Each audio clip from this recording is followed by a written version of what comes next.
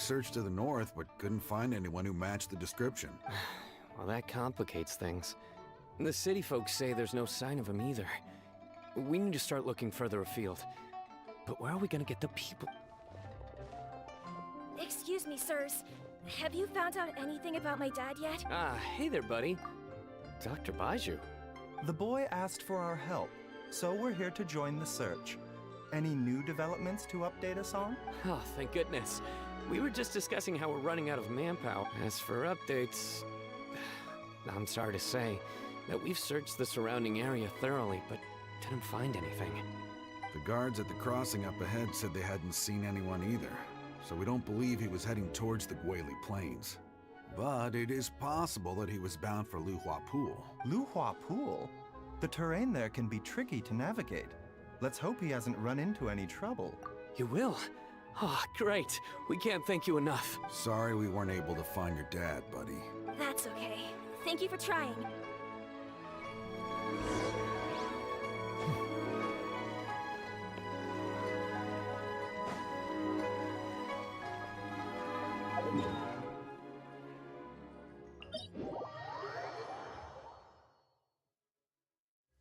My apologies. This heavy rain must be quite an inconvenience for you.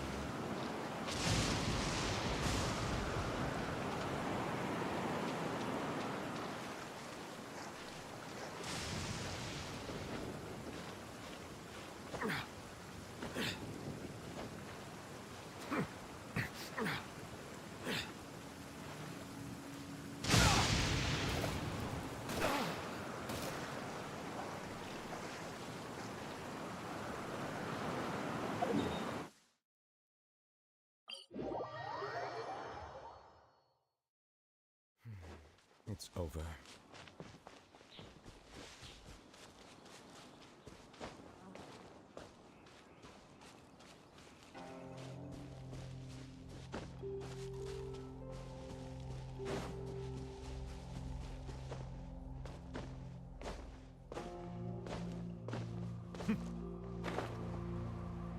Dad! Dad, can you hear me? There's somebody over there! Oh no! It's... Hey, you! Stop! Don't go any further!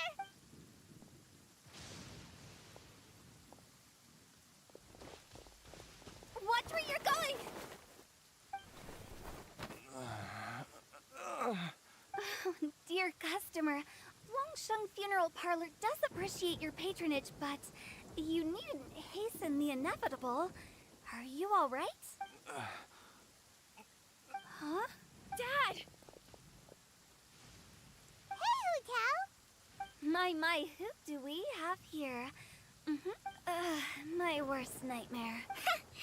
I see she still hasn't warmed to you. Thank you, Director Who, for saving this man. Dad, are you okay? Do you... Are you? Who am I? Your name is Xiao Liang, and you live just west of Qingse Village. You were supposed to come to Liyue Harbor to see the doctor. Remember? Does that jog your memory? Oh, my name is Jia Liang. Uh-oh. He seems in really bad shape. We need to get him back to Boo Boo. Sorry, Hotel. Gotta dash. Dinner's on us next time. Hold on a second. You're not seriously thinking of taking him to Boo Boo Pharmacy in this state, are you? Huh? Why not? What's the problem? Come on, Baiju.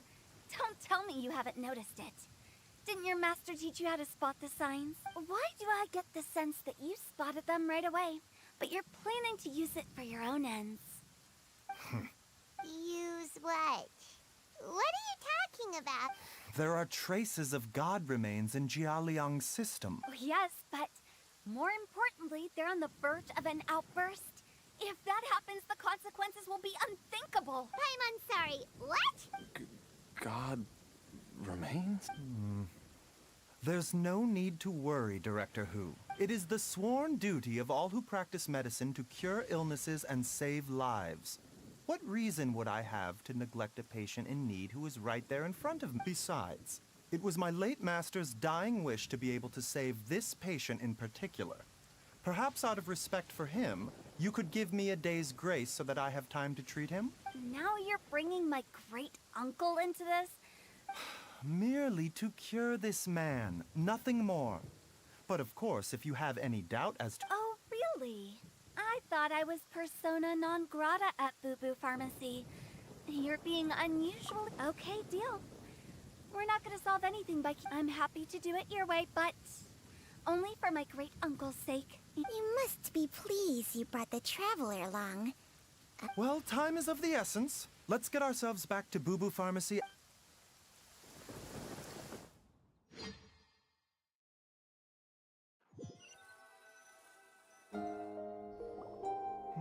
Blockages within the cardiovascular system.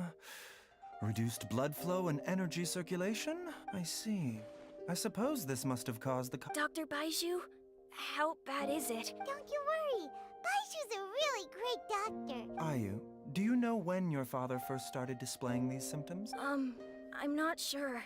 He's been like this for as long as I can remember. But it wasn't as bad as this when I was still little. So it's been a long time indeed. No, I have a treatment plan in mind. Come and see me again tomorrow morning. I promise that by then, Ayu will find his father healthy and lucid again. Thank you, Dr. Baizhu. Thank you so much. If you still have any misgivings, Director Who, please feel free to hang around for as long as you wish. However, it would be best if you step outside this room. Yes, of course, absolutely. I'll just go and look at the flowers or something. But I will be back in an instant at the first sign that something's amiss. See you tomorrow, Baizhu and Chang. Bye for now. Are you ready, Baizhu? Ready as I'll ever be. I'm used to it by now.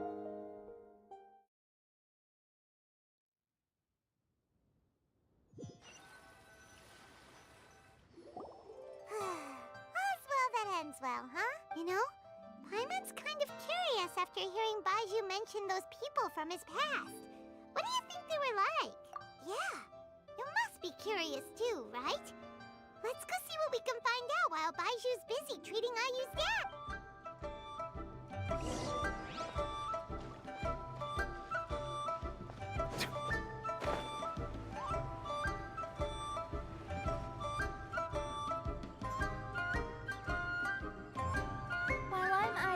Time on admiring the scenery, the spectacled snake-bedecked docs doing surgery. Hello, you busy bees, and what do you have to discuss with it? Actually, don't tell me. Let me guess. Guilty as charged. So, we were just a little curious about Baiju's master. Oh, and also, how come you and Baizhu could tell so quickly that Jia Liang had god remains? Huh? I thought I told you once before. Wangsheng Funeral Parlor was first founded to fight back against the vengeful wrath of gods defeated in war. Well, it is a dusty old tale by this point. Long story short, in the ancient world, dead gods were acting up, so our ancestors started purifying the air and burning the bodies of the deceased to guard the border between life and death. These days, we don't deal with the wrath of the gods anymore, but all the relevant know-how is still passed down to each generation, so we can identify gods' remains when we see them. Okay, Paimon gets it now. Wait, so how did Baizhu... Almost certainly from his master, who was also my great-uncle. Baiju's master was my grandpa's younger brother. Wow, fancy that! Huh. So, if he was from Wangsheng Funeral Parlor, how did he end up as Baiju's master? According to my grandpa, he and my great-uncle once went traveling together when they were young. They ended up at Chenyu Vale, where they met a pharmacist. That pharmacist must have cast some sort of spell on my great-uncle, because after that encounter, he suddenly announced he wanted to leave the family business and go practice medicine instead. My grandpa had a huge argument with him, but he couldn't convince him to stay. So my grandpa inherited the funeral parlor, while my great-uncle stayed in Chenyu Vale to practice medicine. They never spoke to each other again. Funeral director to doctor is a pretty big career change. Kinda hard to imagine. But why did it drive a wedge between them for the rest of their lives? If he had just become a regular doctor, there would have been no issue. After all, the Wangsheng Funeral Parlor wasn't unlike a regular doctor's clinic in the early days. But according to my grandpa, the pharmacist they met had a very ominous aura about him. And on top of that, the kind of medicine practiced in the Chenyu Vale tradition goes against the natural order of things. In what way? Don't know. My grandpa didn't know the specifics. And you've seen how wary Baizhu is around me. He'd never tell me anything. But even that says to me that he definitely has something to hide. One thing I do know about Baizhu is that he's obsessed with the idea of immortality. But whether that has anything to do with what he's hiding is hard to say. Anyway, so I will be sticking around here for now to keep a close eye on the situation. Maybe tomorrow I'll finally figure out what he's up to. After all that, it seems like we have more questions.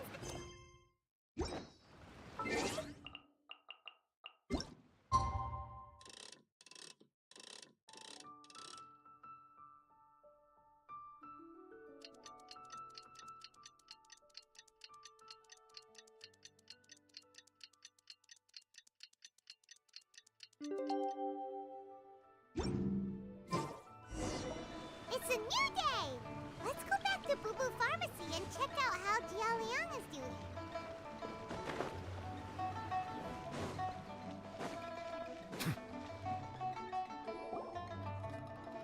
Dad!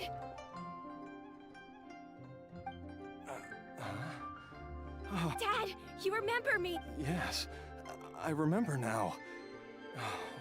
Oh, I'm so sorry. Don't worry, Dad. I got the Adventurers Guild to help us look for her. And Dr. Baizhu's gonna help too. Right now, all you need to do is concentrate on getting better. Great. That's wonderful. I can't thank you enough, Dr. Baizhu. My pleasure, really. It's the least I can do to honor my late master's dying wish. If anything, I should be apologizing to you for not making the time to visit in all these years. Not at all, Dr. Baizhu. It's only because Jiang Li... What was her reason again? You're still in the early stages of recovery, so you'll need to take it easy for a while. Take it slowly and try not to overexert yourself. I suggest you stay at Boo Boo Pharmacy and rest for at least the next few days. Director Hu, do you have any further reservations about Jia Liang's condition? It seems like the evil presence is gone after all. You really did manage to suppress it, huh? But how did you accomplish this in a single night? That would be a trade secret, I'm afraid. If that gives you any cause for concern, you may continue to monitor Jia Liang for as long as you wish. Though I regret to say that Boo Boo Pharmacy cannot offer to reimburse Wangsheng Funeral Parlor for any revenue lost in the meantime. Oh, come on, Baizhu. I'm not that unreasonable.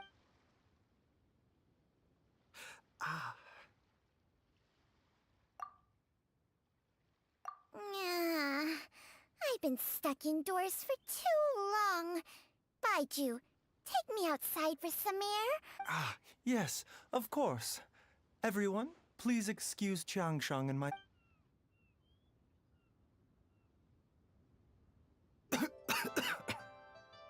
Suffering now, are we? Did you seriously expect to cover it up just by putting on a brave face and ignoring it? If it weren't for my quick thinking, they'd have all seen the sorry state you're in by now. But in any case, why must you keep this a secret from everybody? You should at least share your secret with one person. Who's there? Why did you follow us here? Oh, it's nothing. I just needed to get some air.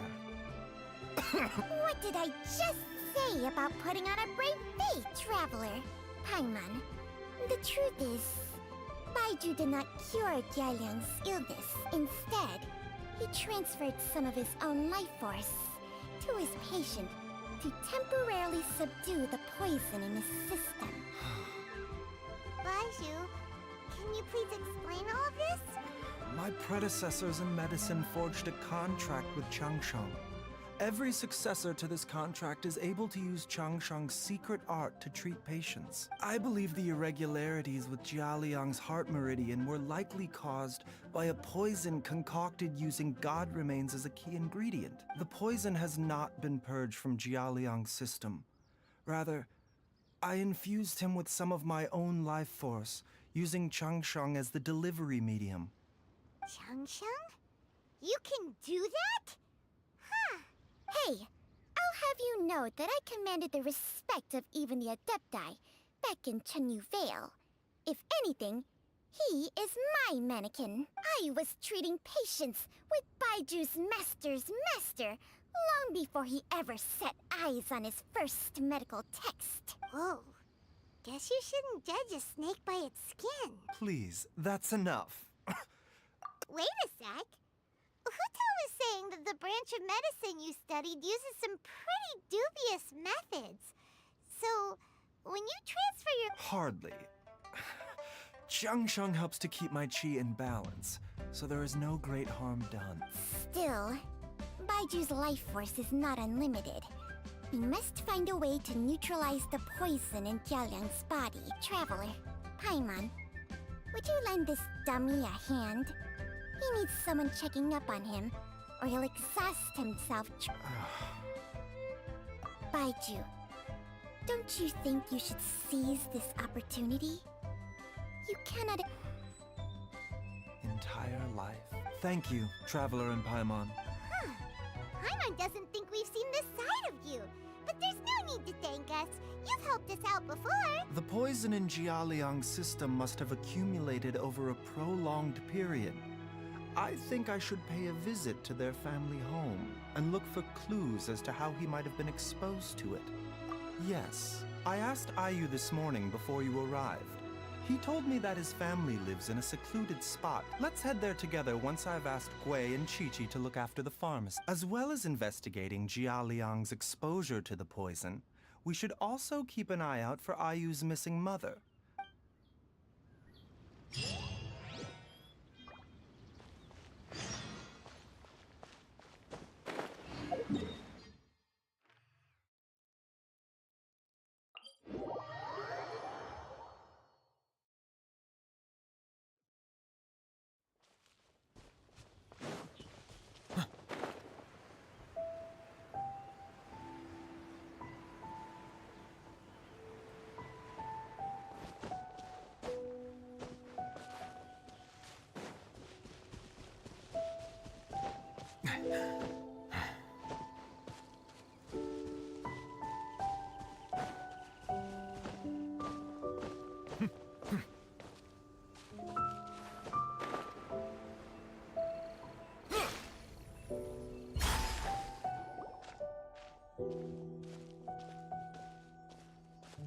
Whoa!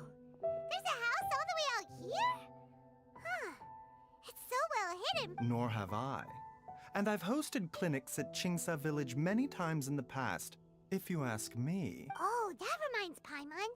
We meant to ask earlier, but it slipped our minds in the rush to get here. Could you tell us more about Jiang Li? You said she was your fellow disciple, right? She was indeed.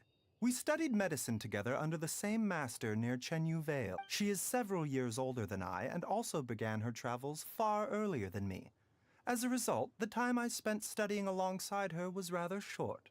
Supposedly, she met an herb gatherer sometime during her travels and decided to settle down with him.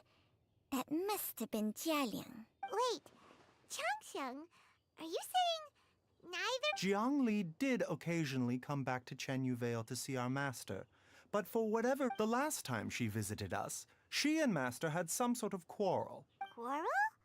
I don't know. I did not... Nor did master ever explain it to me. All he would say... Oh, so that's why you went to... No. Even if my master had never said anything, it would still be my duty as a doctor to help him. My decision would have remained the same. Paimon never knew you were so selfless, Baiju. Paimon always had you down. So a few words from me is enough to dispel all your suspicions? You ought not be quite so quick to relax your guard, Paimon. Sometimes even the good guys have their own private agenda. What the?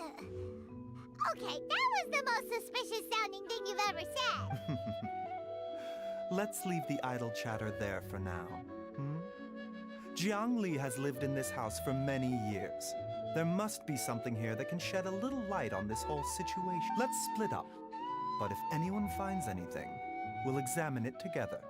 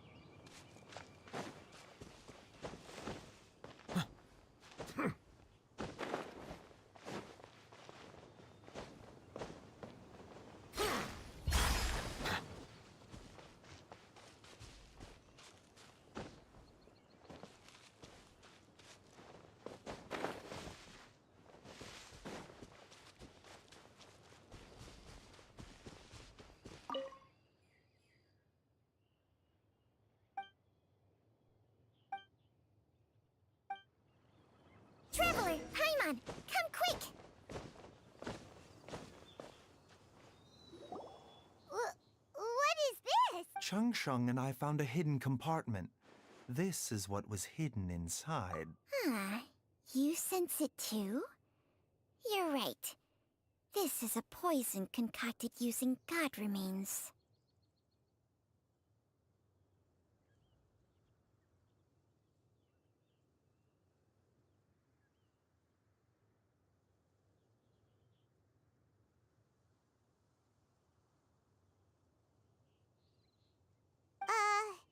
Is it breathing?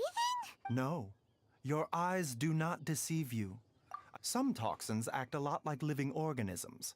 I read about this once in the Origins and Symptoms of Diseases. This ancient class of poisons consists of mother and minor loads, capable of sustaining a connection over vast distances. If it's a concoction of this kind we're dealing with, then both the poison in Jialiang's system and this one here are likely minor loads. Offshoots, essentially. Offshoots? So, the main body is somewhere else? Correct. Whoever is administering the poison can manipulate the source to indirectly control the poisoned individual's behavior and even cognition. Similarly, the poisoned individual will hear, to a varying extent, the call of the source. The call of the... Wait. So, back when Jialiang ran off, maybe that explains where he was heading! Only one thing could have been drawing him there. The source of the god remains used as the poison's key ingredient, the mother lode. This is getting crazier and crazier. What kind of person would do all this? Hey, why is... Since this poison was carefully hidden away in a secret compartment, the one who concocted it is likely a resident. You mean Jialiang? Why would he poison himself? Think a little harder, Paimon. Someone else who lives here, and who might have expertise in crafting drugs. Huh? So you're saying... it was Jiang Li? Wait, but that doesn't make any sense. I agree. It makes little sense. Jiang Li does not strike me as the kind of person who... Look at the facts, though. How many people in the entirety of Liyue have the ability to concoct a poison? It's too early to draw any conclusions. We should question Jia Liang about it once he has made more progress in his recovery. Yes, According to the origins and symptoms of diseases, so if we can find and destroy the source of these god remains, the poison will leave Jialiang's system. Do you know anything about god remains in Qingce village? Even the history books have no record of this. The only ones who'll know anything are those old fogies who have been hanging around here since the beginning of time. Didn't you used to be on good terms with the Adepti, though? You sure they didn't? Well, Changsheng's memories and powers are not what they... These days, she has to enter a contract with a mortal and share their life force just to sustain her own life.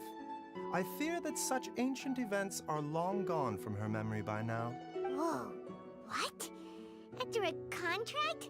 Sure. Hey, plenty of people would jump at the chance to join forces with a powerful being like me. With my assistance in rebalancing your chi, not only can you extend your lifespan, but you will also be stronger, healthier, and able to eat whatever you like with no risk of upsetting your Stronger and healthier? Baizhu, maybe when you retire, you can let Paimon sign a contract with Changsheng for a few days. Unfortunately, Changsheng's contract has strict requirements regarding the host's temperament. None of her hosts... Temperament?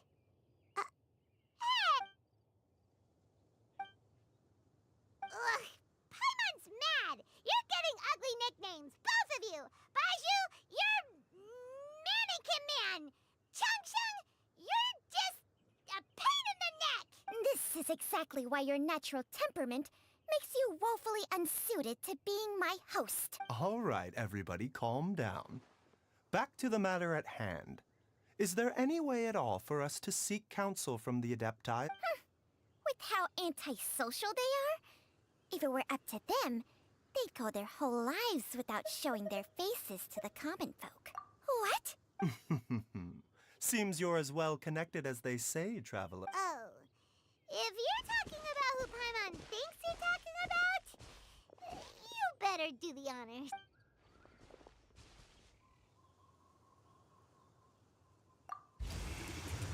You called?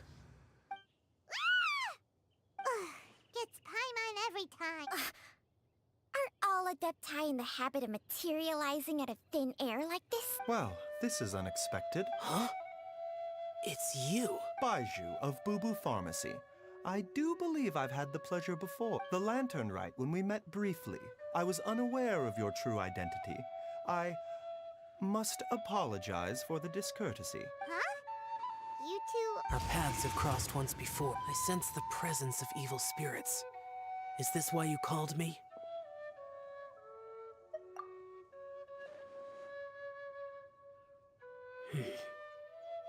So someone has been concocting demonic poison. Too often, fervent desires drive mortals to abandon all regard for their own safety. I now know what you seek. It is true that a god's remains are buried beneath the foundations of Qingce village. A vile monster known as the Che once wrought havoc over this land. Before it was subdued by Rex Lapis, the land was finally cleansed of poison when Rex Lapis used statues in his likeness to seal the serpent's remains. The seal is still mostly intact. If the Che is the source, then it must be some of its blood leaking from deep underground. However, its aura is faint and barely detectable. I do not like to intervene against mortals unless absolutely necessary, but when demonic forces are involved, things can spiral out of control. If that happens... Nothing. I do not wish to sway decisions that are mortals to make. Immortality may not be the blessing that you imagine it to be. I shall treasure your words of instruction, Master Adeptus. Farewell. What a strange Adeptus. Rather different from the way I remember them. That's Xiao for ya! And thanks to him, we found... If the god remains are leaking from underground, Jiangli must be paying a visit to a subterranean cave on her herb-gathering trips. If we can find the cave... Master! Gui? Did you run all the way from Bubu Pharmacy? What happened? Don't panic. Just... It's Jialiang. He was fine one minute, and then he suddenly... Already? How? Based on past experience, he should have been fine for the next 3 days at least. It seems that my worst fears have been confirmed. Everyone, back to Boo Boo Pharmacy now!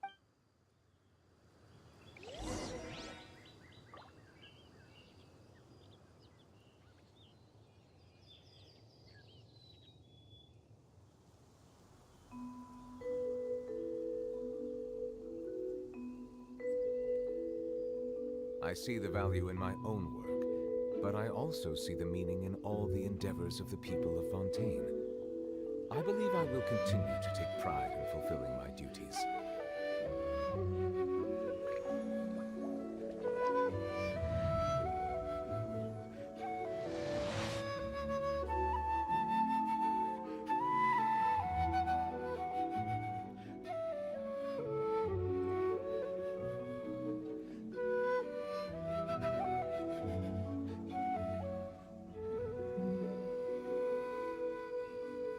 Water comes in many flavors to the discerning palate.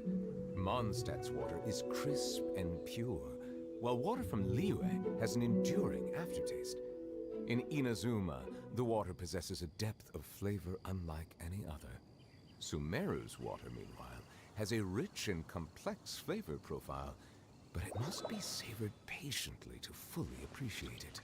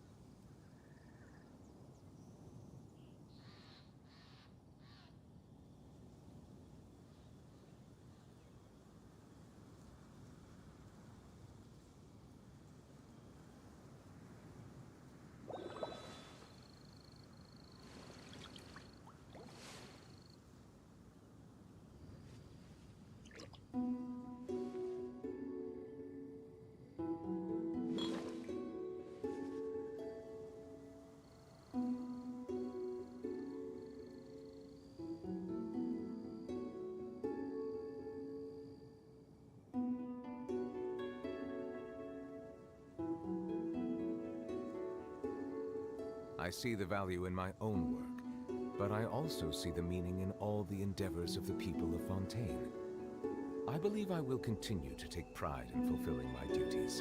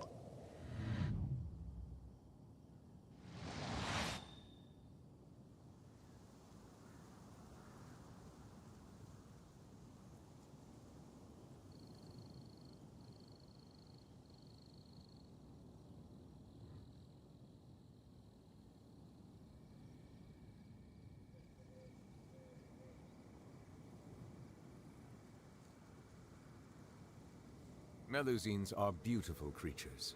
They are the pride of Fontaine. Be sure to befriend them and cause them no harm.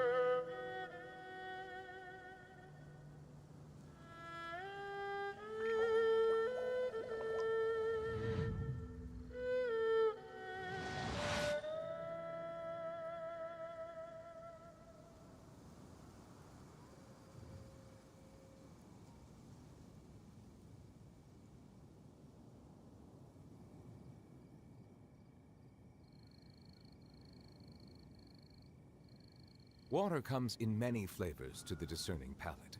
Mondstadt's water is crisp and pure, while water from Liyue has an enduring aftertaste. In Inazuma, the water possesses a depth of flavor unlike any other. Sumeru's water, meanwhile, has a rich and complex flavor profile, but it must be savored patiently to fully appreciate it.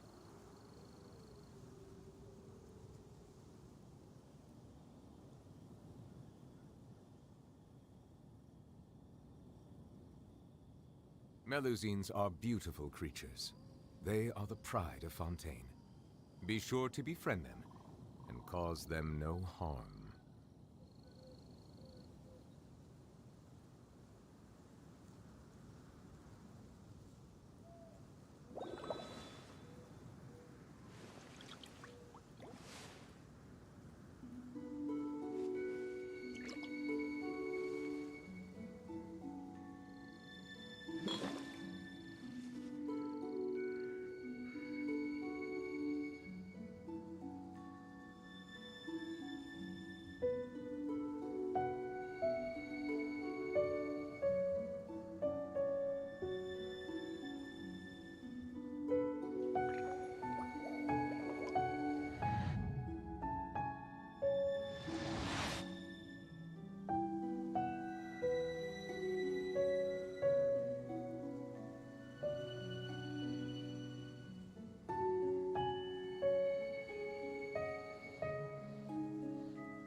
I see the value in my own work, but I also see the meaning in all the endeavors of the people of Fontaine. I believe I will continue to take pride in fulfilling my duties.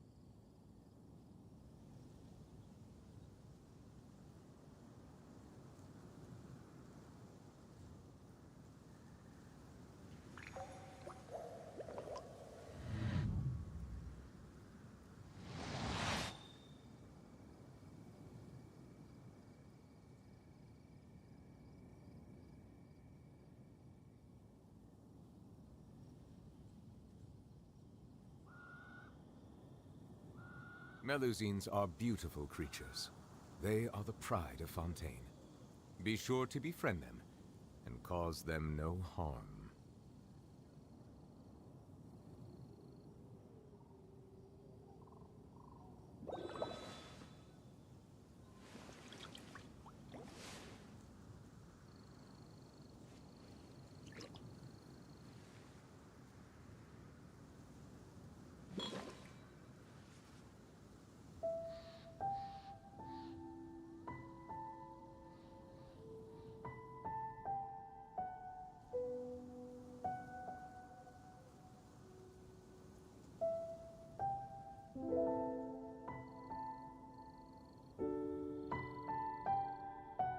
I see the value in my own work, but I also see the meaning in all the endeavors of the people of Fontaine.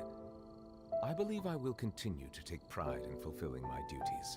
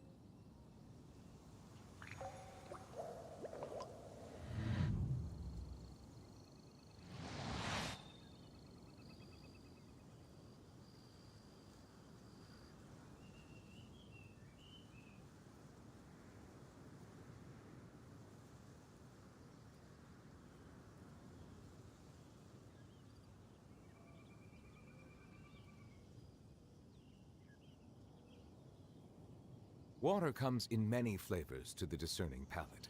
Mondstadt's water is crisp and pure, while water from Liyue has an enduring aftertaste.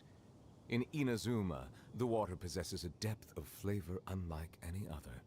Sumeru's water, meanwhile, has a rich and complex flavor profile, but it must be savored patiently to fully appreciate it.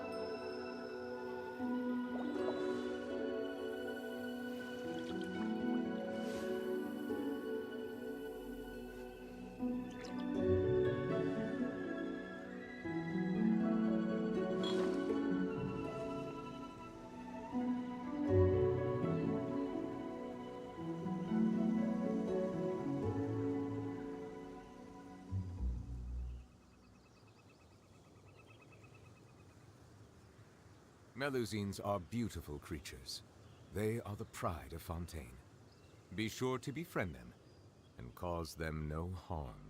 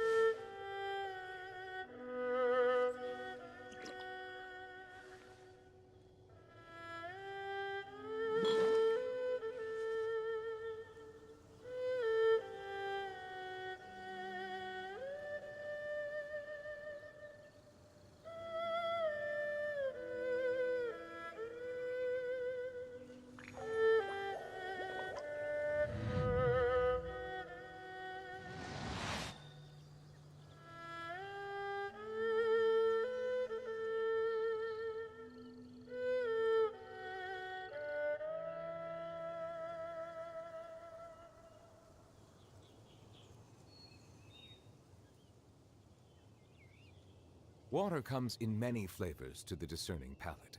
Mondstadt's water is crisp and pure, while water from Liyue has an enduring aftertaste. In Inazuma, the water possesses a depth of flavor unlike any other.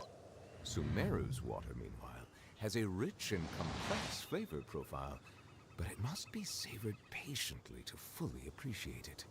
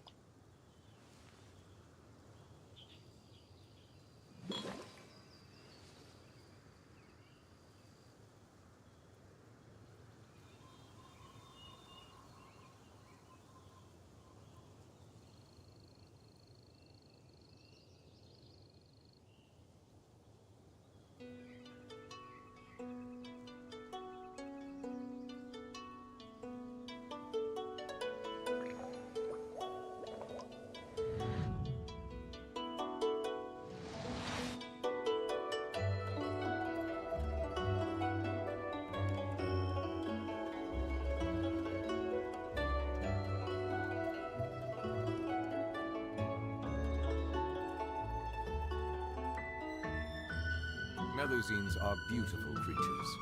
They are the pride of Fontaine. Be sure to befriend them and cause them no harm.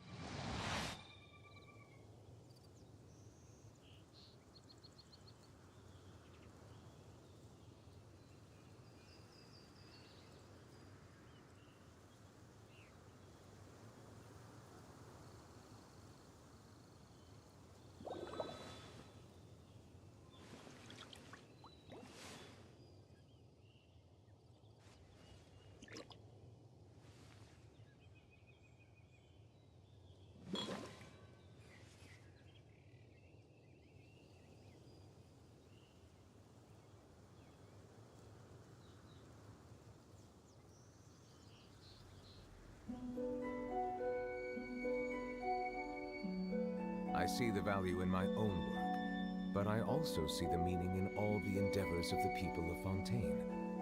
I believe I will continue to take pride in fulfilling my duties.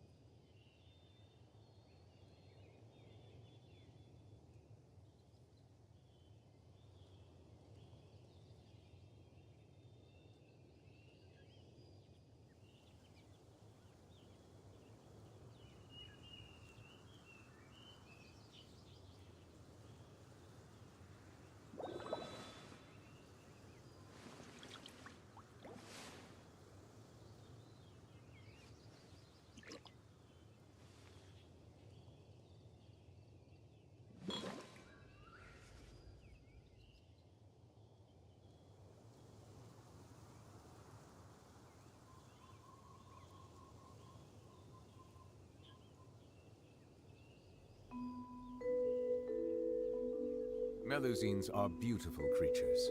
They are the pride of Fontaine. Be sure to befriend them and cause them no harm.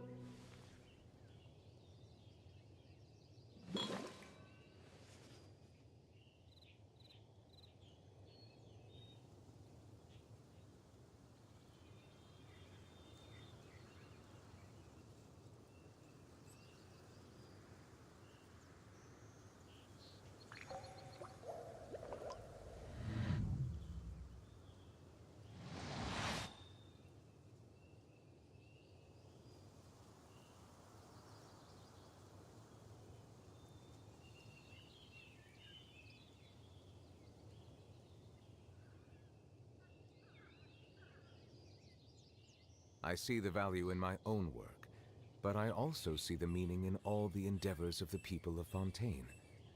I believe I will continue to take pride in fulfilling my duties.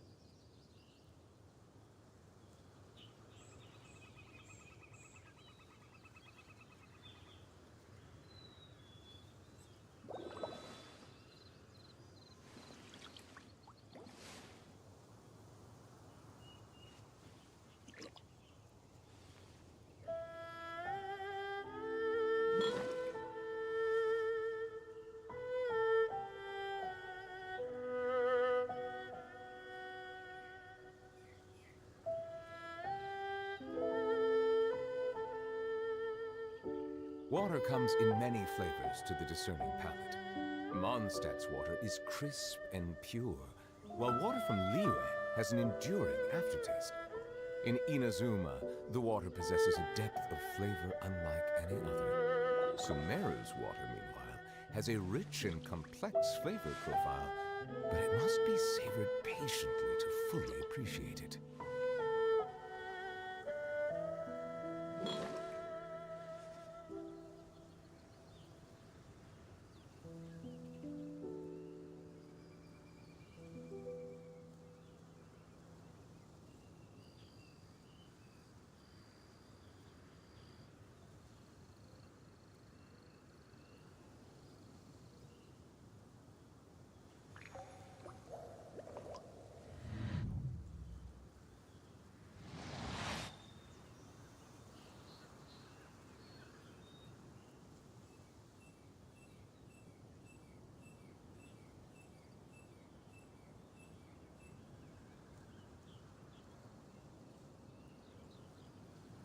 Melusines are beautiful creatures. They are the pride of Fontaine. Be sure to befriend them and cause them no harm.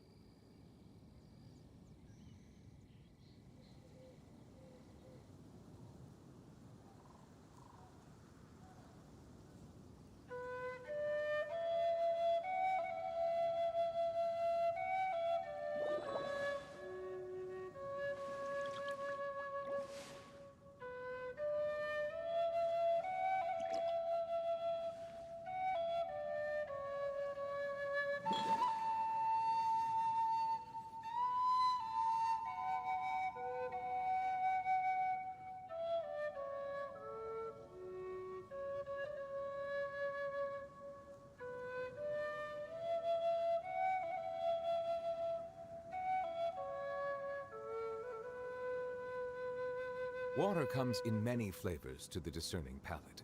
Mondstadt's water is crisp and pure, while water from Liyue has an enduring aftertaste. In Inazuma, the water possesses a depth of flavor unlike any other. Sumeru's water, meanwhile, has a rich and complex flavor profile, but it must be savored patiently to fully appreciate it.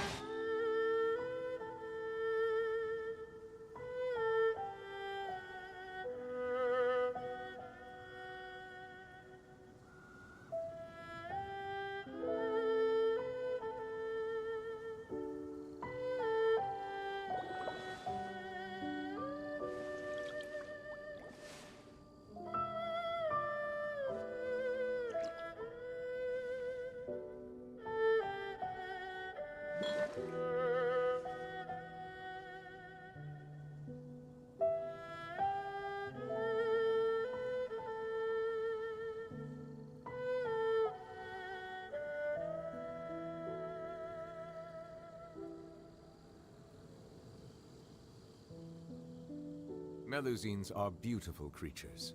They are the pride of Fontaine.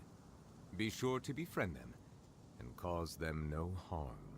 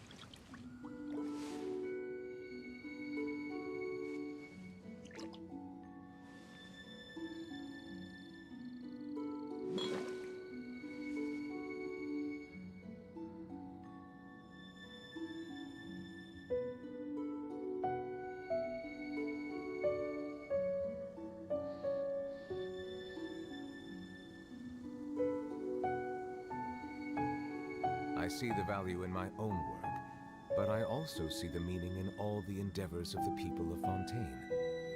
I believe I will continue to take pride in fulfilling my duties.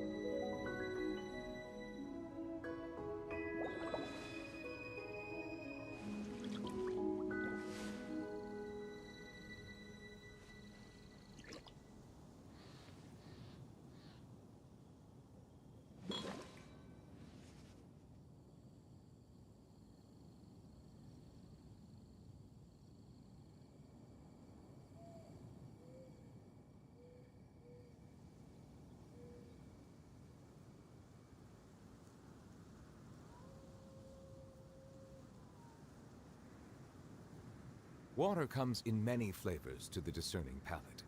Mondstadt's water is crisp and pure, while water from Liyue has an enduring aftertaste.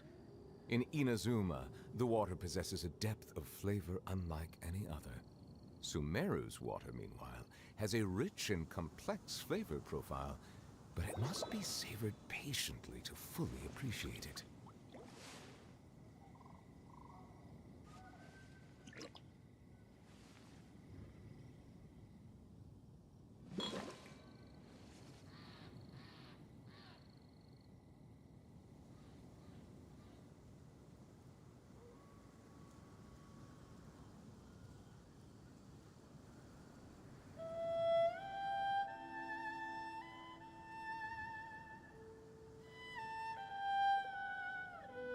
Melusines are beautiful creatures. They are the pride of Fontaine. Be sure to befriend them and cause them no harm.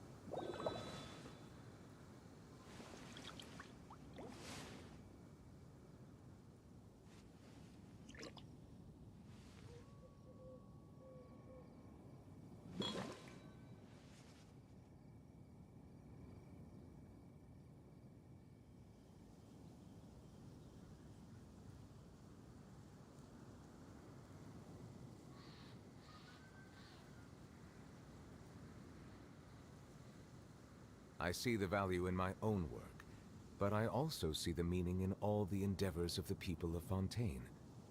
I believe I will continue to take pride in fulfilling my duties.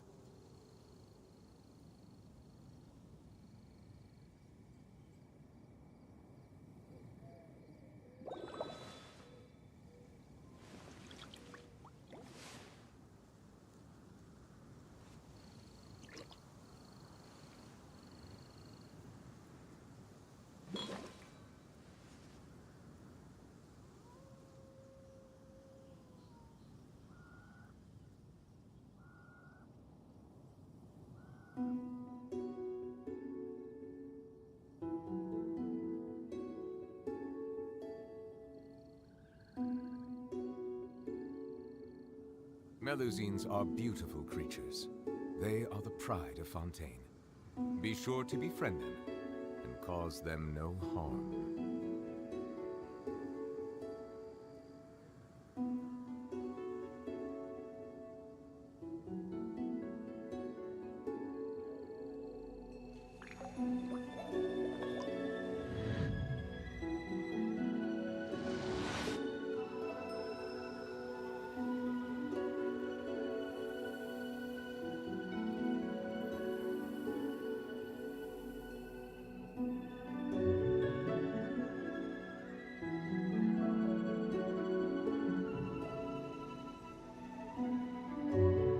Water comes in many flavors to the discerning palate. Mondstadt's water is crisp and pure, while water from Liyue has an enduring aftertaste. In Inazuma, the water possesses a depth of flavor unlike any other. Sumeru's water, meanwhile, has a rich and complex flavor profile, but it must be savored patiently to fully appreciate it.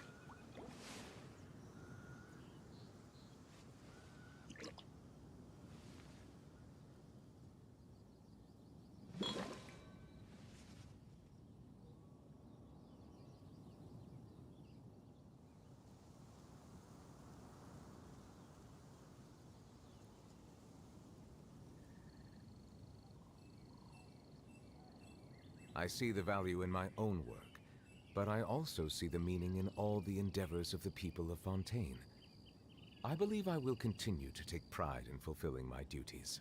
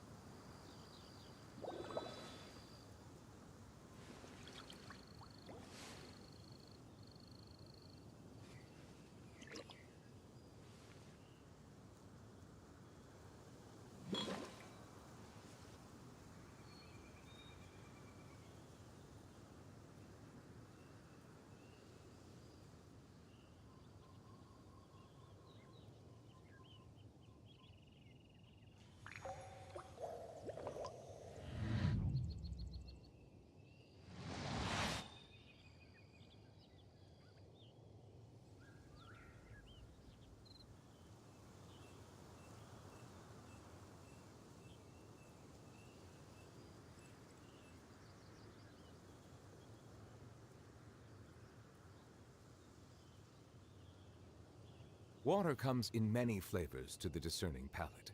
Mondstadt's water is crisp and pure, while water from Liyue has an enduring aftertaste. In Inazuma, the water possesses a depth of flavor unlike any other. Sumeru's water, meanwhile, has a rich and complex flavor profile, but it must be savored patiently to fully appreciate it.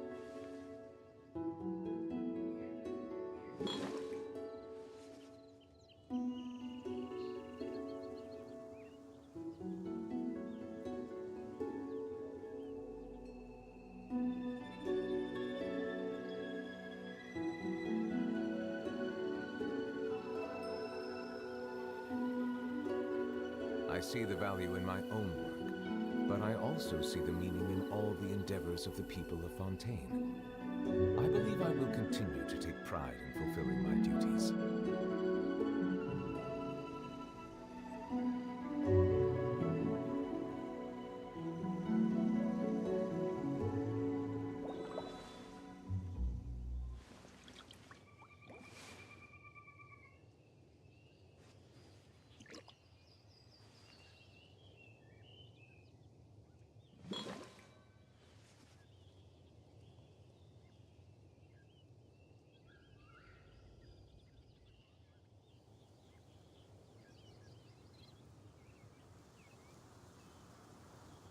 Melusines are beautiful creatures. They are the pride of Fontaine.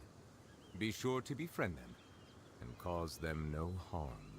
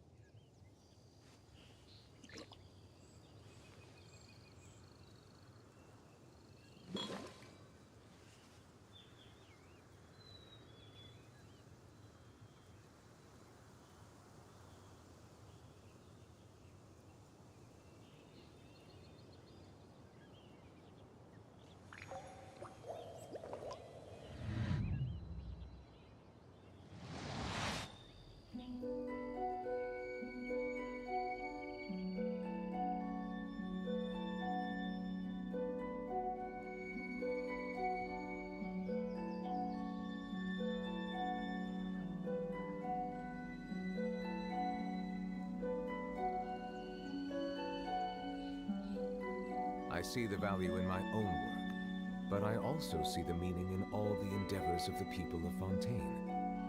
I believe I will continue to take pride in fulfilling my duties.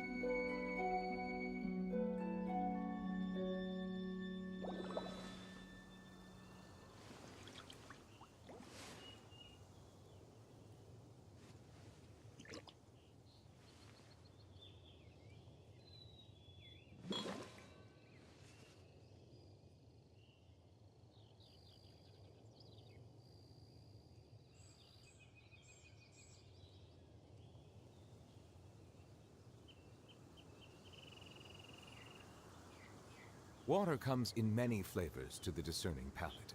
Mondstadt's water is crisp and pure, while water from Liyue has an enduring aftertaste. In Inazuma, the water possesses a depth of flavor unlike any other. Sumeru's water, meanwhile, has a rich and complex flavor profile, but it must be savored patiently to fully appreciate it.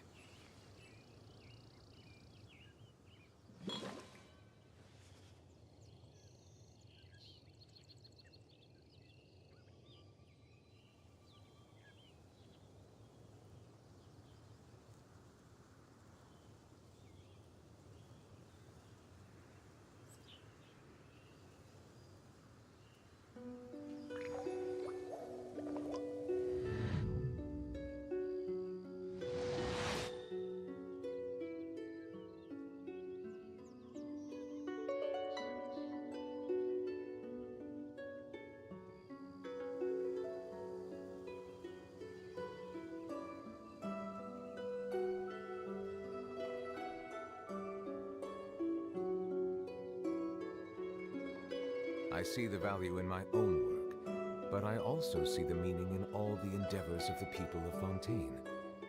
I believe I will continue to take pride in fulfilling my duties.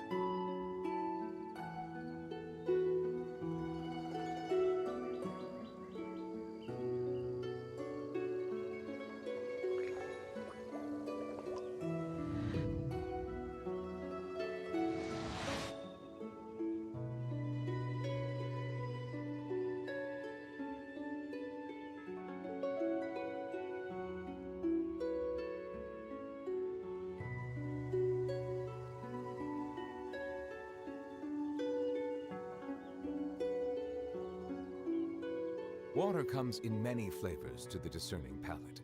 Mondstadt's water is crisp and pure, while water from Liyue has an enduring aftertaste. In Inazuma, the water possesses a depth of flavor unlike any other. Sumeru's water, meanwhile, has a rich and complex flavor profile, but it must be savored patiently to fully appreciate it.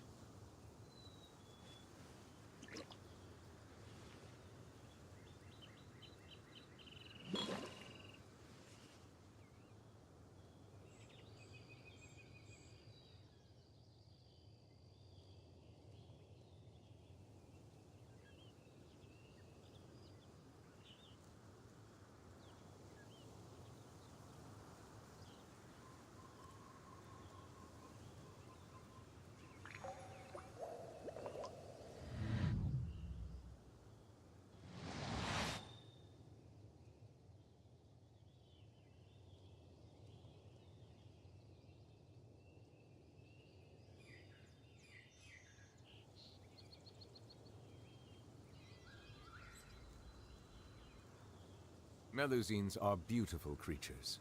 They are the pride of Fontaine. Be sure to befriend them and cause them no harm.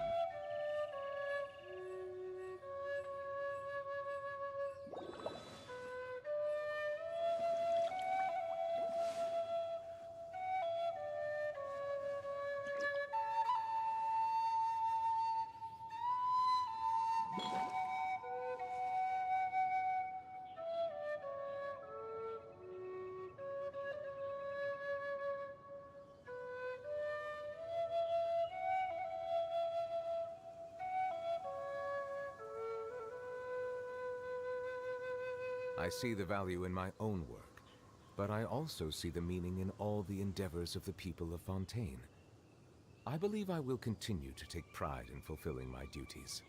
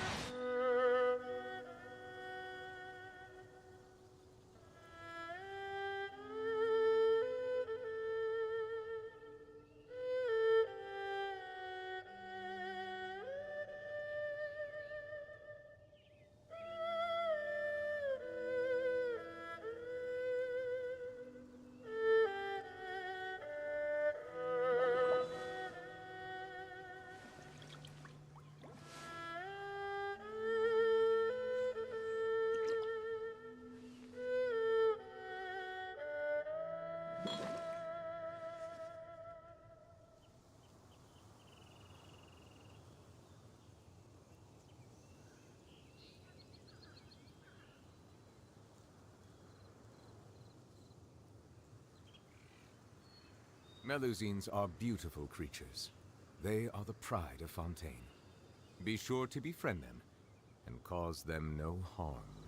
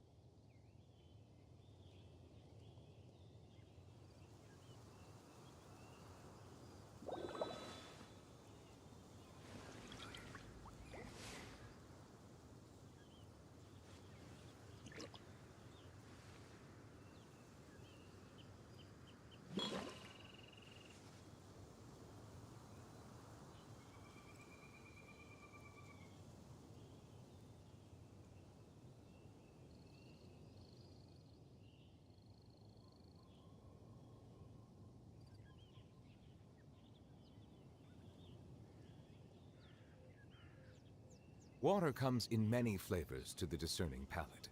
Mondstadt's water is crisp and pure, while water from Liyue has an enduring aftertaste. In Inazuma, the water possesses a depth of flavor unlike any other. Sumeru's water, meanwhile, has a rich and complex flavor profile, but it must be savored patiently to fully appreciate it.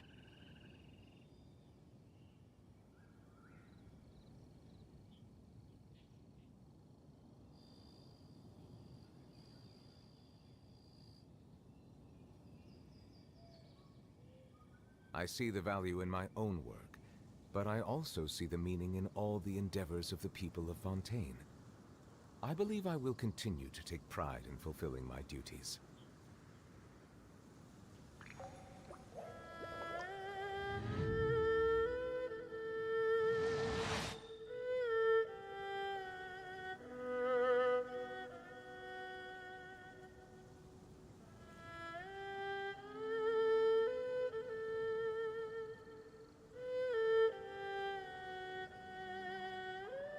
Melusines are beautiful creatures. They are the pride of Fontaine. Be sure to befriend them and cause them no harm.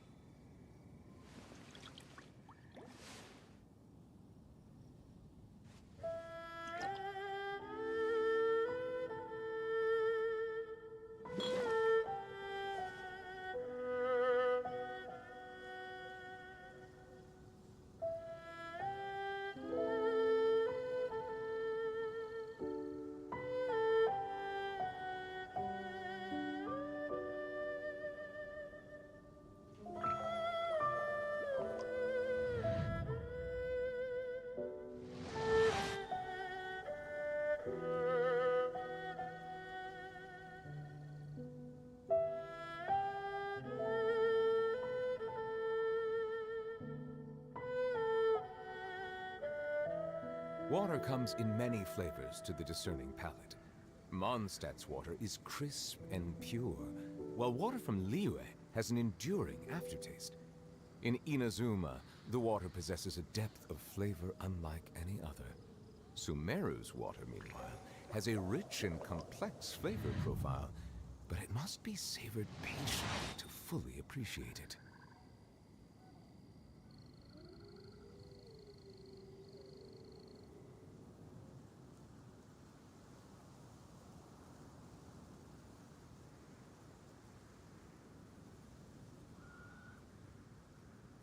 I see the value in my own work, but I also see the meaning in all the endeavors of the people of Fontaine. I believe I will continue to take pride in fulfilling my duties.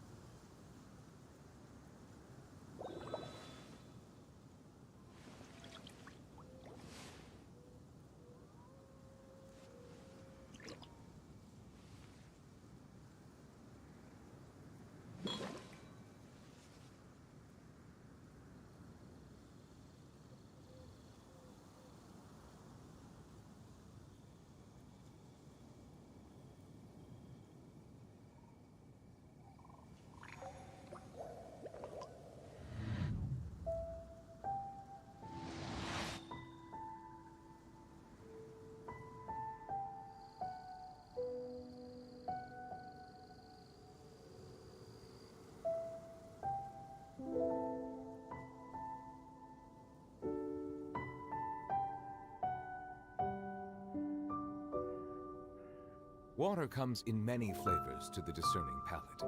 Mondstadt's water is crisp and pure, while water from Liyue has an enduring aftertaste. In Inazuma, the water possesses a depth of flavor unlike any other. Sumeru's water, meanwhile, has a rich and complex flavor profile, but it must be savored patiently to fully appreciate it.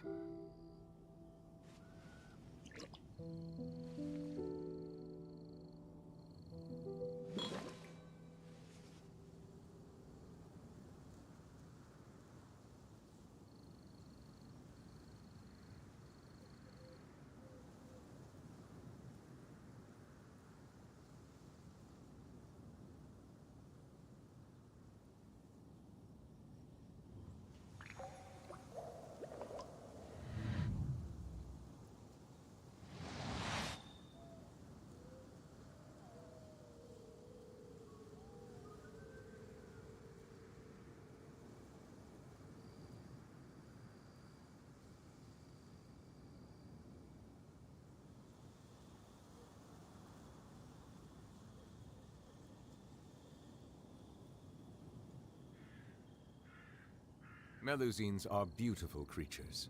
They are the pride of Fontaine. Be sure to befriend them and cause them no harm.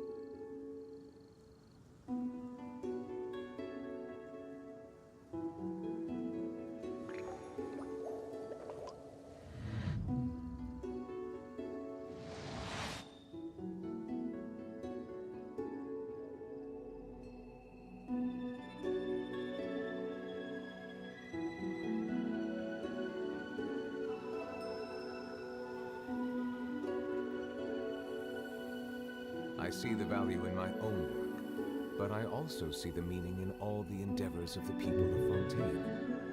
I believe I will continue to take pride in fulfilling my duties.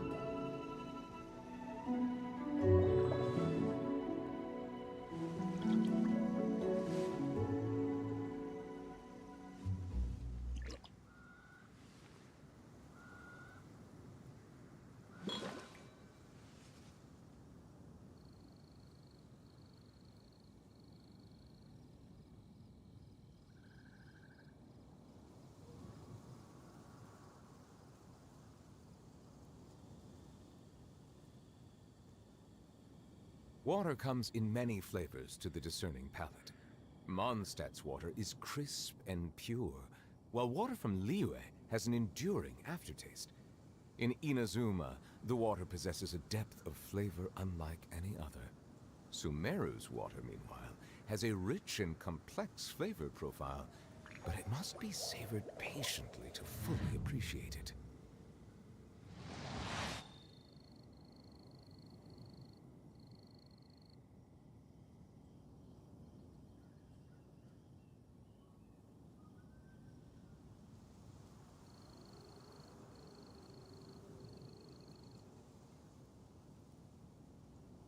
I see the value in my own work, but I also see the meaning in all the endeavors of the people of Fontaine.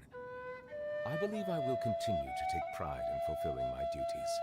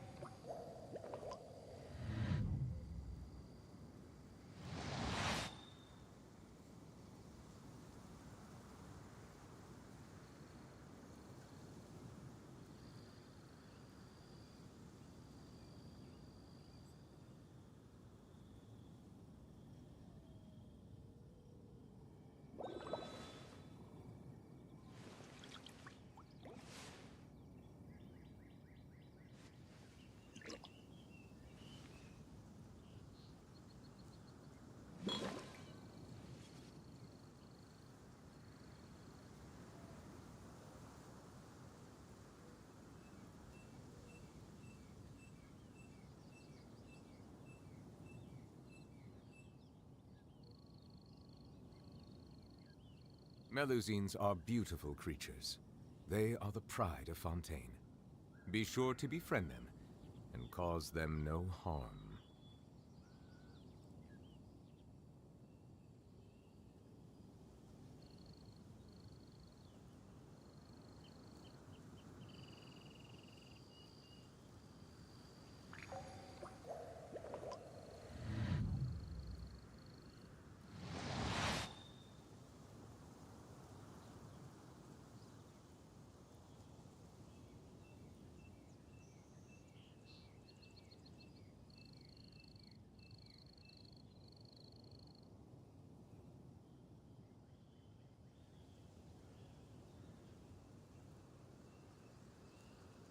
Water comes in many flavors to the discerning palate. Mondstadt's water is crisp and pure, while water from Liyue has an enduring aftertaste.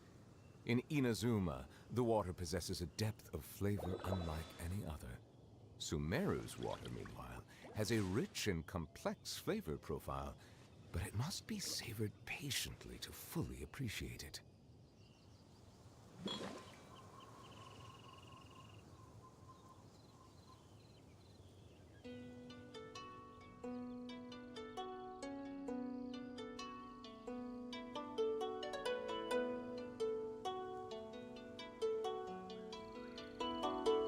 I see the value in my own work, but I also see the meaning in all the endeavors of the people of Fontaine. I believe I will continue to take pride in fulfilling my duties.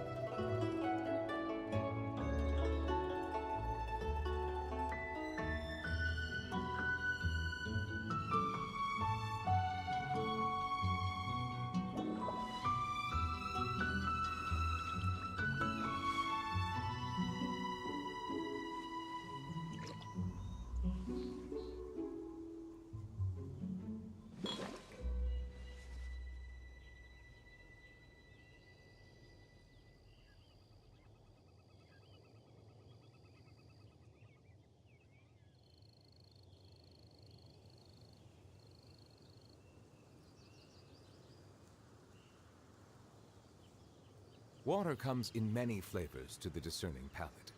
Mondstadt's water is crisp and pure, while water from Liyue has an enduring aftertaste. In Inazuma, the water possesses a depth of flavor unlike any other. Sumeru's water, meanwhile, has a rich and complex flavor profile, but it must be savored patiently to fully appreciate it.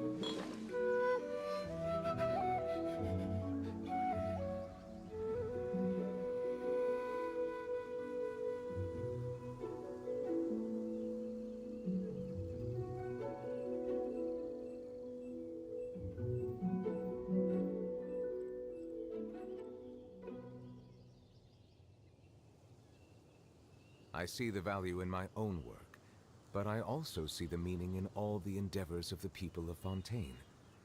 I believe I will continue to take pride in fulfilling my duties.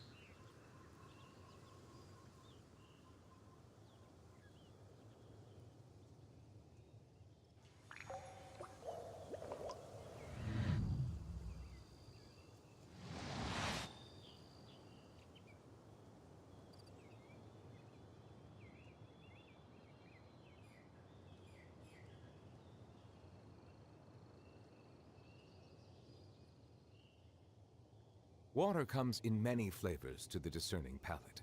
Mondstadt's water is crisp and pure, while water from Liyue has an enduring aftertaste. In Inazuma, the water possesses a depth of flavor unlike any other. Sumeru's water, meanwhile, has a rich and complex flavor profile, but it must be savored patiently to fully appreciate it.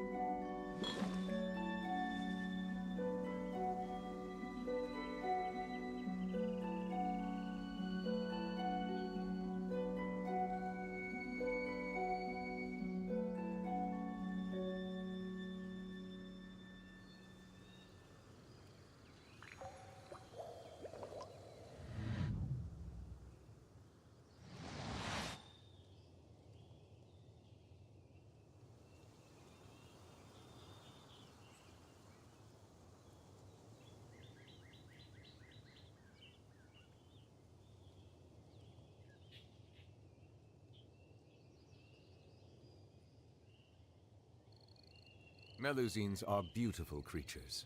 They are the pride of Fontaine. Be sure to befriend them and cause them no harm.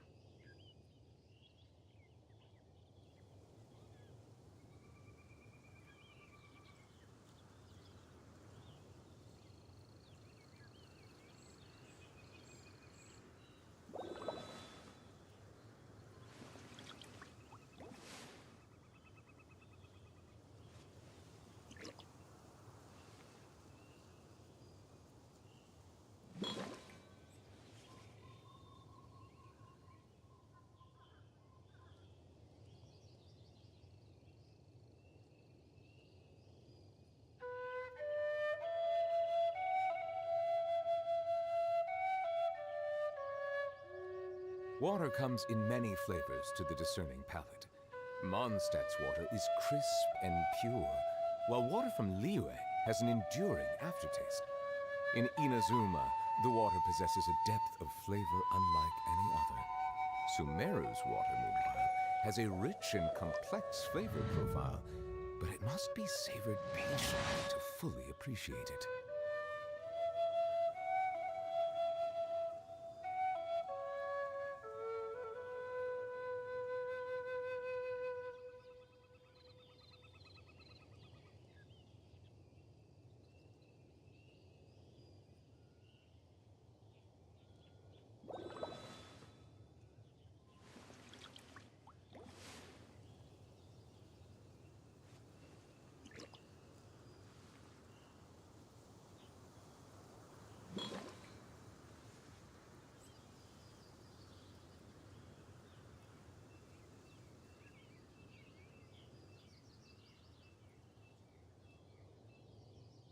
Melusines are beautiful creatures. They are the pride of Fontaine. Be sure to befriend them and cause them no harm.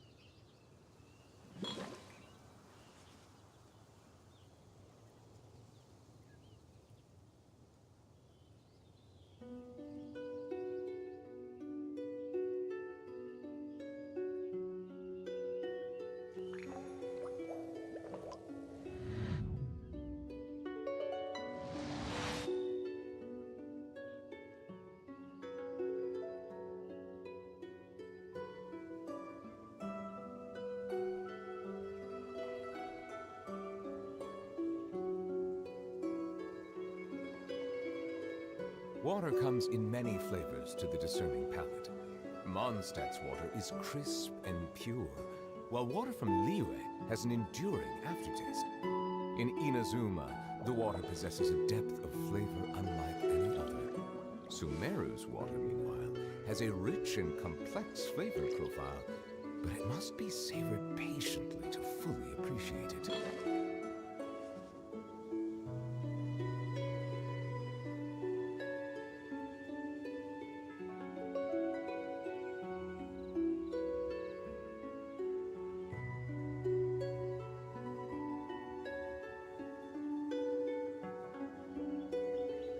Melusines are beautiful creatures. They are the pride of Fontaine. Be sure to befriend them and cause them no harm.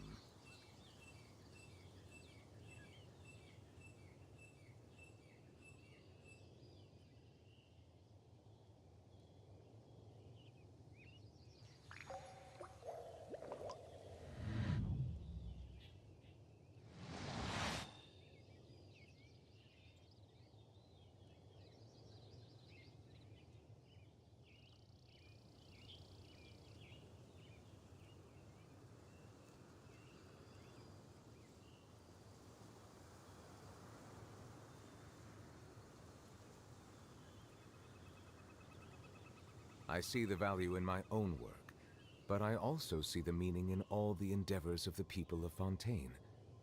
I believe I will continue to take pride in fulfilling my duties.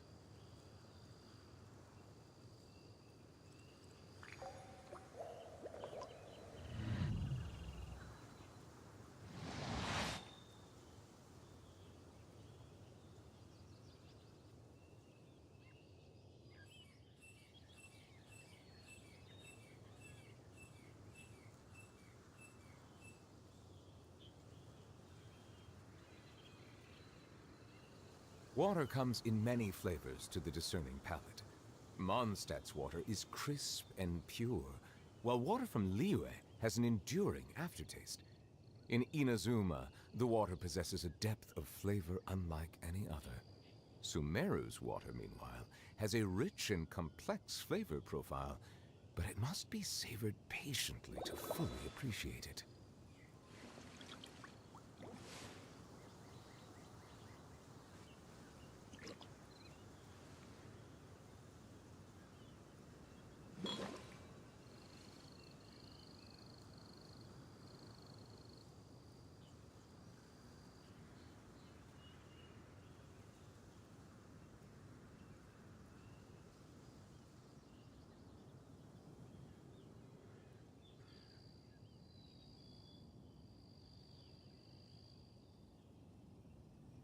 Melusines are beautiful creatures. They are the pride of Fontaine. Be sure to befriend them and cause them no harm.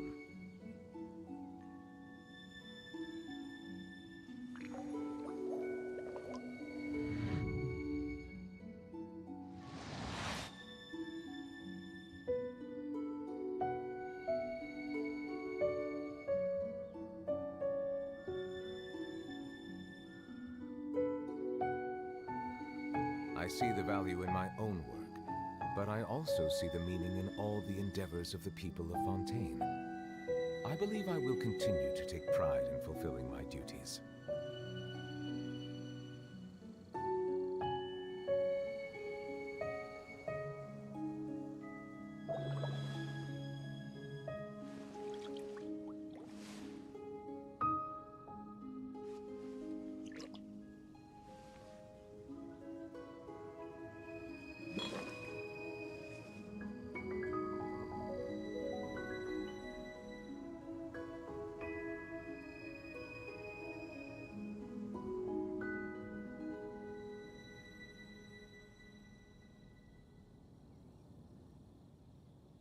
Melusines are beautiful creatures.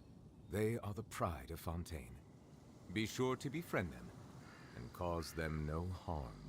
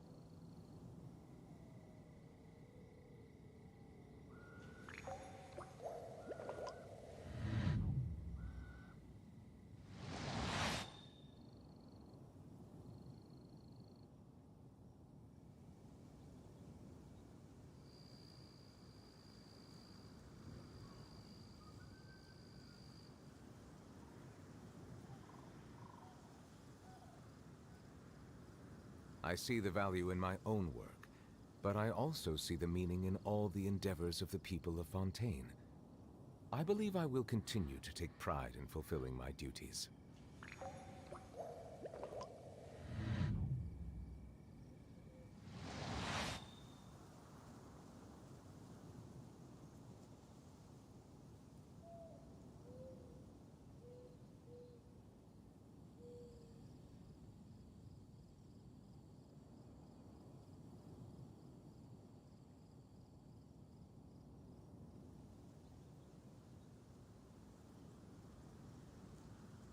Water comes in many flavors to the discerning palate. Mondstadt's water is crisp and pure, while water from Liyue has an enduring aftertaste. In Inazuma, the water possesses a depth of flavor unlike any other. Sumeru's water, meanwhile, has a rich and complex flavor profile, but it must be savored patiently to fully appreciate it.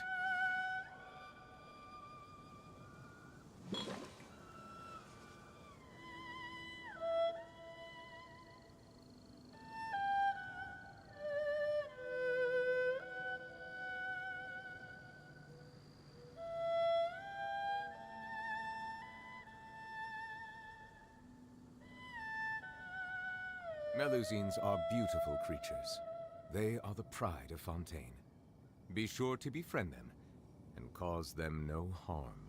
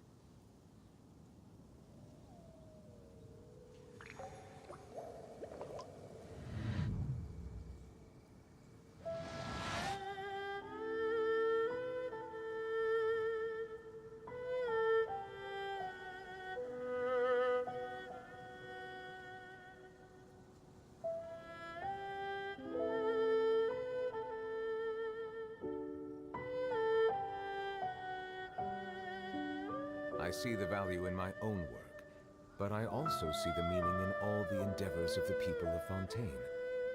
I believe I will continue to take pride in fulfilling my duties.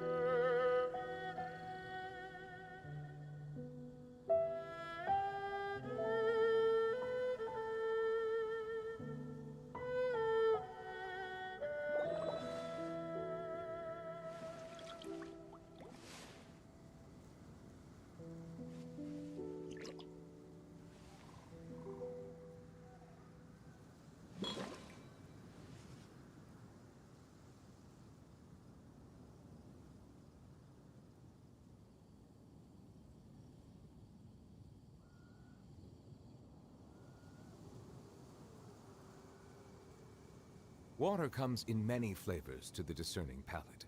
Mondstadt's water is crisp and pure, while water from Liyue has an enduring aftertaste. In Inazuma, the water possesses a depth of flavor unlike any other. Sumeru's water, meanwhile, has a rich and complex flavor profile, but it must be savored patiently to fully appreciate it.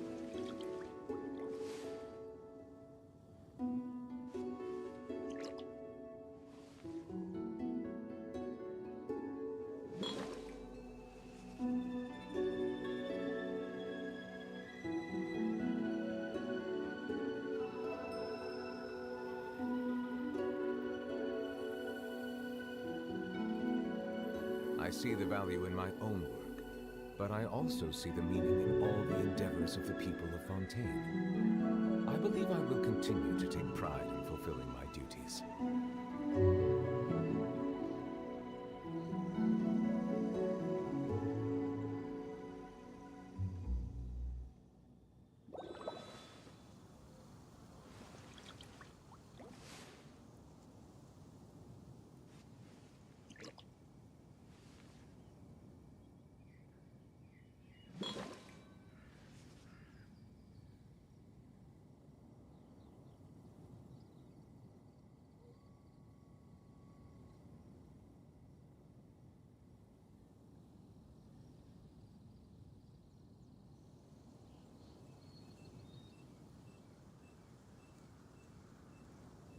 Water comes in many flavors to the discerning palate.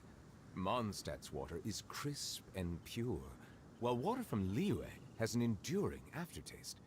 In Inazuma, the water possesses a depth of flavor unlike any other.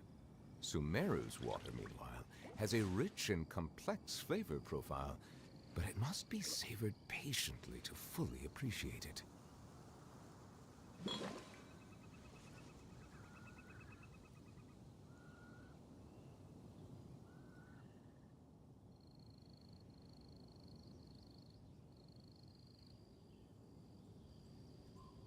I see the value in my own work, but I also see the meaning in all the endeavors of the people of Fontaine. I believe I will continue to take pride in fulfilling my duties.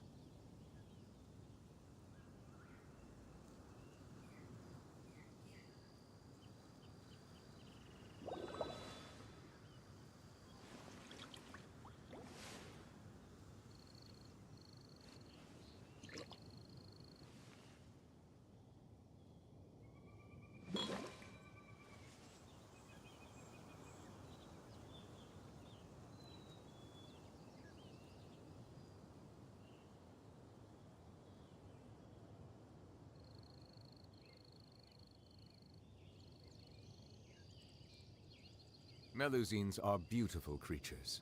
They are the pride of Fontaine. Be sure to befriend them and cause them no harm.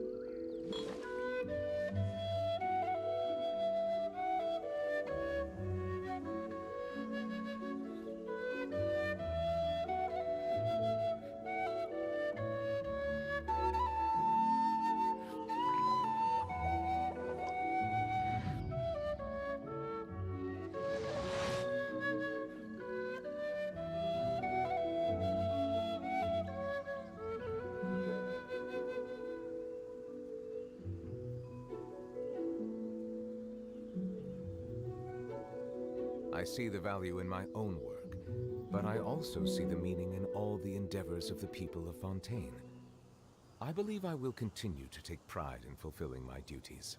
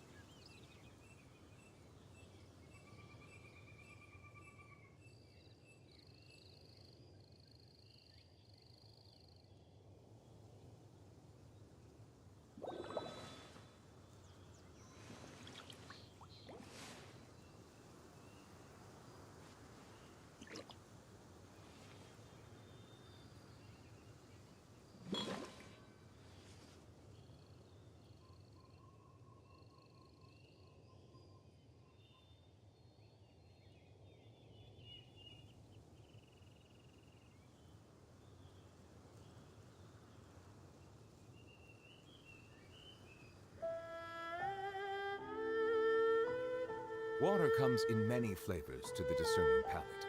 Mondstadt's water is crisp and pure, while water from Liyue has an enduring aftertaste. In Inazuma, the water possesses a depth of flavor unlike any other. Sumeru's water, meanwhile, has a rich and complex flavor profile, but it must be savored patiently to fully appreciate it.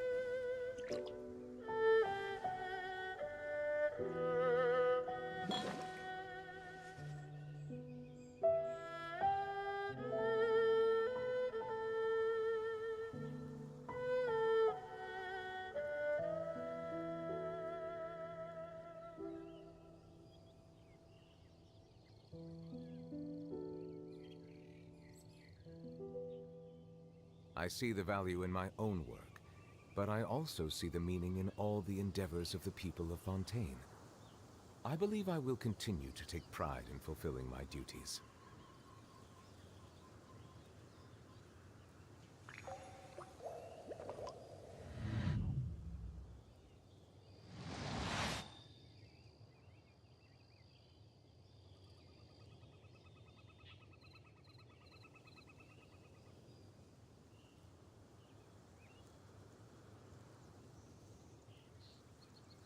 Melusines are beautiful creatures.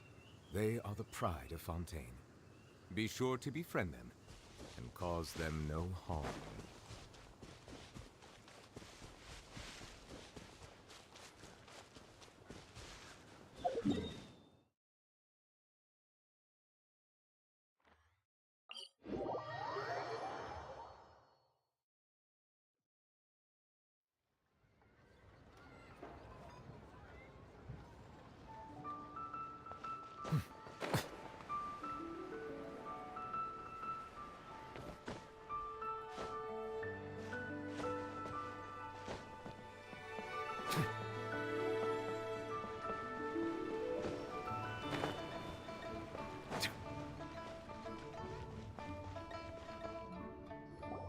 Dad, what's wrong?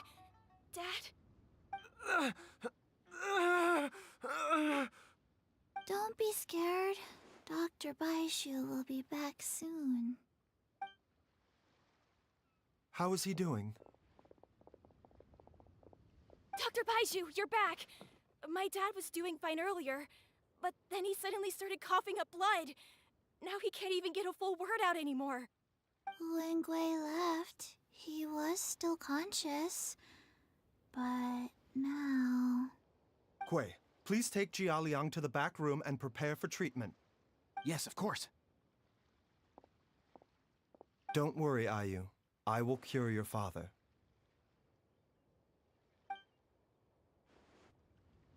Baishu's not gonna use Changsheng's secret art again, is he? Is there really no other way to save Jialiang? Oh, please don't worry. Dr. Baishu will find a way. But...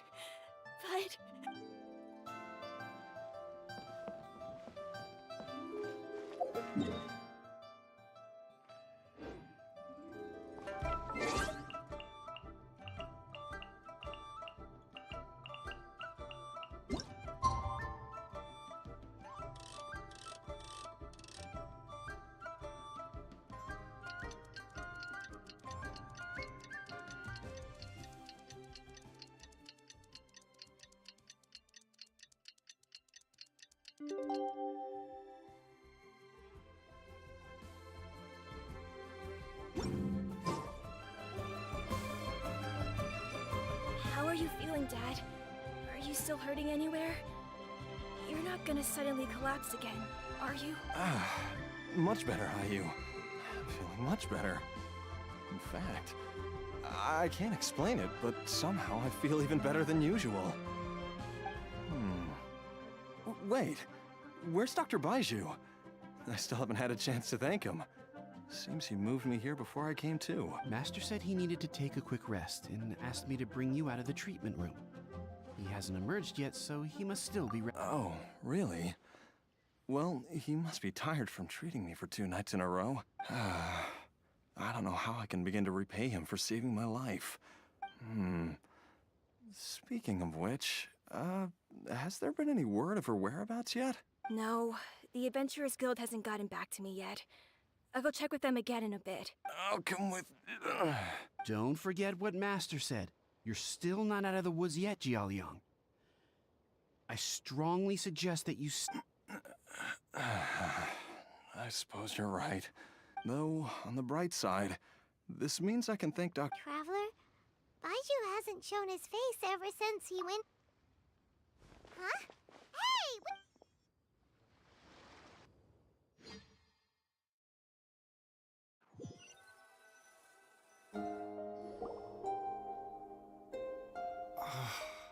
Huh? You're finally awake? That was far too risky. Even with me here to help you balance your chi. There was no time. I had no other choice.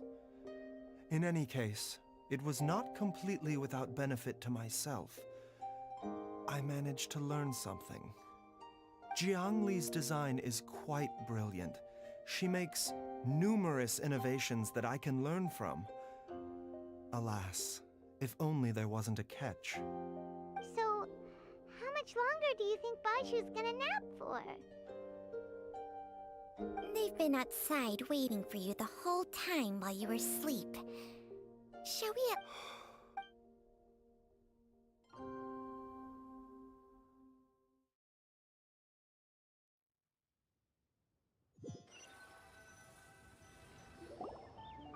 Surely he hasn't. Who's talking behind our backs again? Ah! Baiju! Tuck! Of course. There's no need to be concerned. I merely had to Jialiang seemed fine yesterday. Why did he need more life-saving treatment again so soon? I made an error in my initial diagnosis. Jialiang is in fact suffering from more than one ailment, and as a result, his life force depleted at a greater rate than I had anticipated. What? You mean, even if you got all the poison out of him? Yes. But more pertinently, the poison in Jialiang's system is there precisely because it is being used to manage his underlying medical condition. Jialiang has a rare congenital heart condition, and ongoing treatment is essential to maintaining healthy functioning of his heart meridian. Left untreated, it puts the patient at risk of coughing up blood and fainting, and in the longer term, causes irreversible damage to the internal organs. Though it was created from god remains, this formula is not a poison in Jialiang's case. Had he not taken it all these years, he likely would have died a long time ago.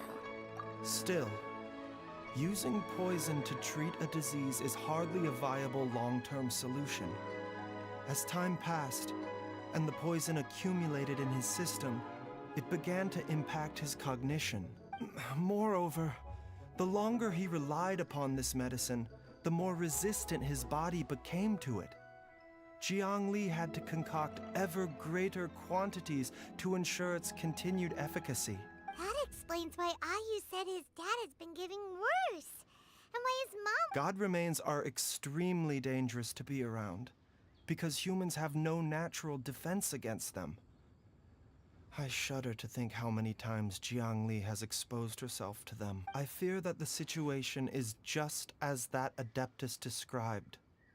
In an effort to save Jialiang's life, Jiang Li has abandoned all regard for her own safety. I never suspected that even Jiang Li would turn to the same path as so many others over the years. Perhaps to sacrifice one's own life to save others. To go beyond human means in order to do the impossible, whatever the cost may be. Well, I think that it's too early to say with any certainty what fate has in mind.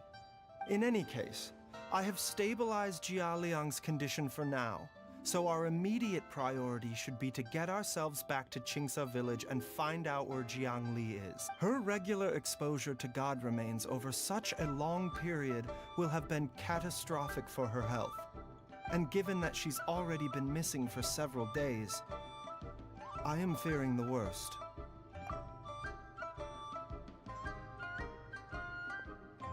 It's me. Traveler, Dr. Baiju? Ah! It's Jialiang! Dr. Baiju? Please, let me come with you. You've already done so much for my family. I can no longer just sit here and watch while you put yourself at risk for Jiangli's sake. After all, if it wasn't for me, she wouldn't have had to put herself in harm's way in the first place. I know I won't be able... I'm sure I'll be able to remember. I know there's a spot where she says goodbye to me every time she goes to gather her herbs. I'm sure I'll remember. I have to remember.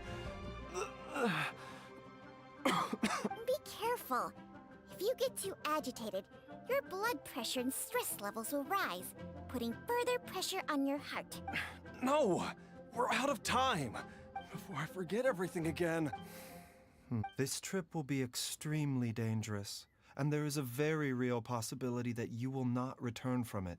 I never expected to live this long in the first place. My death is already long overdue. So why should I fear it? There's only one thing I fear now, and that's that I'll... Very well. Then follow.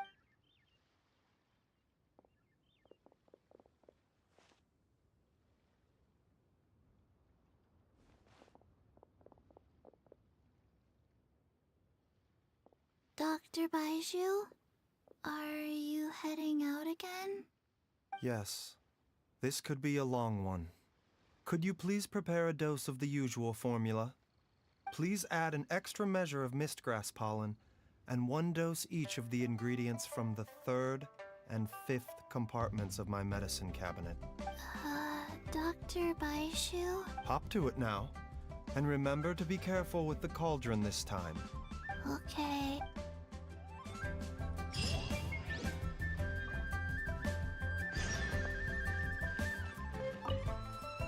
Everyone? Everyone?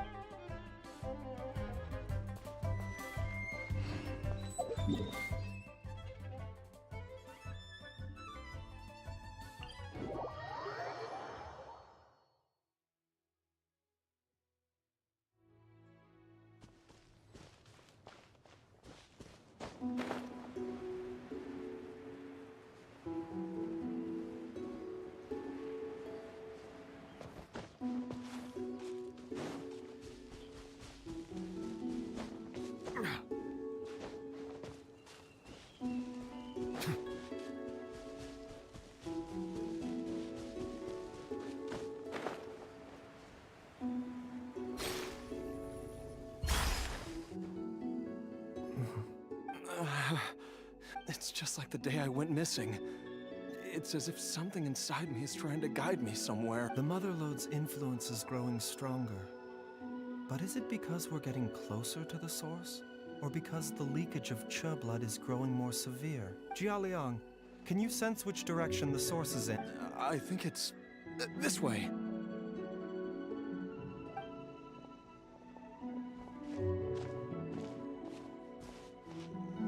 Yes, I'm sure of it.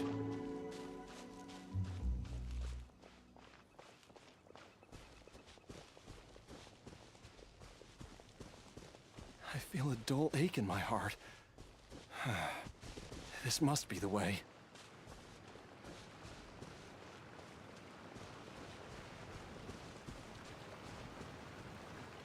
This place feels familiar.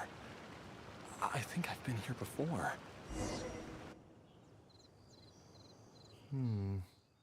There is an inauspicious presence here. Even I can sense it. I think I remember this place. Jialiang, are you okay?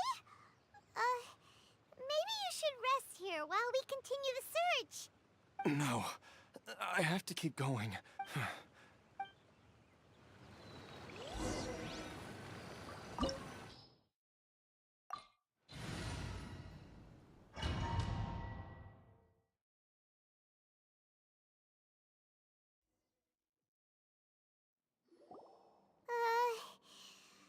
The digging marks here appear amateur and rather old. A thieves' tunnel?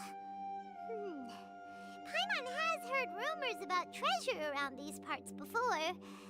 Maybe it was the treasure hoarders that... Judging by the tools they left behind, It's certainly a possibility.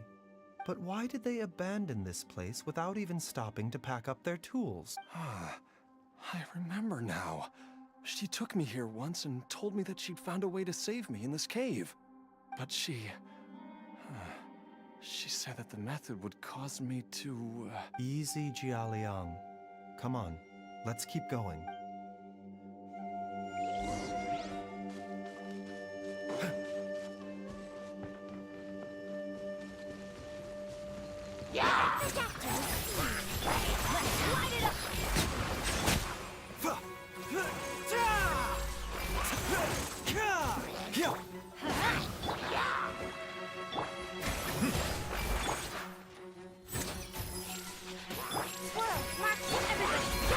The tides beckon.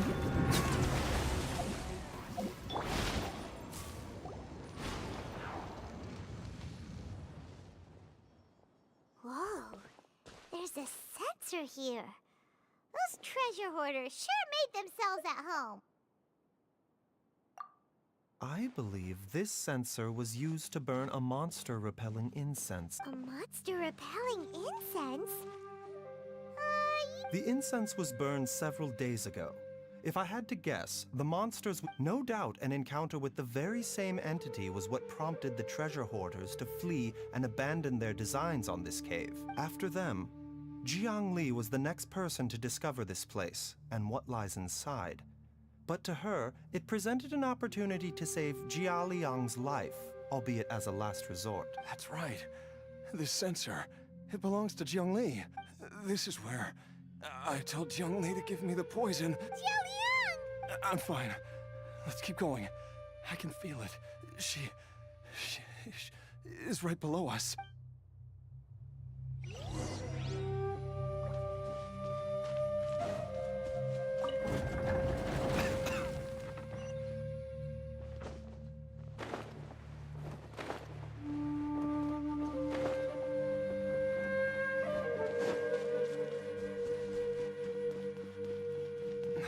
I can feel it. We're getting close. We're almost there. It's right up ahead. The place where we made a pact together to...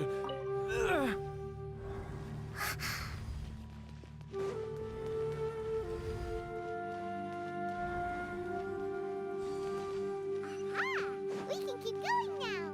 From the looks of it, the energy released by this mechanism can not only clear barriers, but also be conducted by corresponding mechanisms. Perhaps it's something we can make use of.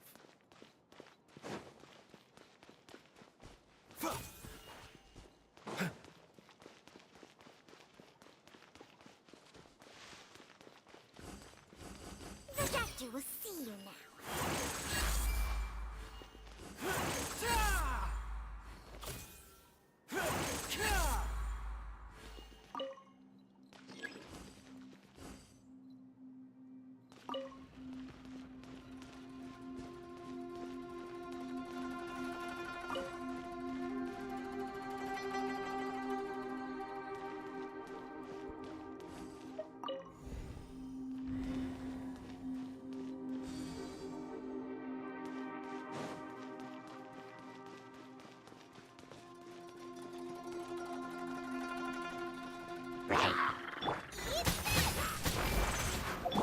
A bitter pill to swallow. Remember, health comes first. Stay clear. Bow your head. Be sanctified.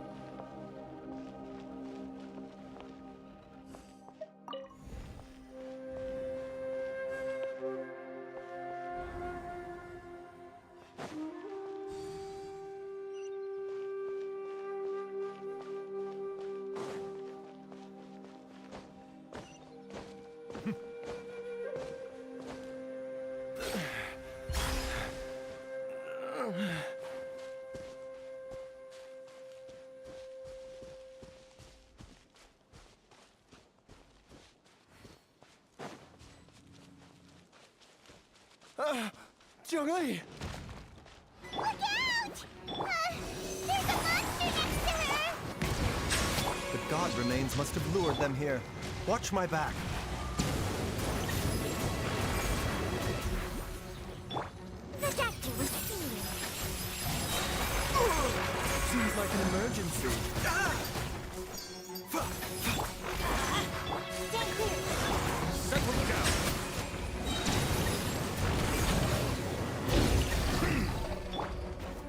Enhanced animal module 75.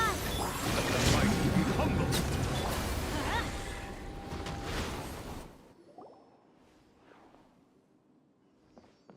Dr. Baiju, how serious is it? I can still feel a pulse, but her condition is quite grave. The god remains here are encroaching on her cognition, much as the poison in your system did to you. If we don't eliminate it soon, then even if we save her life, I fear that she may never wake up again. Then what are we waiting for? Let's destroy the remains right away! It's not as simple as that.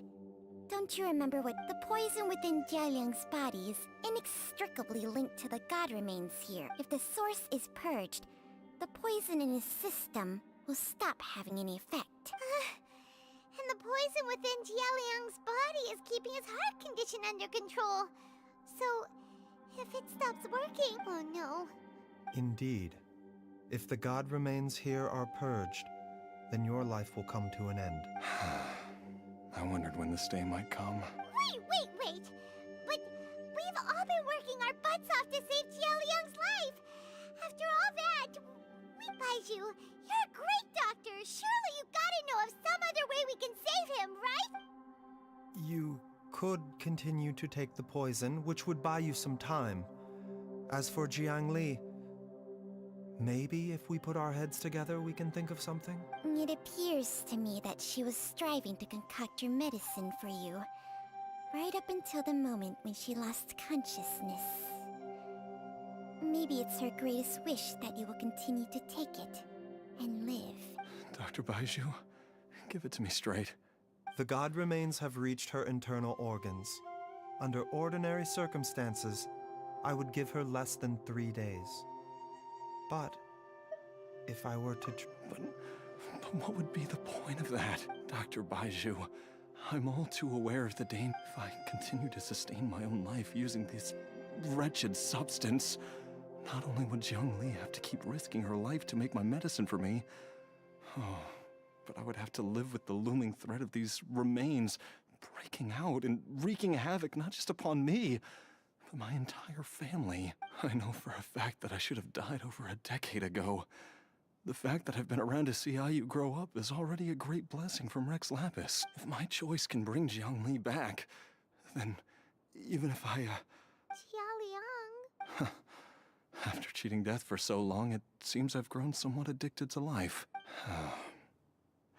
Traveler, Dr. Baiju, could I have another minute with my wife?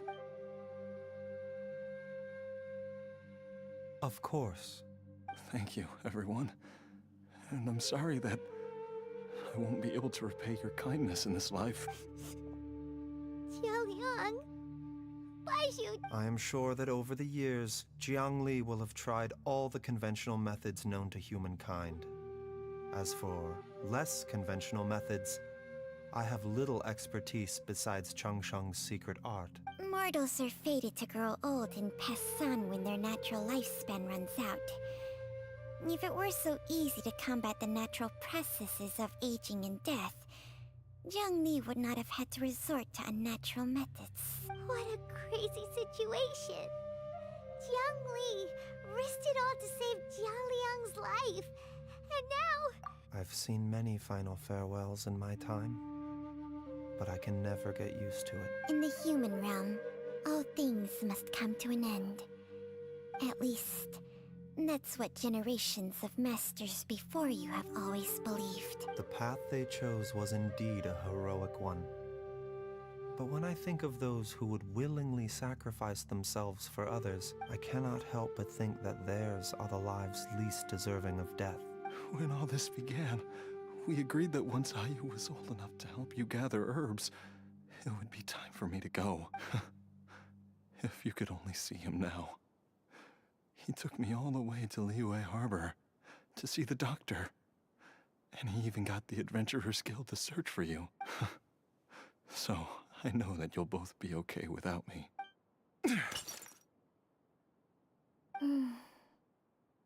I've said my goodbyes. My time has come. Do what you must. As you wish.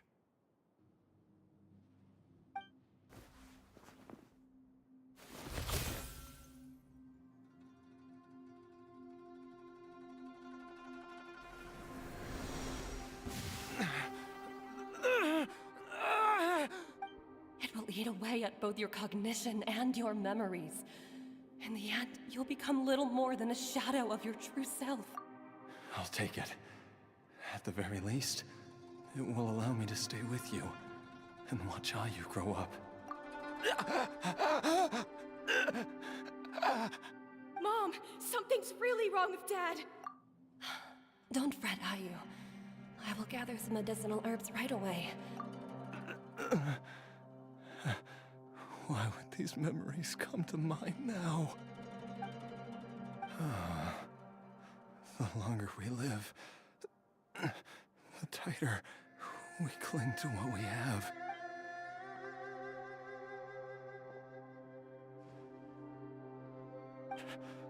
Oh, how I would love to hear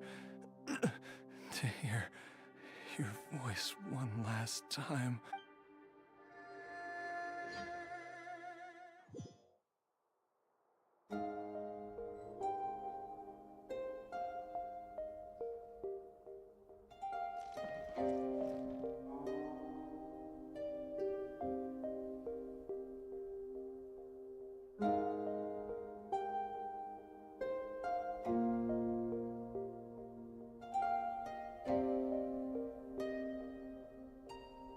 Benny's...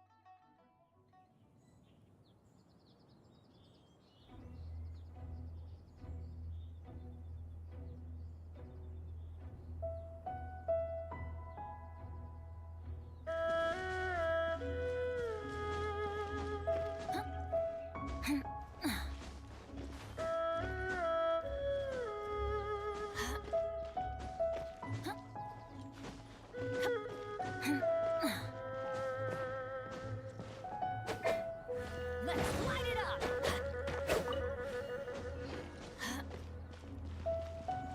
Adventure time!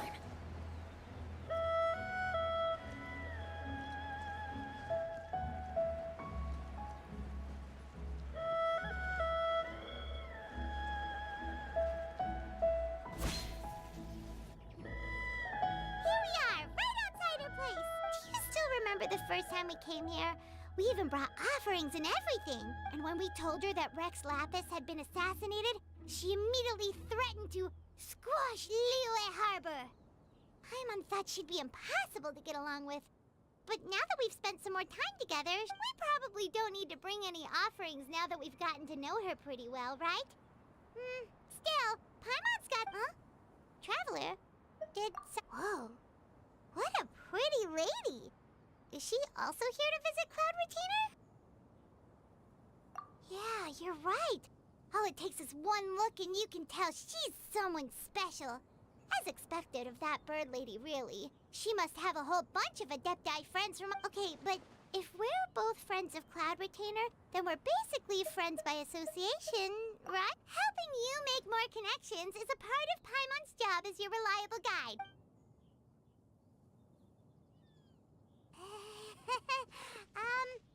Hello?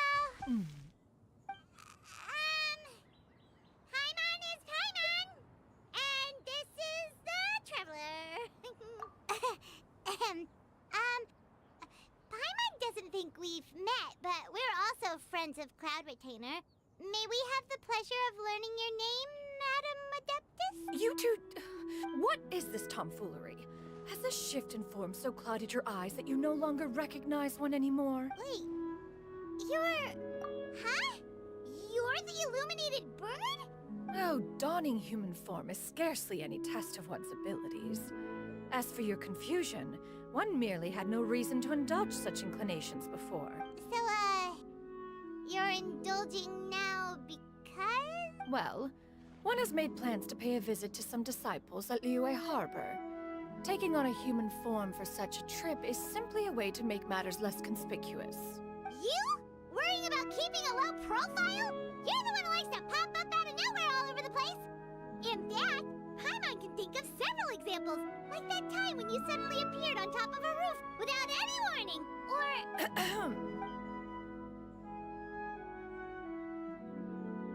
Hey, didn't we agree not to bring that up unless she asked? Oh? So you have taken care to follow the proper rules of etiquette after all. Most commendable.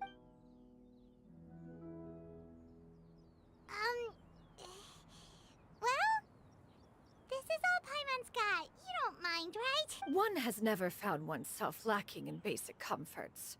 On the contrary, it is the gesture that one values above all else.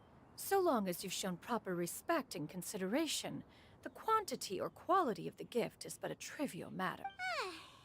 That kinda makes Paimon feel a little guilty for trying to keep them for herself. Anyway, where were we before you reminded Paimon about the gifts? Ah, right. So by disciples, you must mean Ganyu and Shenhe. It's also been a while since we last saw them. One planned to extend the invitation even if you had not raised the matter yourself. Shenhe and Ganyu should be quite pleased to see you again. However, one would first inquire as to the reason behind your visit here. You have cause to seek one's company? Yeah, we just found ourselves missing you and wanted to see how you were doing. We were hoping you'd tell us one of your stories.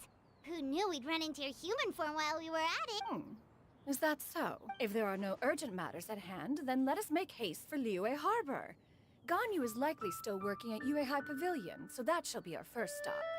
Sounds great! Then let's all go to Liyue Harbor!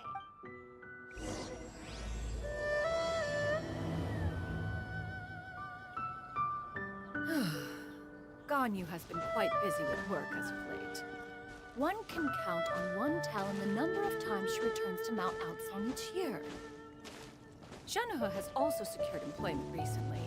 In her correspondence with me, she wrote that she shall have no need to return for the foreseeable future. They think one was so easily mollified. One shall investigate everything with one's own eyes and decide for oneself if their living conditions are satisfactory.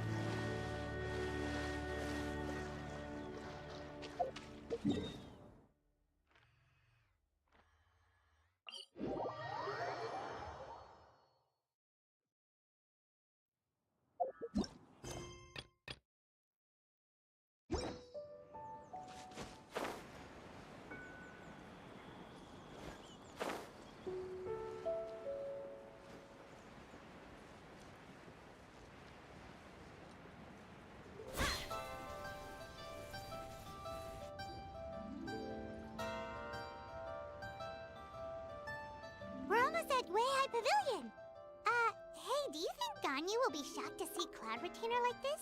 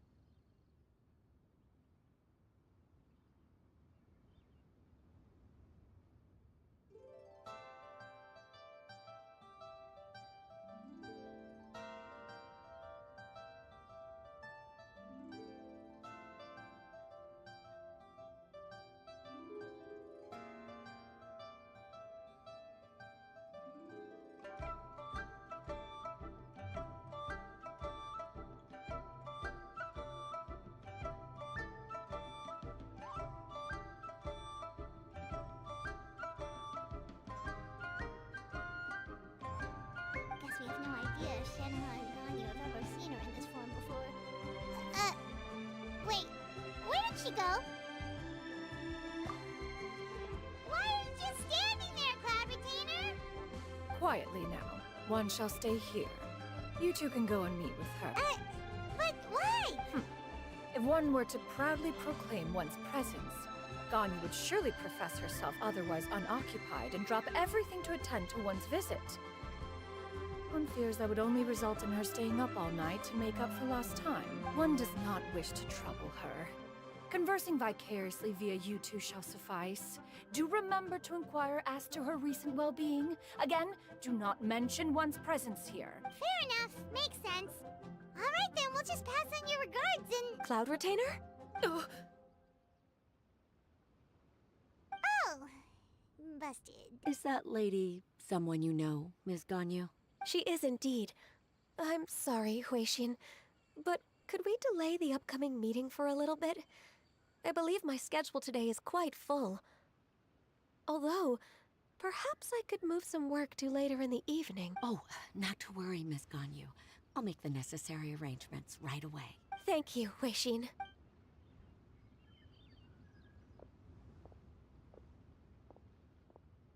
It's been a while, Ganyu. Greetings. What brings you here today? And Cloud Retainer, too. It's been quite some time since I last saw you in this form. You are quite mistaken. One is not acquainted with this Cloud Retainer of whom you speak. One is simply a mere mortal passerby. Huh? Seems she's not buying it. That was but a simple test. One did not expect you to be able to recognize one so easily, especially after so many years of only seeing one's other form.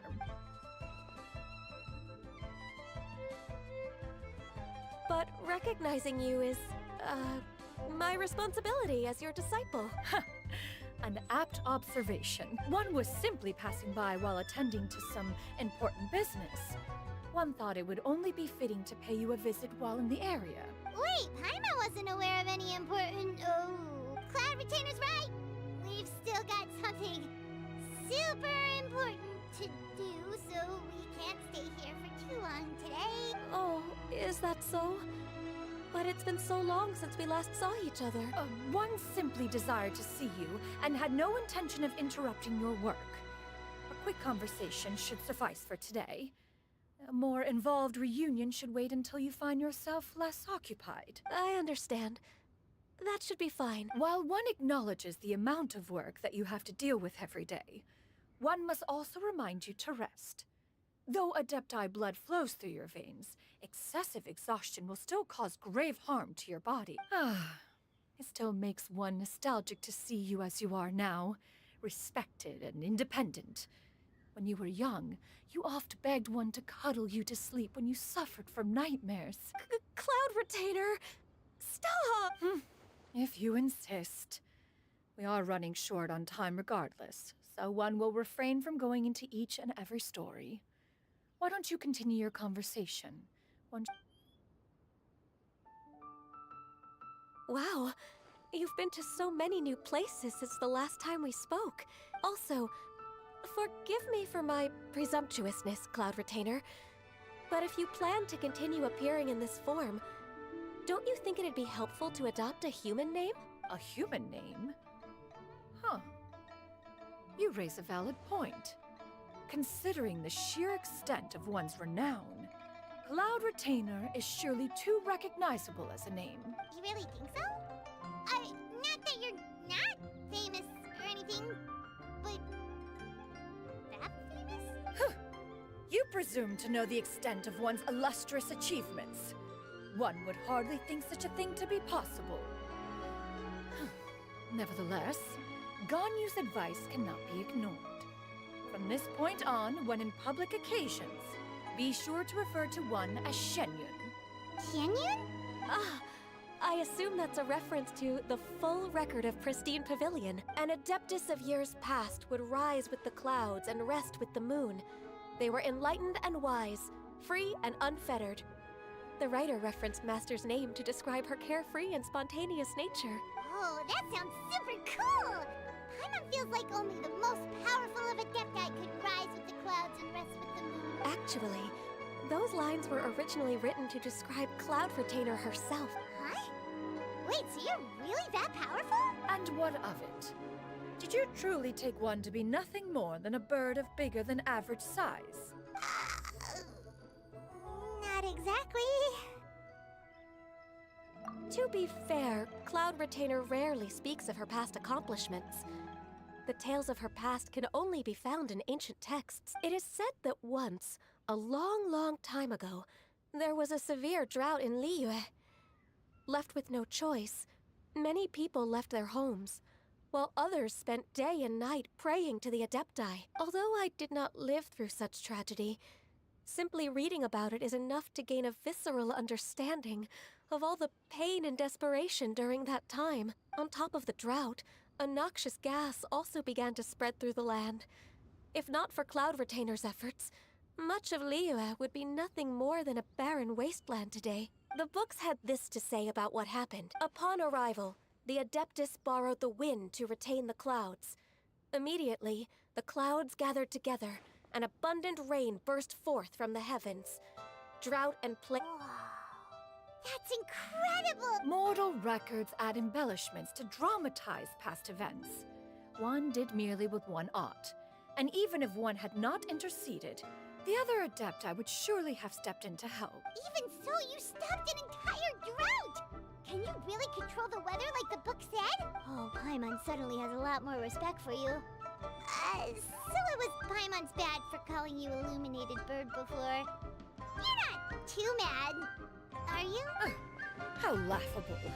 A name is but a simple label we carry with us on our journey through the world. Why would one be offended by such a trivial matter? That's a relief. In that case, Paimon will continue to call you whatever feels right. Well, that is quite enough ancient history for now. Ganyu, have you had word from Shenhe? One has heard that she procured a job recently. Have you any thoughts on her work? Moreover, does she find herself overly inundated with work? Is she allowed time off during Lantern Rite? That is a lot of questions. There is no cause for concern, Cloud Retainer. I introduced Shenhe to her employer personally. Wanmin Restaurant's business has been booming recently. So, with Chef Mao being swamped with customers, and Xiangling still off and out in search of new recipes, I introduced Shenhe to staff the restaurant. I see. Most excellent indeed. One has had the pleasure of being introduced to that family. Xiangling is kind and astute, while her father is loyal and reliable. One has no Now, it is almost time to partake in the victuals of noon. One shall visit Wanmin Restaurant in person and see how Shenhe is doing. Huh? But didn't you just say that you had something important to do? Can that wait until... You may return to your work, Ganyu. One shall see to this matter on one's own. There will be many an occasion to dine together in the future. One is certain the opportunity shall present itself most readily. Of course, Cloud Retainer. Please take care. Traveler, Paimon, I'll see you some other time. See you around, Ganyu! Whew. Paimon was pretty quick on the uptake there, don't you think? As soon as you mentioned important business to attend to, Paimon realized that you were just looking to cut the conversation short and not take too much of Ganyu's time. Is Paimon right? No, in fact, it was not an excuse. One is indeed visiting Liyue Harbor for an important purpose. Wait, for real? The moment is not yet upon us. Still, the truth will be revealed to you in time. She really seems to be playing up the whole mysterious Adeptus thing right now. Is it because we just heard that cool story about her powers?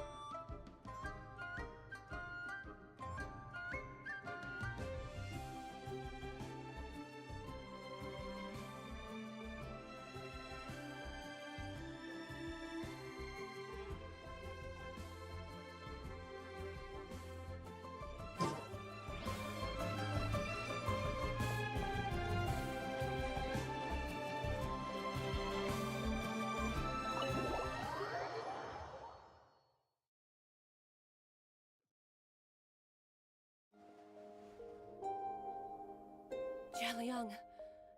Jialiang! Jialiang! Jialiang! Dad! Are you awake? Jiangli, are you? Didn't I... Huh? What are these? How does it feel to come back to life? Do you feel strange or different in any way? If so, could you describe it to me in detail? Dr. Baizhu, I thought that I was going to... Die? You did indeed. As things stand now, you're more akin to a zombie than a human. I'm a zombie? That's right. Before we set off, I asked Chi-Chi to prepare an elixir of immortality. With its help, you have been suspended in the space between life and death. Of course, this is but a crude imitation of an Adeptus art. I don't expect it to extend your life indefinitely. Whether it will keep you alive for a few days, a few months, or a few years, I am as interested as you to find out. But, however long you have left, I believe it should be more than sufficient time for you to say your final goodbyes before departing the world in peace. I hope that Director Hu finds this arrangement to be a satisfactory one. An elixir of immortality? How'd you cook that up? Ugh. Leave it to you to work on something like that behind my back. It's a work in progress that hardly lives up to its name, and it would have had no effect were it not for Jialiang's iron will. In the end, I am merely a doctor. I understand very little of the great principles governing life and death and the perpetual cycle of yin and yang. All I know is that if I'm presented with a life that deserves to be saved, I will do everything in my power to save them. And even this would have counted for nothing without Director Hu's assistance. After all, did you not tell Jialiang to show us the way before we set off for Qingce Village? Oops. And I'm busted. Without Director Hu nudging things in the right direction, we may not have found Jiangli in time. No wonder he didn't mention the elixir back then. I thought he was being frank and transparent with me for once. Director Hu told me to keep her suggestion a secret, but it seems nothing escapes Dr. Baiju's attention. Never underestimate a serpent's sense of smell. All I wanted was to help Jialiang find his missing wife as soon as possible, so that he could be on his way to the afterlife without any unfulfilled wishes making the journey more difficult than it needs to be. Leave it to Boo Boo Pharmacy to snatch the perfect opportunity right out of my hands at the last hurdle. Never mind. I'll just have to put it down in the books as a deferred consideration. One Chi-Chi was enough of a conundrum. The last thing I need's another one. If I'd known this was coming, I'd have whisked him off to the Wangsheng funeral parlor the moment I found him. You stay away from my dad! When I grow up, I'm gonna become an even better doctor than Mom and Baizhu, and cure Dad for good! Oh, is that right? Well, you wouldn't be the first person who's tried to put Wangsheng funeral parlor out of business. If you're serious about it, you'll have your work cut out for you. Traveler, Paimon, I'll catch you all another time. Is she finally gone? All's well that ends well. If you ask Paimon, we should probably do something to celebrate this hard-earned at times like this. It feels like it was a whole lifetime ago when I last talked with Jiangli and Ayu around the dinner table. Yay! Paimon can't wait! Alright, first things first, off to the market for some fresh ingredients. Wait up! I'll come too! Baizhu, thank you so much for everything you've done for us. Don't mention it, Jiangli. I was just doing my duty. Just your duty, huh? Baizhu, Changsheng, would you mind if we...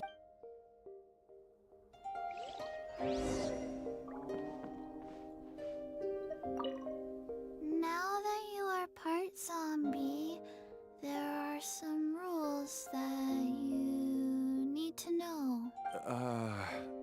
Yes, ma'am. I'm listening. First, don't forget to stretch your body regularly. Second, don't forget to... Yes? Go on. Don't forget to... I forgot.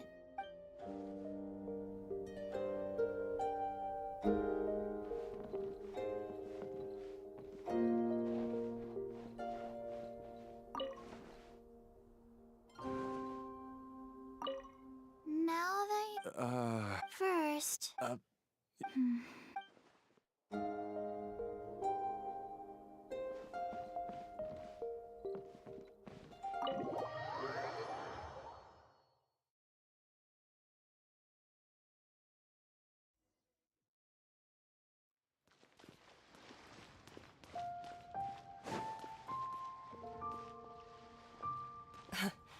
Time flies.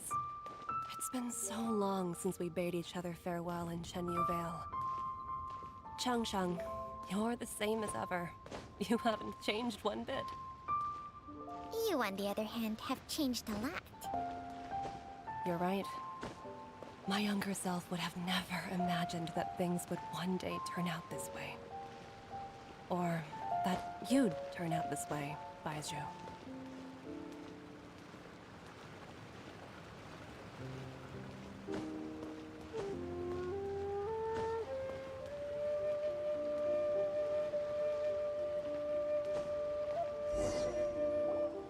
I've taken a look at your elixir of immortality.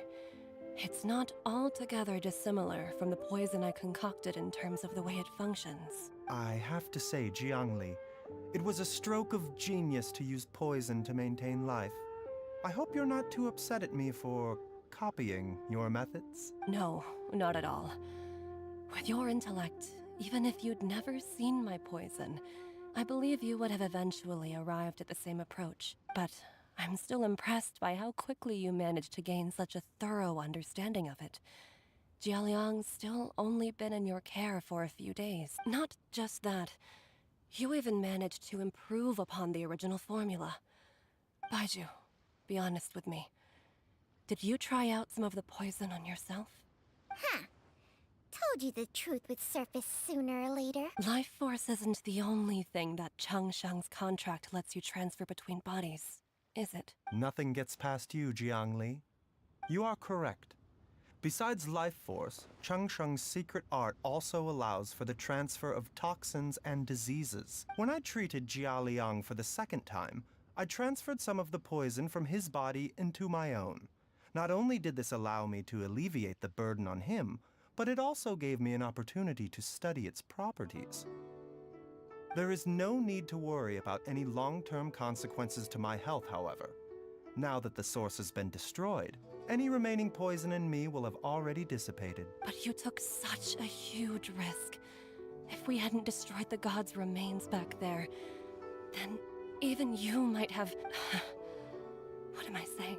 The reason I left our master and went into hiding all those years ago was that he was getting old. And I didn't want him using up any more of his own life force to treat my husband. But in the end, how were my methods any different? I risked one life to save another. And then you tried the poison on yourself too.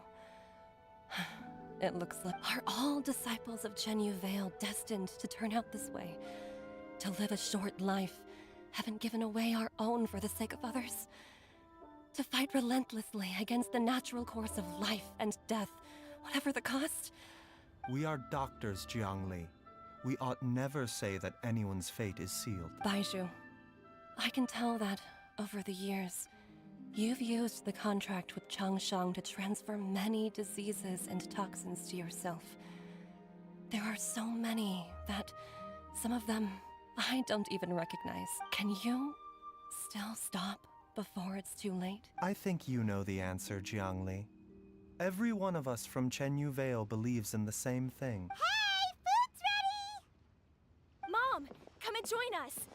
The Traveler taught me a load of new recipes, and said even Dad'll be able to taste them. Yes, darling.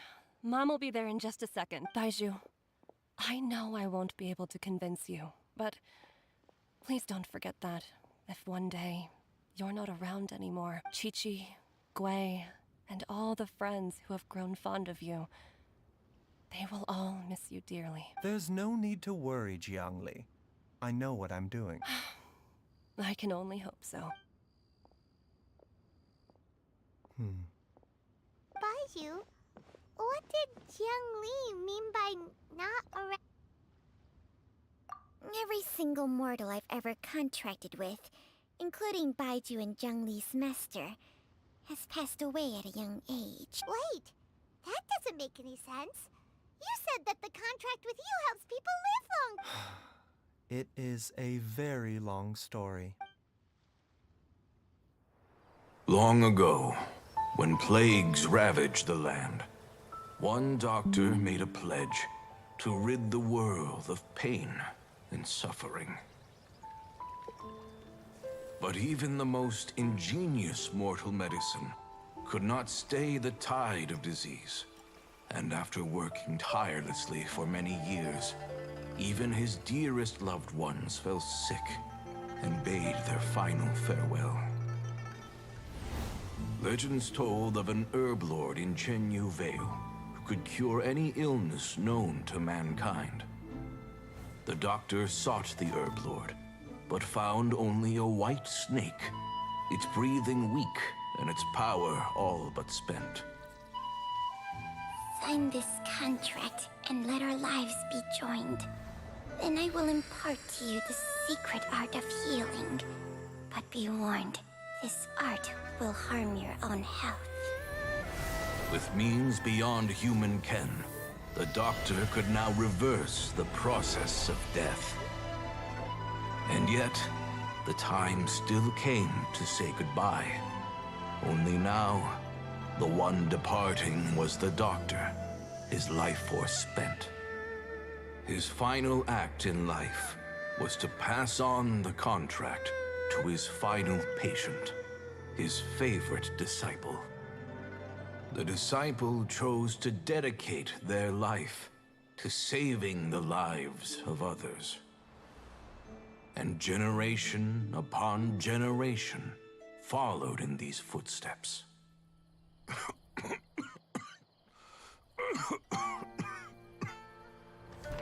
Since I inherited this contract, I've always respected the path taken by my predecessors, and followed it myself unquestioningly. That is, until I tried to use the art to save my own disciple's beloved. She begged me not to use up my own life force. She said that this art is a poison chalice, an evil and unnatural practice. She did not wish to sacrifice one life for the sake of another, when both were lives she treasured. Only then did it occur to me. Did I not suffer when my master passed away, just as patients' families do at their loved one's deathbed? Are not the lives cut short by this contract just as worthy of saving as any patient's? What is this contract to us? Medicine or poison? Alas, I no longer have enough time left to find the answer. I entrust to your care both Changsheng and this final question. May you find a remedy for this conundrum, which has ailed us so. Time and again, no matter how much I try to warn them or balance their chi, I can never save them. And you? What's your answer? If I abandoned the contract and left you without a host, what would happen? I suppose I'd spend my final moments taking a nice nap on Mount Yaojun. Then I'd be reunited with my old friends and your predecessors. Then it's decided.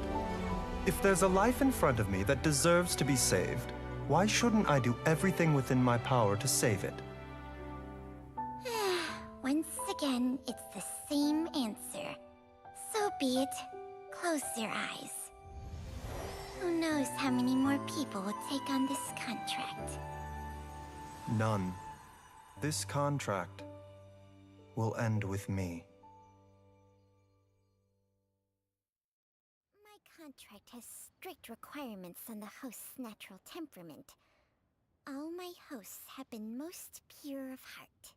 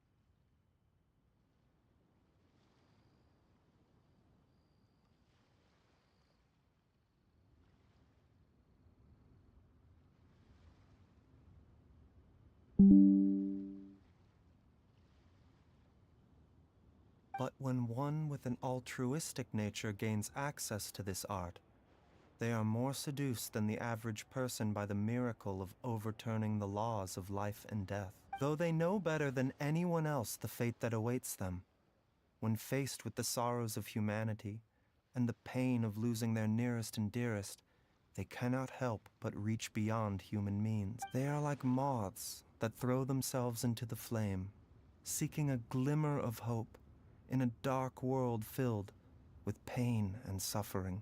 So, Baiju, does that mean... I suppose that would make me a moth that yearns for the light, but doesn't want to be burned to a crisp. Cheng Sheng's art can transfer pain and suffering between people, but it cannot reduce the total amount of pain in the world. It's just like we witnessed. Either Jia Liang feared for Jiang Li's life, or Jiang Li grieved over Jia Liang's sacrifice. I have nothing but the utmost respect for my predecessors, who sacrificed their lives for their principles. But I do not wish to join their ranks. Huh? But didn't you already transfer a ton of diseases onto yourself? What makes a poison, poison? And what makes a disease, a disease? When it comes down to it, are not both mechanisms that affect the operations of the human body? If disease is defined as deviation from normal functioning, then who knows? Perhaps the true elixir of immortality could in fact be a kind of poison. Many may view the notion of searching for immortality in poisons and illnesses as a flagrant violation of the natural order. But to me, it is no different from the way our ancestors tested the medicinal qualities of herbs by sampling each and every one. I don't want those who come after me to lose their lives to this contract. Nor do I wish for Cheng Sheng to perish from losing her host. This leaves only one solution, doesn't it? Precisely. I will be Cheng Sheng's final host, and the tradition of passing down the contract will end with me. Even the gods of old struggle to achieve true immortality. First you want to save others, then you want to save yourself. Now you even want to save me. You're getting greedy, Baiju. But isn't wanting to have it all what makes us human? For a selfish moth like me, who's afraid of the flame yet yearns for the light, the only path forward is up towards the moon. For once, Paimon just does not know what to say. Dr. Baiju, Traveler, what are you still chatting about? The food's about to get cold. We also have coconut milk for Cheng Sheng and Paimon. Okay, fine. Let's go grab some food. Paimon has a bunch of burning questions, but they can wait. I do envy Paimon sometimes. Eating her fill is enough to satisfy her body and mind. True. And yet, although we call them simple pleasures, are such things as these not precisely why we mortals cling desperately to the life we have?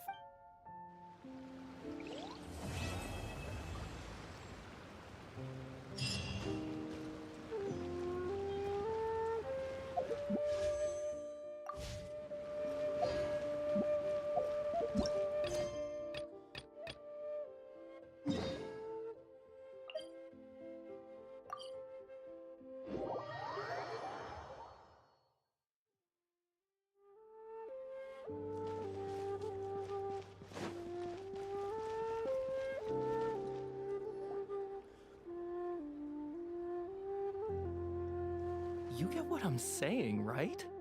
Yeah, how can I not? Not even fine food is enough to distract from the presence of a fine lady. Oh, I'm far more interested in getting her details than ordering any dishes. Hey, how about you ask her? You do it. No. I think you should. Wait, she's coming. What can I get for you today? Greetings, miss. I was just wondering if you'd be willing to... What would you like to order? 2 servings of mora meat to go. Good chat. Bye.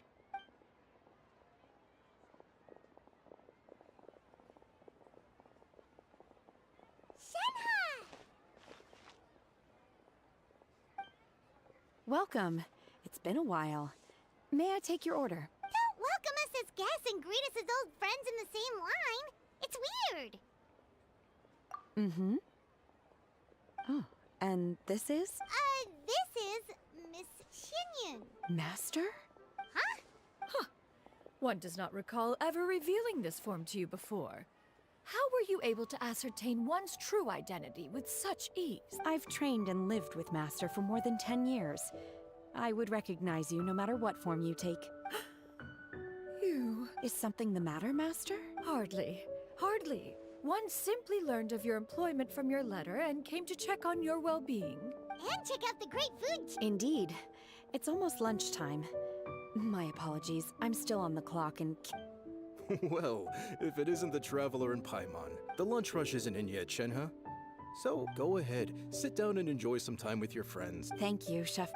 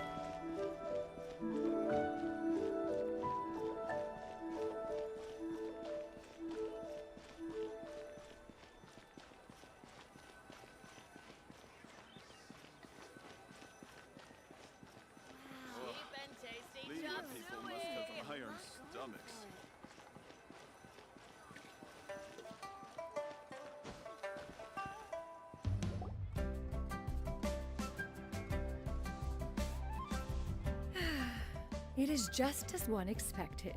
The owner of Wanmin Restaurant is indeed a most reasonable and accommodating. Still, the work here entails dealing with quite a varied group of people. Has this been difficult for you, Shenhe?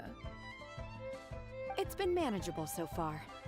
I sometimes run into strange people, but I have figured out a way to deal with them. Seems like you've been making progress. First, I try to talk sense into them. If that doesn't work, I threaten them with violence. At this point, they usually decide they are in favor of a civil conversation.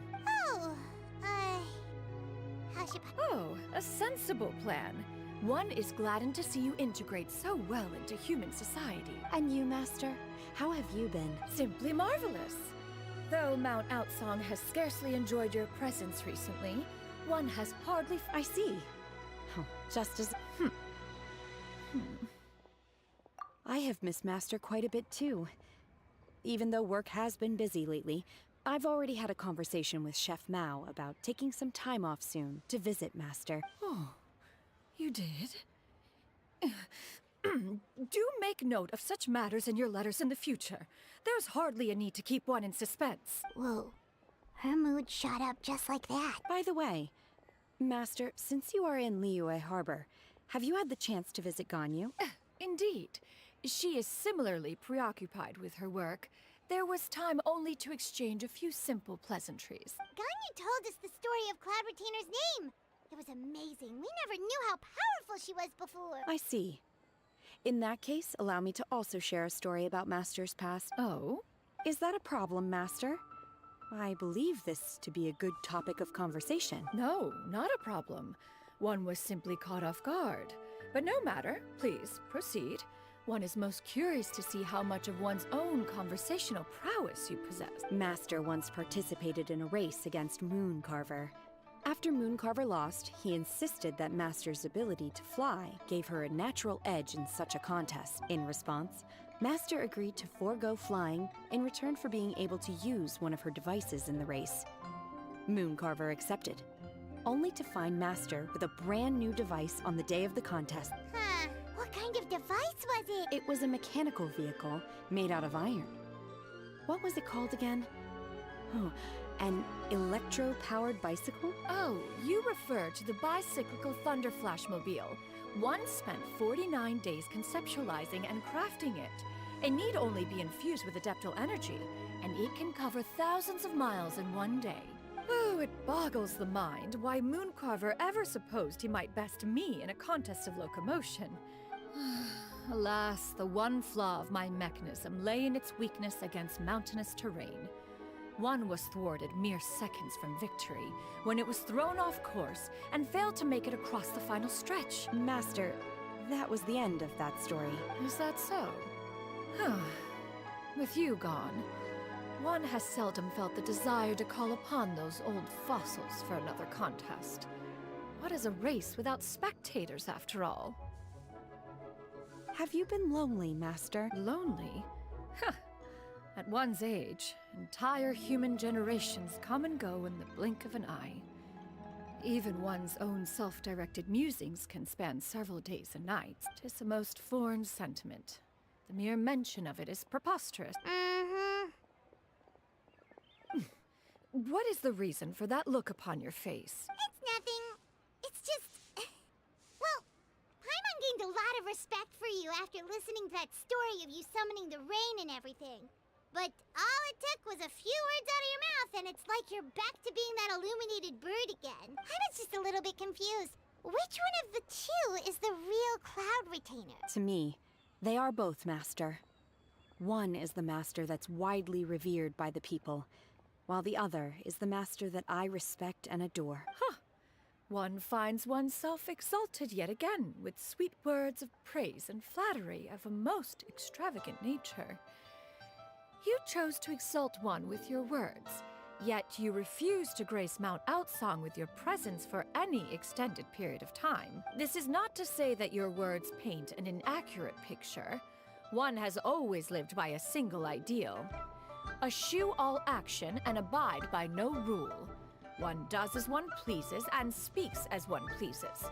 Others may critique or praise as they see fit, yet one places little weight in such judgments. She got like, what, 2 sentences of flattery from her disciple? And it's as if her ego is about to burst. Do you have any empty tables?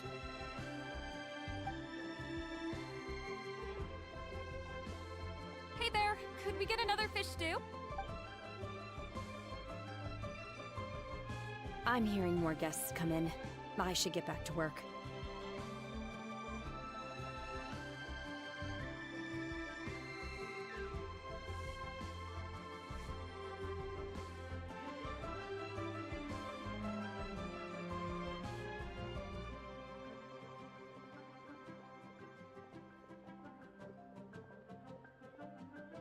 Alright, good luck with the lunchtime rush, Shenhe. I'll try my best.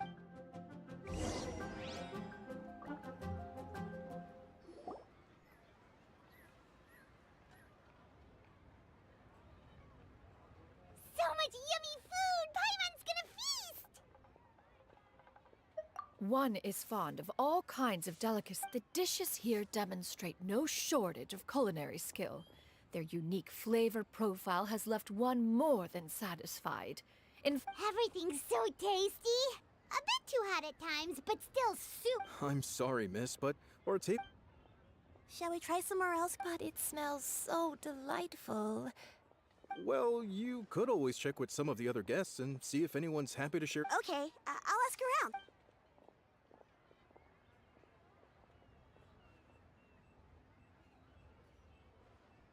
Excuse me. Would you mind letting us share a table with you? There are no empty tables left, so... Well, Paimon doesn't mind. What about you guys? Great! Thanks so much. My name is Shuyu, and this is my granny, Yuenda. Granny? Yep. Is there something wrong with that? No, Paimon's just a bit surprised. She looks so young. Yeah. A lot of people compliment Granny on her youthful looks.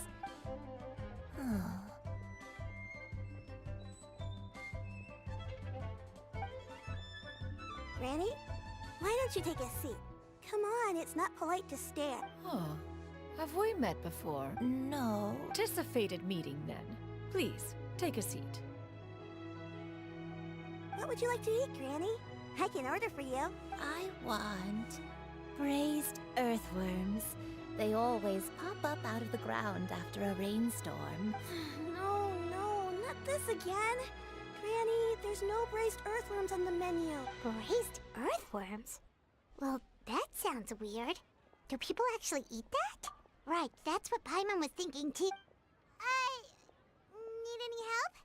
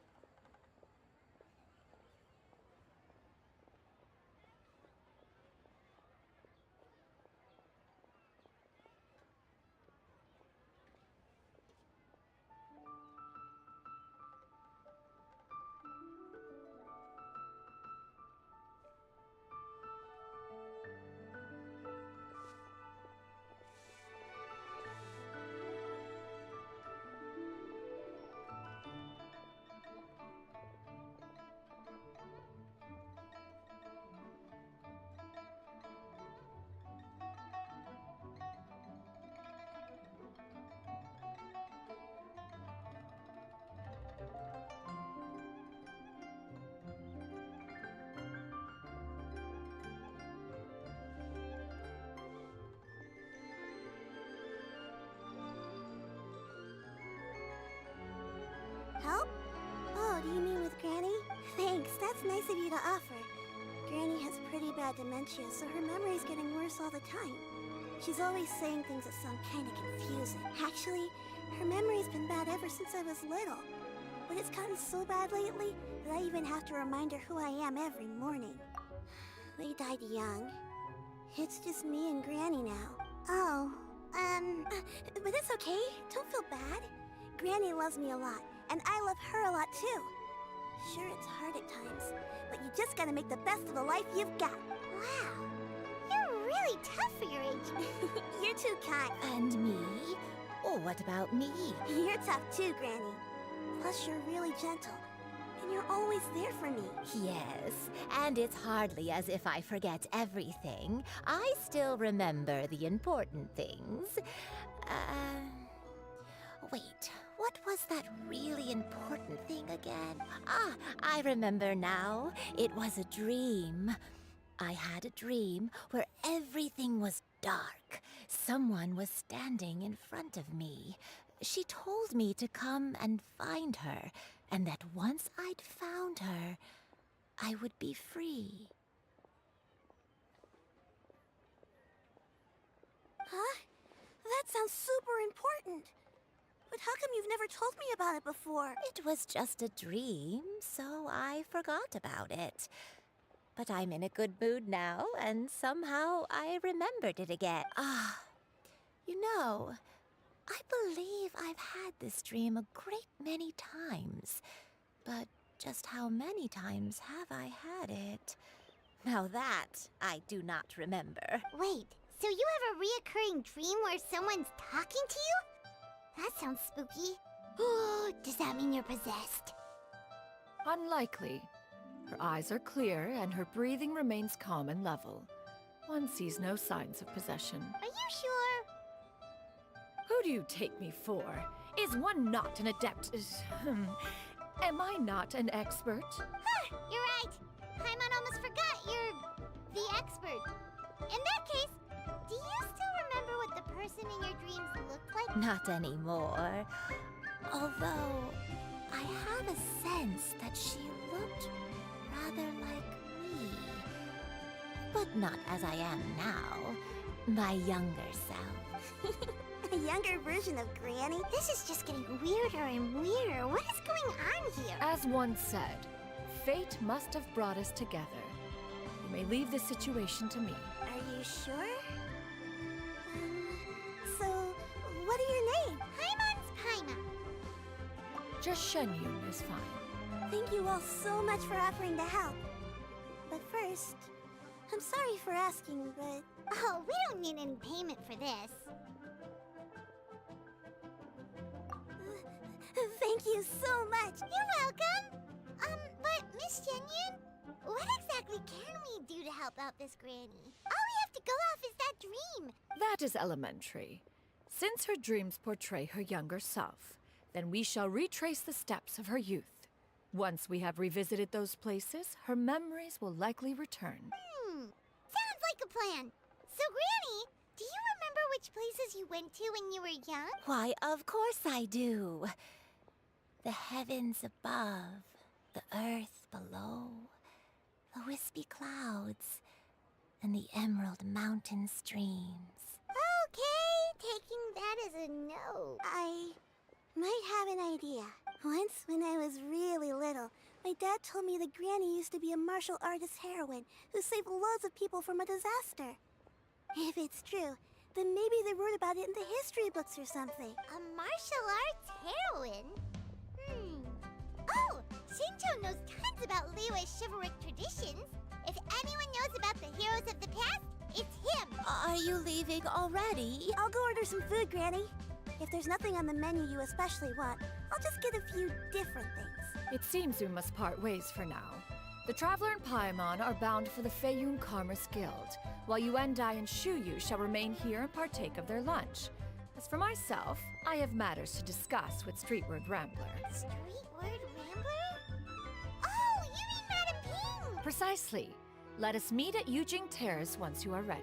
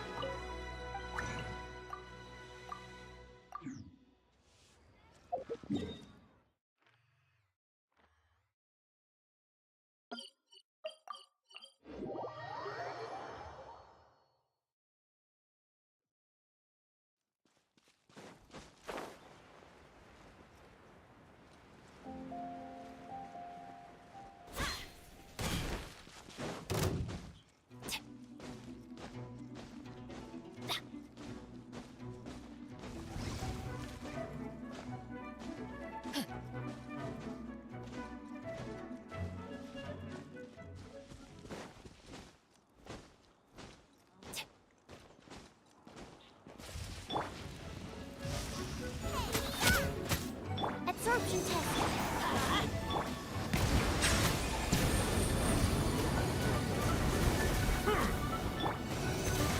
Let's light it up. Come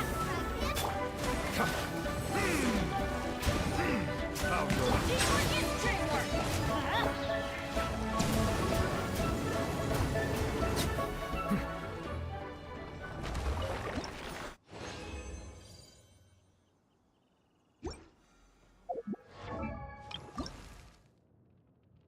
Oh, ow!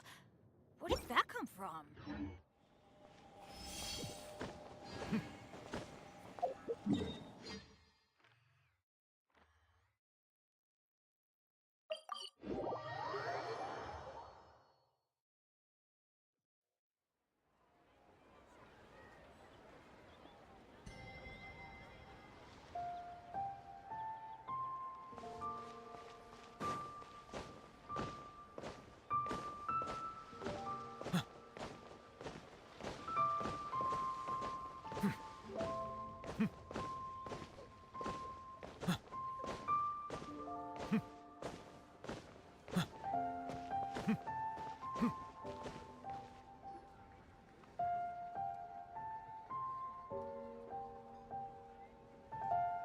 Huh.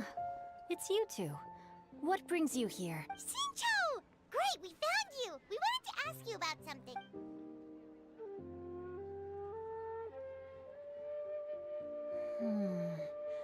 That's not a whole lot of information to go off of. I can't pinpoint her identity from your description alone. But considering her age, I am reminded of a nameless heroine who's been featured in various chivalric novels. Nameless heroine? That's right. The novels often speak of a great drought from 50 years ago. As the people suffered, a nameless heroine appeared and began to clear away evil spirits and bandit camps. The people idolized her, but never learned her name. All they knew was that she always acted alone. Later, though, she supposedly fell in love with a similarly noble-minded exorcist from Mount Tianheng. They were well matched in more ways than one, often fighting together as a fearsome duo of otherworldly strength. After the drought ended, the heroine and the exorcist left the public eye and began living a reclusive life in the mountains. The way this nameless heroine faded from fame into obscurity later in life is not too dissimilar from Miss Yuendai. Thanks a lot, Xingqiu. We knew it'd be worth talking to you. It's nothing at all. Just something I came across while reading. I did do a bit of extra research on her story. Well, Paimon still thinks that's super cool. Oh, wait. Xingqiu, if you've read up on her... Let me think. In the novels, the nameless heroine always appeared near one of 3 places. Wangshu Inn, the area just north of Jueyun Karst, and Jingyun Peak. Perhaps the real-life heroine who inspired the character was also often seen near those 3 places. That would explain why those locations appear in the various novels written about her. You're welcome. To be honest, I found some parts of the story confusing when I first came across it. If Miss Yuendai was indeed the original inspiration for the character, she may just be able to help me put the pieces together. It's rare for a chivalric hero to fade into obscurity during their lifetime, even after retiring from the public eye. But no one ever saw or heard from the nameless heroine again. There were even rumors that she became extremely ill. I've never understood why someone would go to such lengths to erase themselves from public memory. It's almost as if she was trying to hide from something. There's probably far more to the story than what's been written. We'll be sure to tell you if we manage to uncover the truth. That's a deal. Perhaps, behind the truth of it all, there lies a story more fantastical than any work of fiction.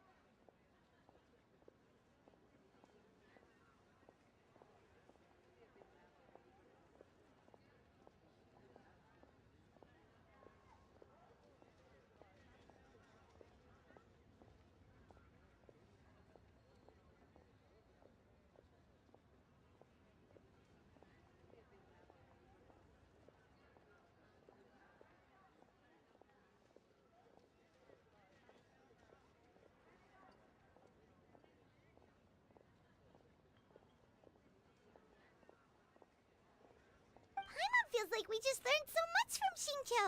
A drought, a nameless heroine, a life of seclusion.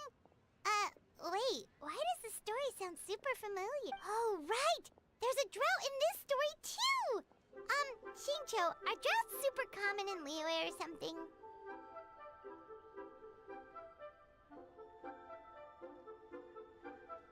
Well, they used to be. But people have long since developed methods to prevent them. Like by cultivating the soil or digging canals. So while droughts do happen from time to time, they are rarely regarded as true disasters. The drought 50 years ago is probably one of the worst we've had in the last several centuries. The crops withered, the streams ran dry, and the monsters in the mountains became rabid and agitated. Countless caravans were attacked, and people who lost their homes came together to form bandit groups. What started as a natural disaster soon became a human tragedy as well. That sounds awful! Yeah, and that's exactly why the nameless heroine was so beloved. She must have been someone of true integrity. Still, as terrible as that drought was, it was nothing compared to the truly calamitous disasters that befell this land in ancient times. They say that back in those days, disasters were both more severe and more common. Only the strongest of Adepti could hope to dispel the ruin and devastation. Do you have any other questions? We're good for now. We're just going to head back and meet up with Miss Xianyun and the others again. Paimon hopes that Granny Yuendai will be able to remember more of her past. She used to be a great hero who saved many people. Anyway, we'll be off now. See you some other time, Xingqiu. It's no problem at all. Safe travels. Join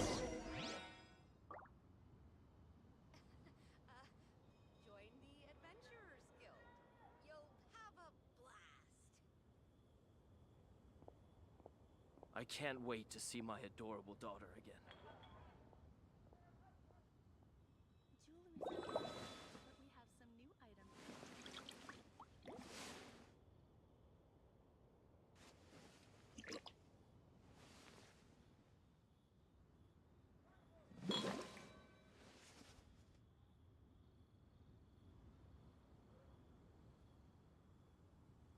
I can't wait to see my adorable daughter again.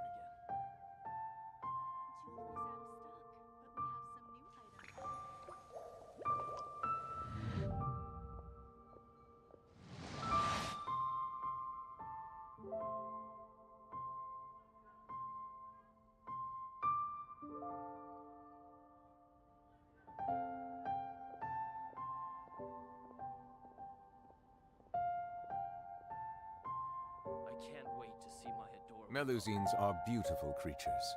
They are the pride of Fontaine. Be sure to befriend them and cause them no harm.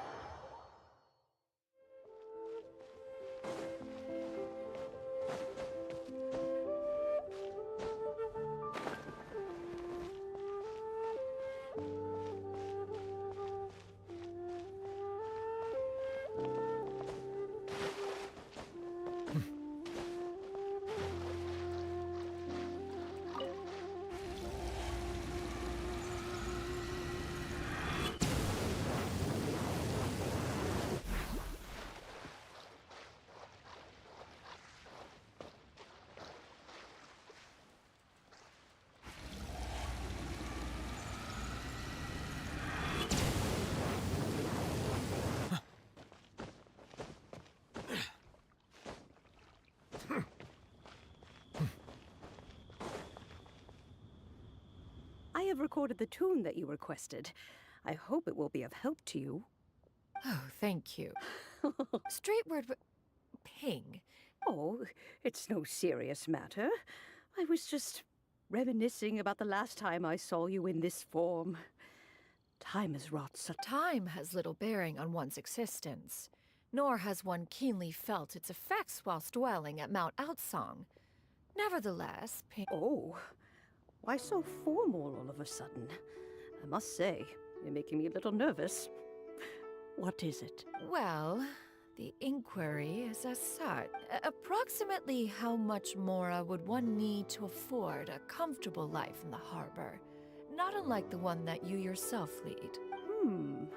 It does not require as much as you may think. Still, do you mean that... Cloud Retainer, Madam Ping! What are you two talking about? Nothing save for some trivial matters. Have you unearthed any useful details?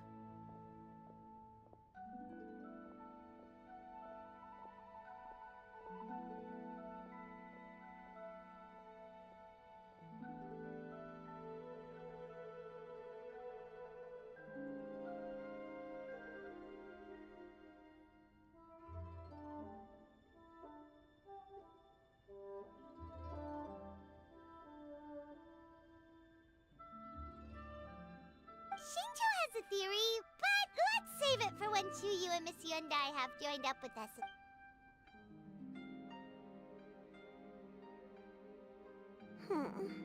Do not be troubled, young lady. Thank you so much. What do you think, Chuyu? Does it match up with what you know of your granny? According to the story, the nameless heroine eventually fell in love with an exorcist from Mount Tianheng. Maybe... that's my grandpa. I don't have many memories of him. But there was this one time I found a box in her attic full of a bunch of weird sigils. I think so too. Granny might remember something once she's returned to a familiar place. What marvelous tea.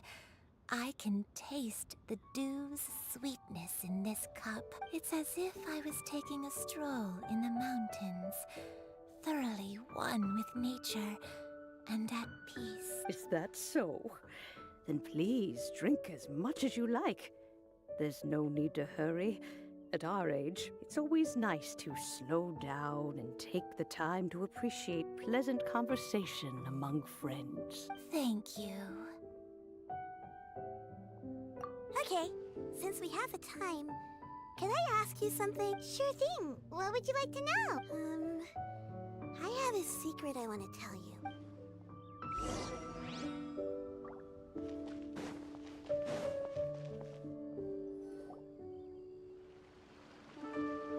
What's wrong, Shiryu? Well, I've been kind of meaning to ask ever since we started talking in the restaurant.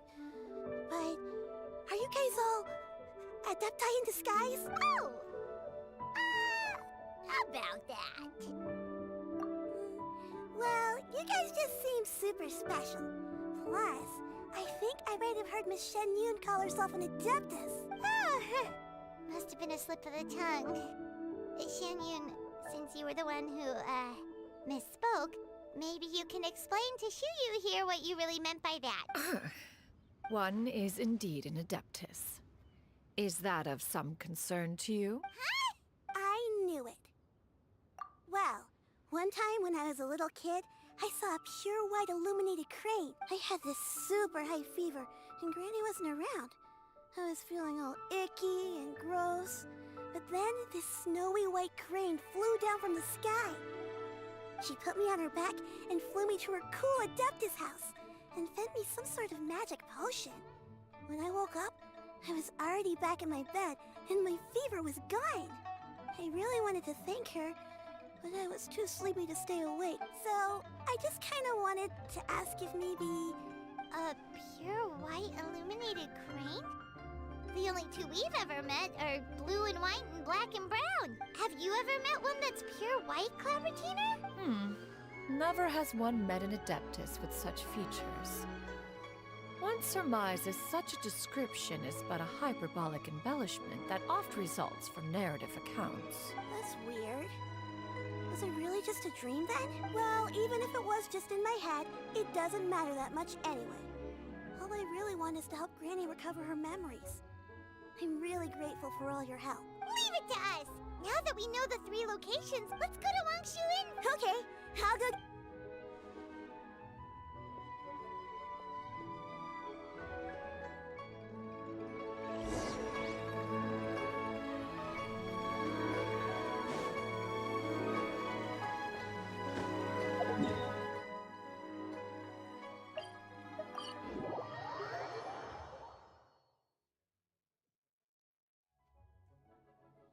Wangshu Inn. Wangshu Inn. Do you remember this place, Granny? Yes. The fish here is very delicious. And if you look out into the distance, you can always spot a bird that's been left behind by its flock. I believe I used to have a room here. It had a window. Yes, I spent a lot of time looking out that window. I'll come with.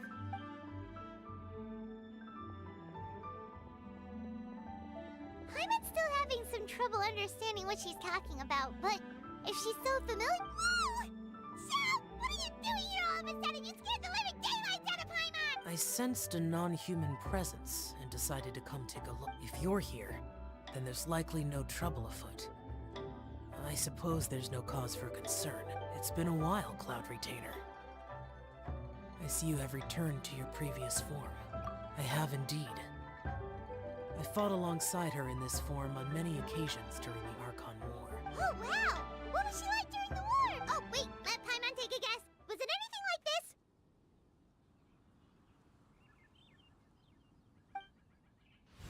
Behold, the glory of one's newest invention, the Bang Bang Continuous Fire Mechanism. Hands up and surrender, or be prepared to face the full might of the Adepti. An impressive imitation.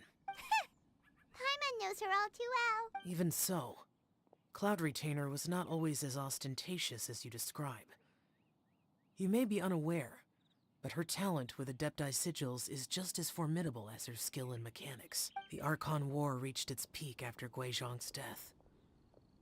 The Cloud Retainer who fought beside me in those devastating battles was taciturn and solemn, only speaking when she had to activate her sigils. A Cloud Retainer who barely talks? Paimon can't picture it. But what happened after that?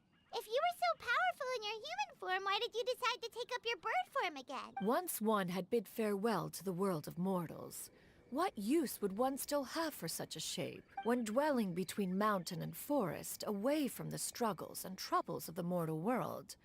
A mortal form is hardly the most fitting of choices. After the war, Cloud Retainer retired to Mount Outsong, only revealing herself to the occasional visitor, and always in her avian form. Although I do believe there was an occasion some 30-odd years ago, when she decided to don her human form. One believes there is little need to relive bygone matters. Granny, are you okay? Back then. Perhaps this conversation should end here. Should you encounter any trouble, you need only call my name. However, given that you are traveling with Cloud Retainer, I trust you are in good hands. Everyone! I think Granny is finally beginning to remember her past. Slowly now, calm your mind and recount what has been recalled. A long time ago, I stayed here to recuperate from my illness. Huh. So what Shinto said was true! You did fall ill! Was that why you went into hiding? I don't remember. I'm very sorry, but I can't even remember the name of my illness. The only thing I can remember is that it took a great toll on me, and there was no cure for it. I was confined to my room in Wangshu Inn, where I spent many days unconscious. I'd come to every once in a while and stare at the migrating birds outside the window. It was a solemn sight. I remember crying, but I'm not even sure I knew why. One day, I met a traveling merchant.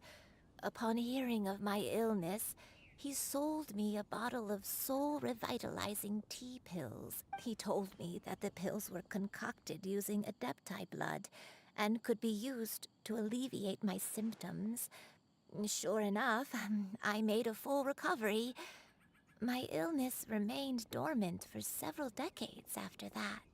Wait, but if your illness remained dormant for several decades, are you saying that what you're going through now is just a relapse of what happened all those years ago? And it was all thanks to the pills that you managed to keep the symptoms in check? Paimon's brain kinda hurts. Do you remember anything else? I'm sorry, I don't. Oh, if only I wasn't so useless. Hey, you're not useless. You've done so much for me. Oh, fret not, dear child. Granny was just a bit frustrated. The recovery of a person's memories is a gradual process. Finding pieces of one's past is always superior to not finding anything at all. Let us make haste to the next location. Next location.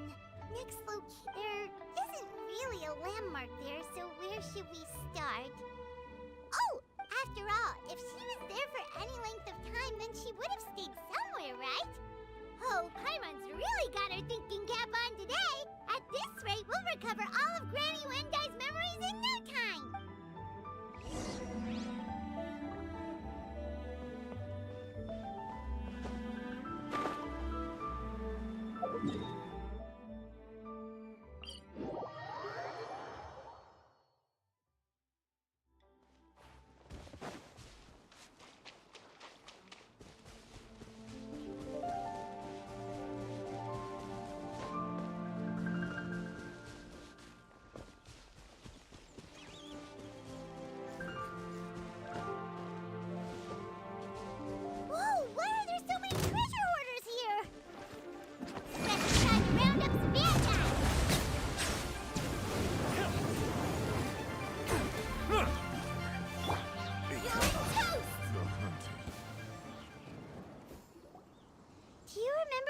me think. But I don't think I stayed here too long. Got it. That's okay. Wait a second. If I remember correctly, I believe I brought... Ah, yes. I brought some sweet snacks with me. Go on, take some.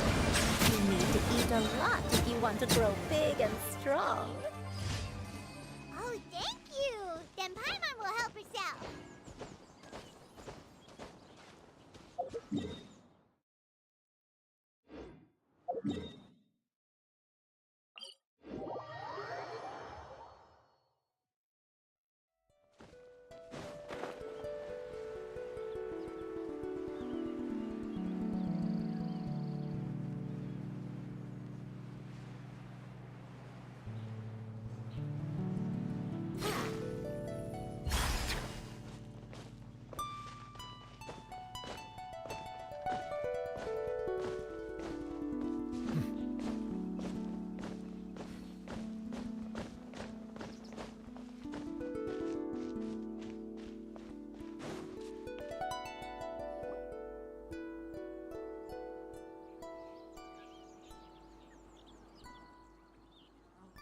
Paimon sees an abandoned house.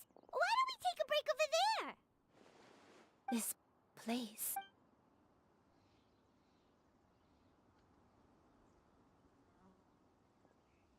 Did you remember something, Granny? I remember. Shuyu, this is where your father was born.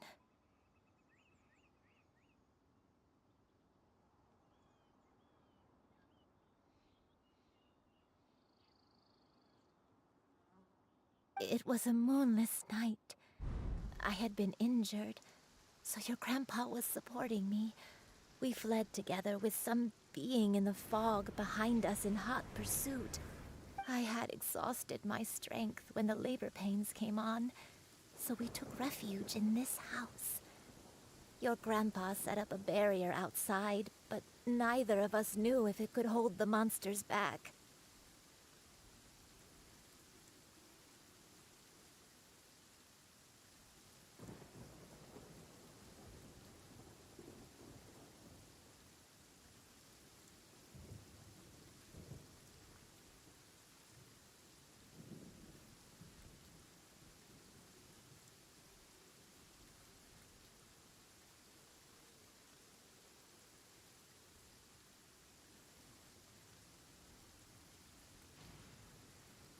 I remember that night. I remember falling to my knees, reciting a prayer over and over. I alone am the source of this sin. Punish me as you wish for forsaking my oath, but spare my innocent child. Sin? Oath? Did you do something wrong? I don't know. I don't remember. I only remember praying in the darkness with all my strength until the sun finally rose again. Eventually, the house was filled with the sound of my baby's first cries. That baby was your father. I remember I clutched him tight to my chest and wept tears of joy. It was the first time I'd ever felt such happiness in my life. My dad?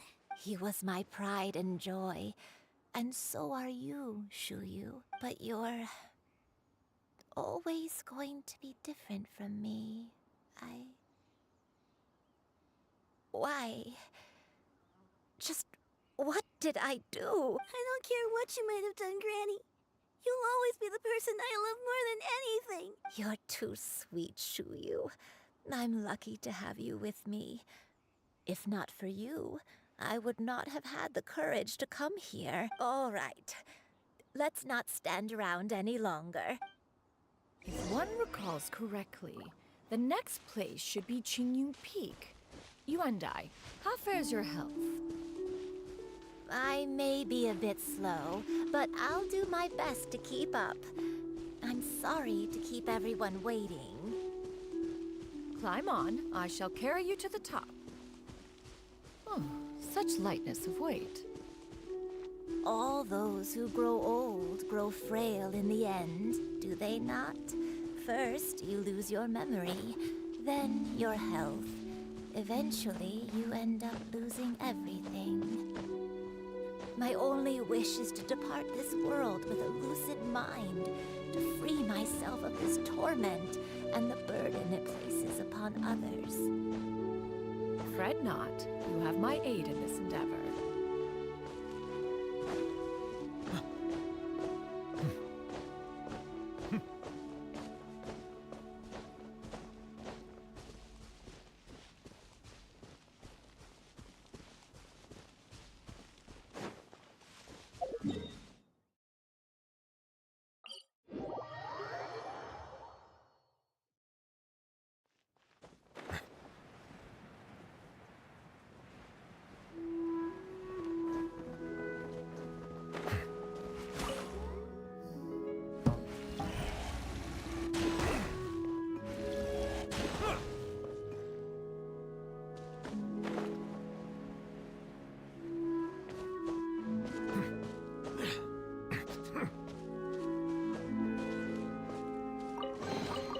Abandoned property belongs to whoever finds it first, so it's legally yours now.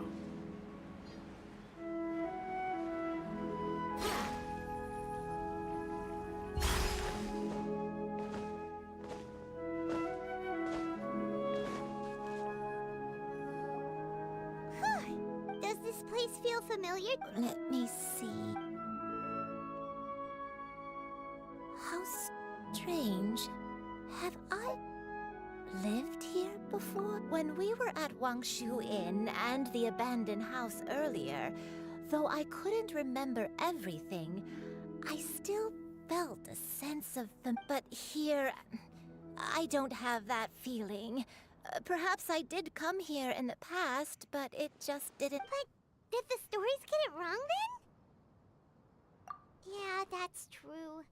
Paimon was hoping this place would jog Granny Uendai's. I'm sorry to disappoint you. It's all right. We're not going to give up yet. Thank you. Huh? That way. What's that mountain? Oh, let Paimon look! Huh? Isn't that Mount Outsong? Looks like we've come full. Mount Outsong. Mount Outsong. Granny, are you okay? Don't push yourself, Granny. It's okay if you... Mount Outsong, What am I really? Mount Outsong holds some familiarity to you? It does, but I can't go back. Are you feeling unwell? My head... It feels all heavy and dizzy. Cloud... Miss Xianyun, is there anything you can do? Let us go to Mount Outsong. But... Fret not, all will be well. You may leave the rest to me. I've prepared something that can aid you in suppressing the fear in your heart and restoring your lost memories. It currently resides at Mount Outsong. Wait, really? When did you do that? I never leave anything to chance. All will reveal itself when we arrive.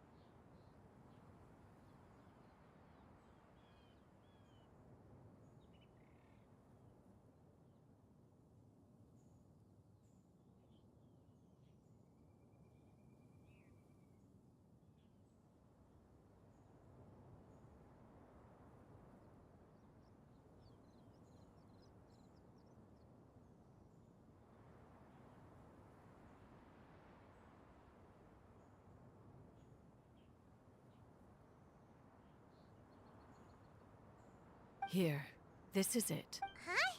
But isn't this the mechanism that you were tinkering with when we first got here? Precisely. A recent one at that. I am most pleased with the result. I call it the Suspensus Somnium mechanism. It periodically releases a soft breeze, which when paired with a gentle adeptal tune, can help the listener subconsciously relax, soothing agitation and anxiety, relieving exhaustion and insomnia. Its potential uses are numerous indeed. Whoa, what a cool gadget! But if you had it all along, we could have come to Mount Outsong right off the bat and saved time on a lot of floating! How preposterous. Had Yuendai not recalled much of her past through her own efforts, the device would have nothing to draw upon. We Adepti can only help those who first resolve to help themselves. Had she lacked such determination and strength of character, one would have little to offer. Paimon thinks she gets it. As previously mentioned, a gentle adeptal tune is required to take full advantage of the mechanism. One secured such a tune from Streetward Rambler. Only with her melodies can the mechanism reach its peak power. Oh, Paimon can feel what you mean! Paimon's body feels light as a feather. It's as if she's lying down on a warm patch of grass after a super satisfying meal. And you, Yuendai, is the mechanism helping you to relax? It appears she has already succumbed to the depths of reverie. Come, join one on this side. We shall give her some time to herself.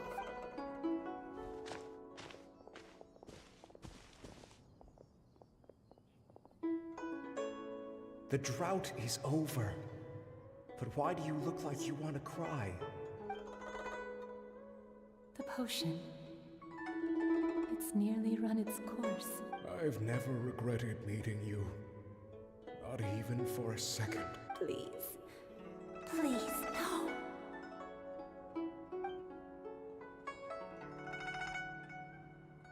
Have you forgotten? This is the world you left behind. One of gentle breeze and morning dew, perfectly straddled betwixt the realms of heaven and earth. This is your home.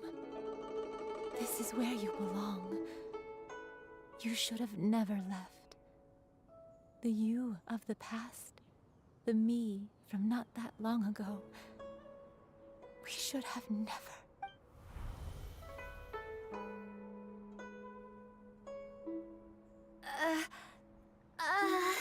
So that is the truth.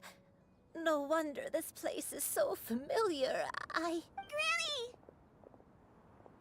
Granny, are you okay? Cloud Retainer. Your memories have returned. Wait, did you just call her by her full name? You already knew each other? Yes. I now remember everything.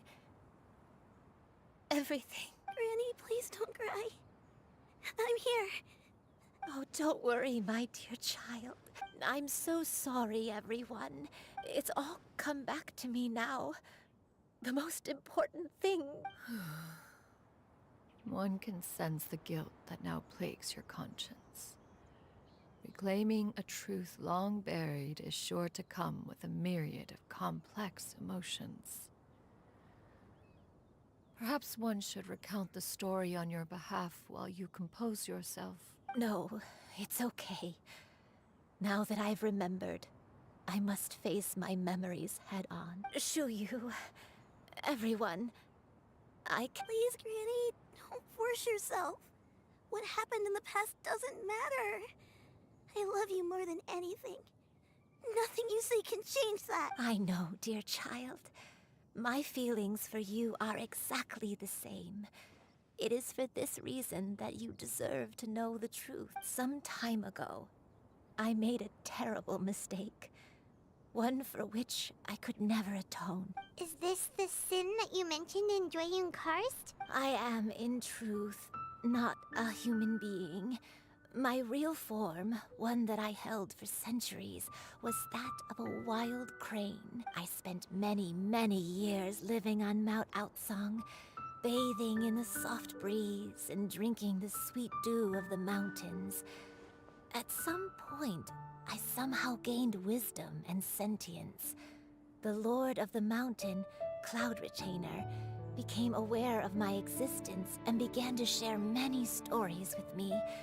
She even passed on the secret of cultivation to me. Though she never took me on as a formal disciple, I always saw her as my master.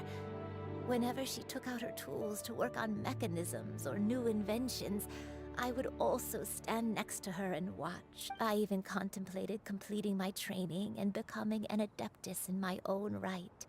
I followed her teachings, and time gradually passed us by. Until that fateful day 50 years ago. 50 years ago? That's right. Master regaled me with many stories of her past deeds. From them, I learned how she had saved people from a similar crisis in the past. She was the one I looked up to the most. More than anything, I dreamt of becoming an adeptus like her. I wanted to travel the land like she had, relieving suffering wherever I went. But I was still far from being a real adeptus. I possessed no ability to take on human form and fit in with the crowd. Once she learned of my desires, Master prepared a special dose of human mimicry potion for me. She warned me that the potion's effects would only last 10 years, and if I were to fail to return to my original form at the end of that time, I would forever forget my past as a crane and become something neither human, beast, nor adeptus. Oh no. So that was the source of your dementia all along. Was it because of Grandpa? Indeed. I fell in love. Though he was human, he had spent his entire life training on Mount Tianheng. When we met, it was not only my first foray into the world below, but his as well. Although clumsy and impulsive as he was, you'd think he was the real strange bird among the two of us. But still, just like me, he cared deeply about the world and wanted, more than anything, to cleanse it of all pain and suffering. I could not help but fall for him. But my time continued to tick away. Those 10 years passed by in a flash. Oh no, what happened next? I committed an offense. I wanted to stay with him, even if it meant living a life full of pain and suffering, even if it meant that I would eventually turn into a monstrosity. I knew I had betrayed Master's hopes, but I was too ashamed to face her. So I wrote her a long letter instead and asked someone to leave it outside her abode. I was convinced that she would not support my decision, and I lacked the courage to speak to her face to face. In my shame, I fled and tried to hide from the world, such that no one would be able to find me again. But that was only the beginning of my troubles. I began to suffer from a strange illness. My memories became hazy and confused, and I could no longer keep myself awake. I understood that my pain was caused by my refusal to return to the life I was fated to lead. Along with my memories as a crane, I soon forgot the true cause of my suffering as well. I knew only that I had committed a sin. All I could do was pray for forgiveness, even if I had long forgotten what needed. Looking back, I was beyond lucky to have come across that traveling merchant at Wangshu Inn.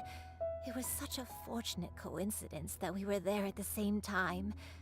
If it weren't for those soul-revitalizing tea pills, I probably would have... Granny! What's wrong? Coincidence? Why did I ever think it was a coincidence? Tea pills concocted using the blood of an adeptus? No, it couldn't be. Master, don't tell me. Back then, that merchant was actually... Human custom would dictate the conferral of gifts to be in order when one's progeny is wedded, would it not? Consider the pills a symbol of one's best wishes. So when I tried to conceal my name and mistakes from the world and hide myself away in perpetuity, the only person I managed to deceive was myself. One still remembers when you were but a fledgling. You possessed a certain fondness for a particular game. You would hide yourself among a group of wild cranes and ask one to pick you out from among the flock. One found you with such ease every time. Wait! Paimon's come. So, Cloud Retainer, you found Yuendai again? But... Perhaps it is now time for one to recount the...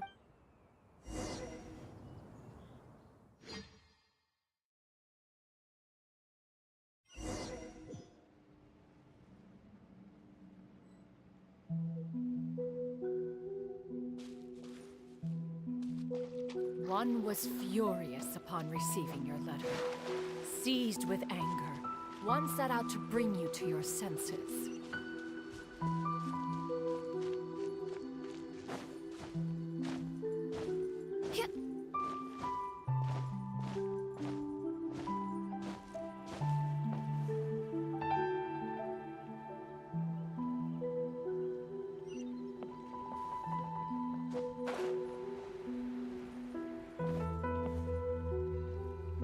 Truth, one had more than a few misgivings about your chosen partner.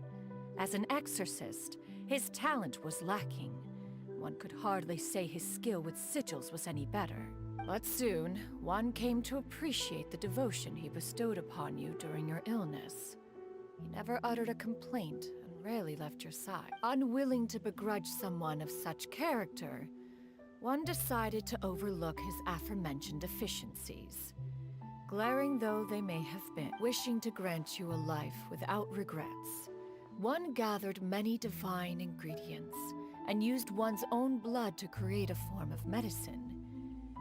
Though imperfect, it managed to suppress the more dire effects of your illness. As for how to deliver the medicine, after much contemplation, one eventually decided to perform the deed oneself. One took great care to alter one's features and select the appropriate attire.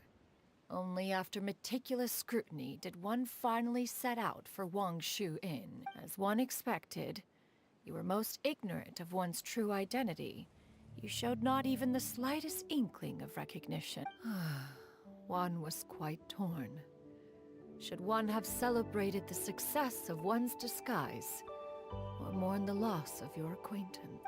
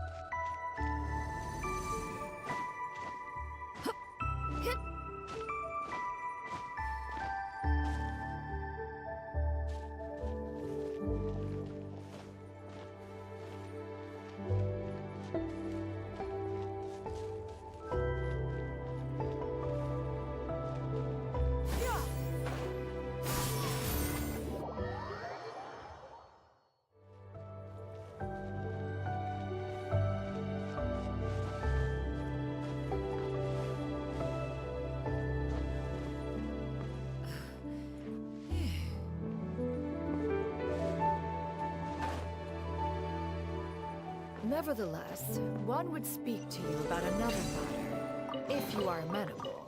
Even considering your loss of memory, one was simply flabbergasted that you could so easily forget the consequences of consuming medicine infused with Adeptal blood.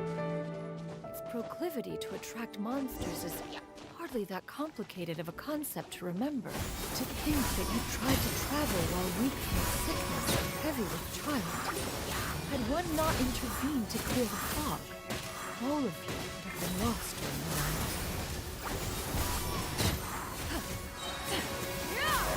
Gray clouds converge!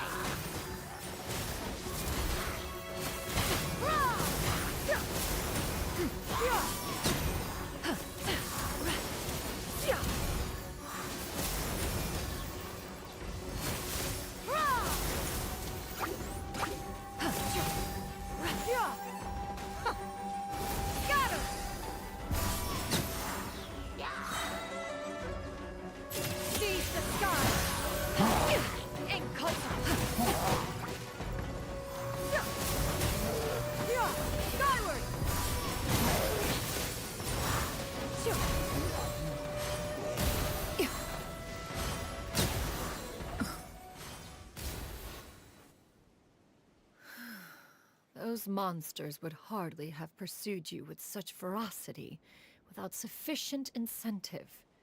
They were likely incited by the presence of godly remains. Said godly remains, in turn, were likely drawn to the trace of one scent on your body. One was, after all, an active participant in the Archon War.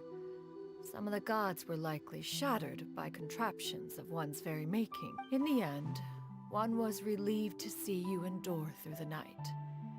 At the break of dawn, one heard an infant's cry pierce through the air, and one saw you carefully cradle the child to your chest.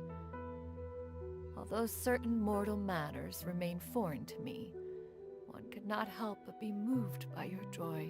To see you happy, that was more than enough.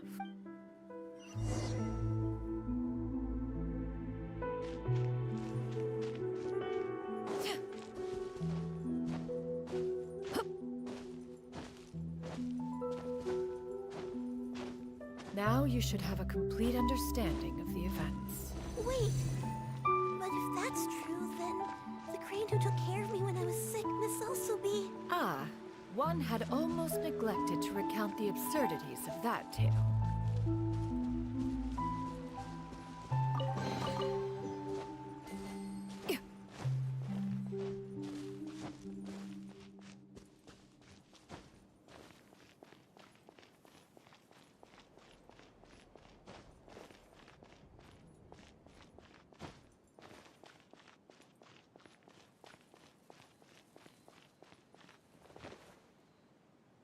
Just as you and I troubled one with her antics, so did you give one many a headache. Upon finding you burning with fever, one made plans to bring you back to one's abode for treatment. However, upon seeing one's form, you began to cry, refusing to get on one's back. When one asked you why, apparently you believed that one could not possibly be a true Adeptus, because all illuminated cranes are white from tip to toe. One had no choice but to apply powder to one's body to conceal the variegated nature of one's appearance. You became more than amenable enough when one stood before you devoid of any other coloring. It bears mentioning, however, that as a crane, Yuendai was nearly entirely pure white in color. Though you had never encountered her in that form, you still recognize the essence of her being. Perhaps fate brought you two together.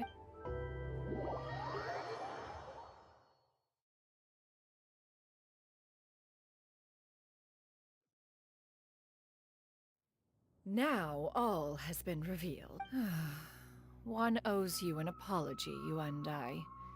One recognized you upon your very entrance into Wanmin Restaurant. One has always viewed you as a disciple of equal standing with Ganyu and Shenhe. Indeed, one wished to bring your story to a satisfactory end with this visit to Liyue Harbor. Still, one could not reveal your identity right away. Had one simply informed you of all you had lost, all those cherished memories would merely have become the fictionalized account of another. Memories are most meaningful when recalled by those who live through them. Would you not agree? Master, I must ask. If you found me all those years ago, why did you leave me be, even though you knew about my mistake?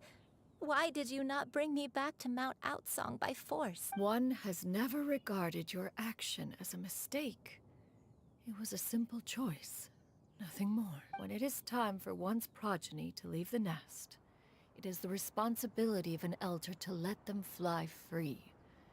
Yet, when your wings grow weary and the night grows dark, just know that you always have a place to which to return. 'Tis a refuge referred to by many a name in mortal writing. Home, nest, haven. One speaks, of course, of a place not unlike one's own abode.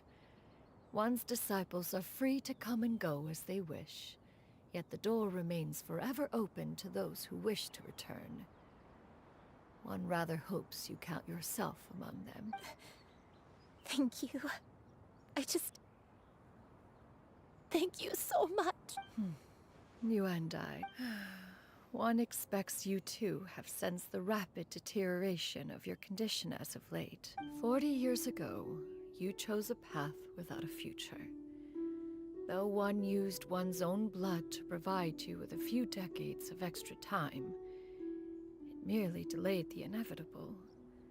One may have extended the path, yet one was unable to alter its final destination. Even the power of an Adeptus has its limits. Had your condition continued to deteriorate, you would have forgotten your life as a human entirely. In the end, you would have turned into a creature lacking in the ability to even comprehend its own monstrousness. Fortunately, you were able to avoid that scenario by reclaiming your memories. Though one sped the process along by providing some guidance, the result is entirely a reflection of your own effort. So, what's gonna happen to Granny? One will help her reclaim her original form as a wild crane. If it be fated, she may recover her sentience one day. She's gotta go back to being a regular crane, huh? Master, you've already done more than enough for me. I don't know how I could possibly repay your kindness. This is a better result than I could have ever hoped for. How much time do I have left?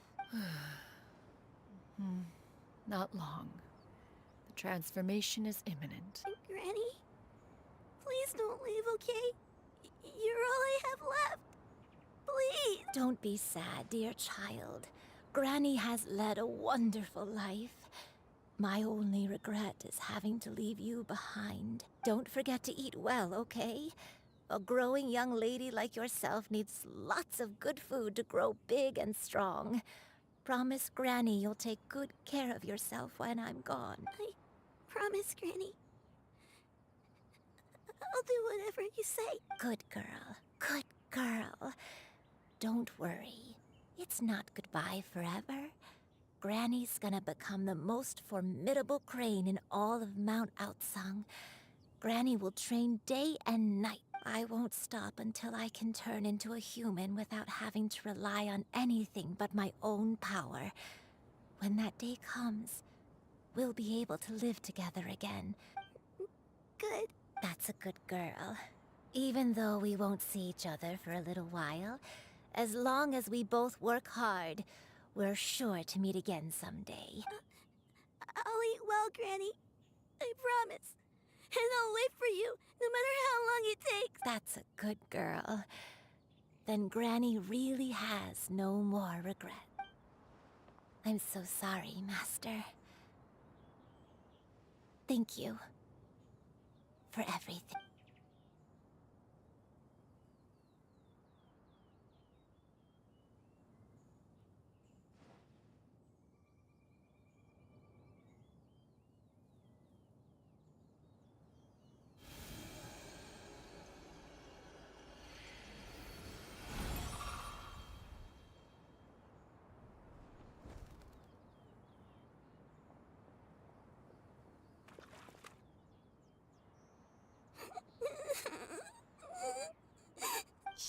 You. Let her be. At her age, crying is a natural, if not fitting, response to such an event. Tears are a necessary part of maturation. Sometimes there is scarcely a better vehicle to wash away the toll of stress and misery. Now that the issue has been resolved, you should also take a moment to relax. Give yourself some time to...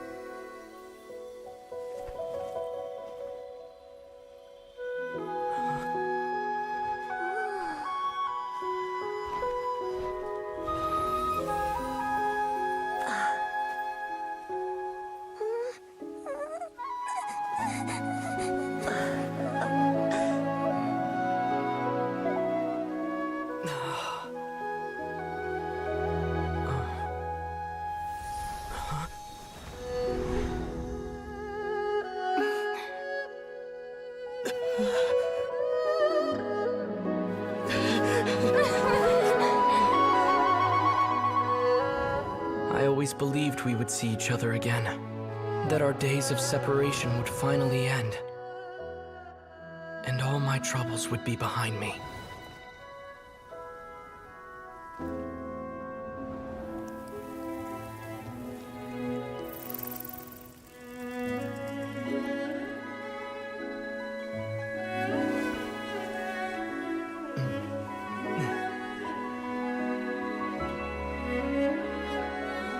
If only things could stay this way forever.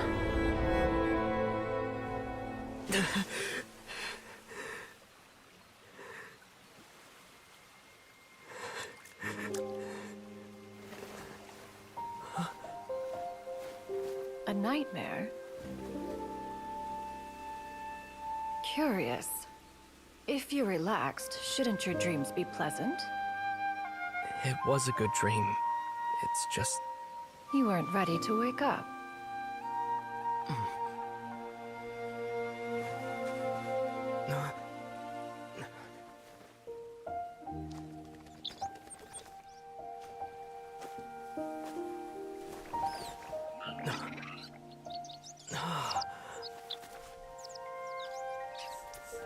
Eloquent as one may be, words of comfort are not one's strong suit. You are doing all you can. One can see your strength of will, your fearlessness in the face of danger. And so, whatever your dream may be, one believes that you shall achieve it. Of course, whenever the perils you face overwhelm you, or you become weary, one is always here for you. After all, as an elder, it is only right to look out for the young ones.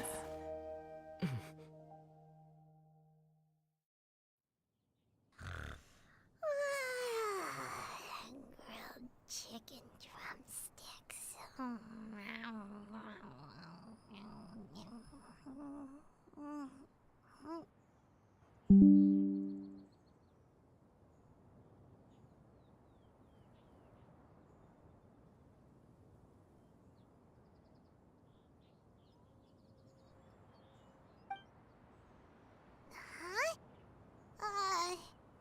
Was Paimon sleeping just now? Oh, Paimon wasn't talking to you. Paimon had a dream about eating grilled chicken drumsticks, that's all. Madam Adeptus? Oh, Shuyu, you're awake.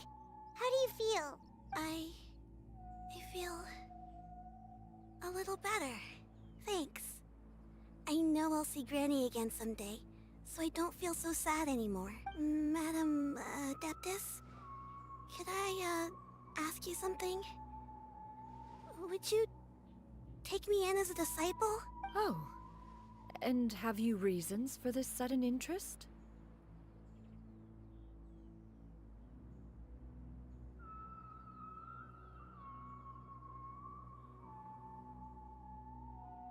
I know Granny thought what she did back then was wrong.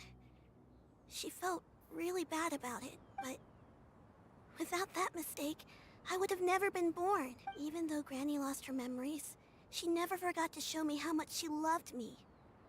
So, I thought maybe one day I could become a cool Adeptus like you and help a whole bunch of people, just like Granny wanted to do. Upon some reflection, one supposes you are no mere mortal. The fact that Yuendai's blood flows through your veins is proof enough of that. If this is what you desire, one shall make it so. Thank you so much, Madam Adeptus. No, I mean... Master. Shuyu, are you sure about this? Paimon's gonna let you in on a little secret. We've seen Cloud Retainer's 2 other disciples, and they pretty much eat nothing but bitter herbs like chinchin and violet grass. If you join them, you'll never enjoy Wanmin Restaurant's delicious cooking ever again. How utterly preposterous. One has never enforced such a rule. Every individual must find their own path to enlightenment.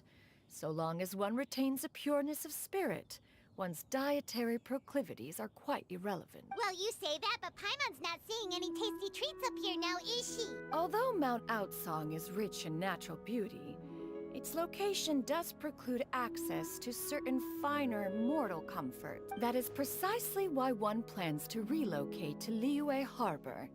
Shu Yu shall have the honor of becoming one's first disciple in the human world. Whoa! You're leaving Mount Outsong? One has never concerned oneself with the location of one's residence.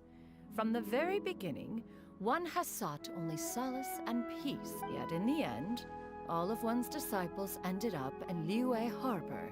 Ganyu, Shenhe, Yuan Dai, they all chose a life among the mortal world. One has reflected on this fact for many years now. One can only assume that it is due to some failing on one's part as an elder or master. A failing, perhaps, of recognizing what it was they truly wanted. One is most curious as to what aspect of Liyue Harbor could have enticed them to remain there. One could hardly offer an opinion on the matter, but perhaps some time in the harbor will prove instructive. Why are you all so silent? Paimon is, just a bit shocked, that's all. One has precious little time to squander. However, if one finds oneself otherwise unoccupied, one would not be opposed to the idea. One will be assuming the identity of a human while residing in Liyue Harbor.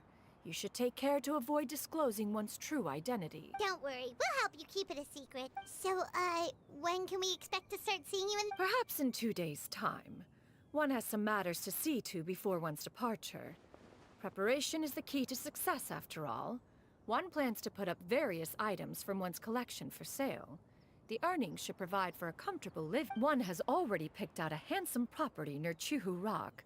'Tis no small purchase, but what is mortal life if not one expense after another? Seems like you've really thought of everything. Then how about we meet up in Liyue Harbor in 2 days? A sensible plan. Oh, also, why don't you take this suspense somnium mechanism as a souvenir? Anytime you should feel ill at ease in the future, you may— Awesome! Thanks, Cloud Retainer! Hey, didn't we promise Shincho that we'd tell him what we found out? Should we make a trip to the Feiyun Commerce Guild? It's totally up to you.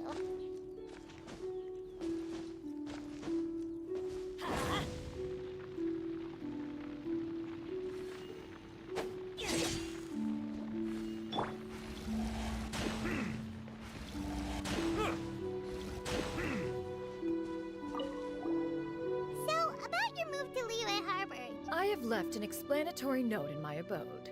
Those 2 old fossils will discover it, I am sure, should they come seeking my company. Considering their recent penchant for going off on private escapades, however, I find myself caring little for how they shall receive this news. By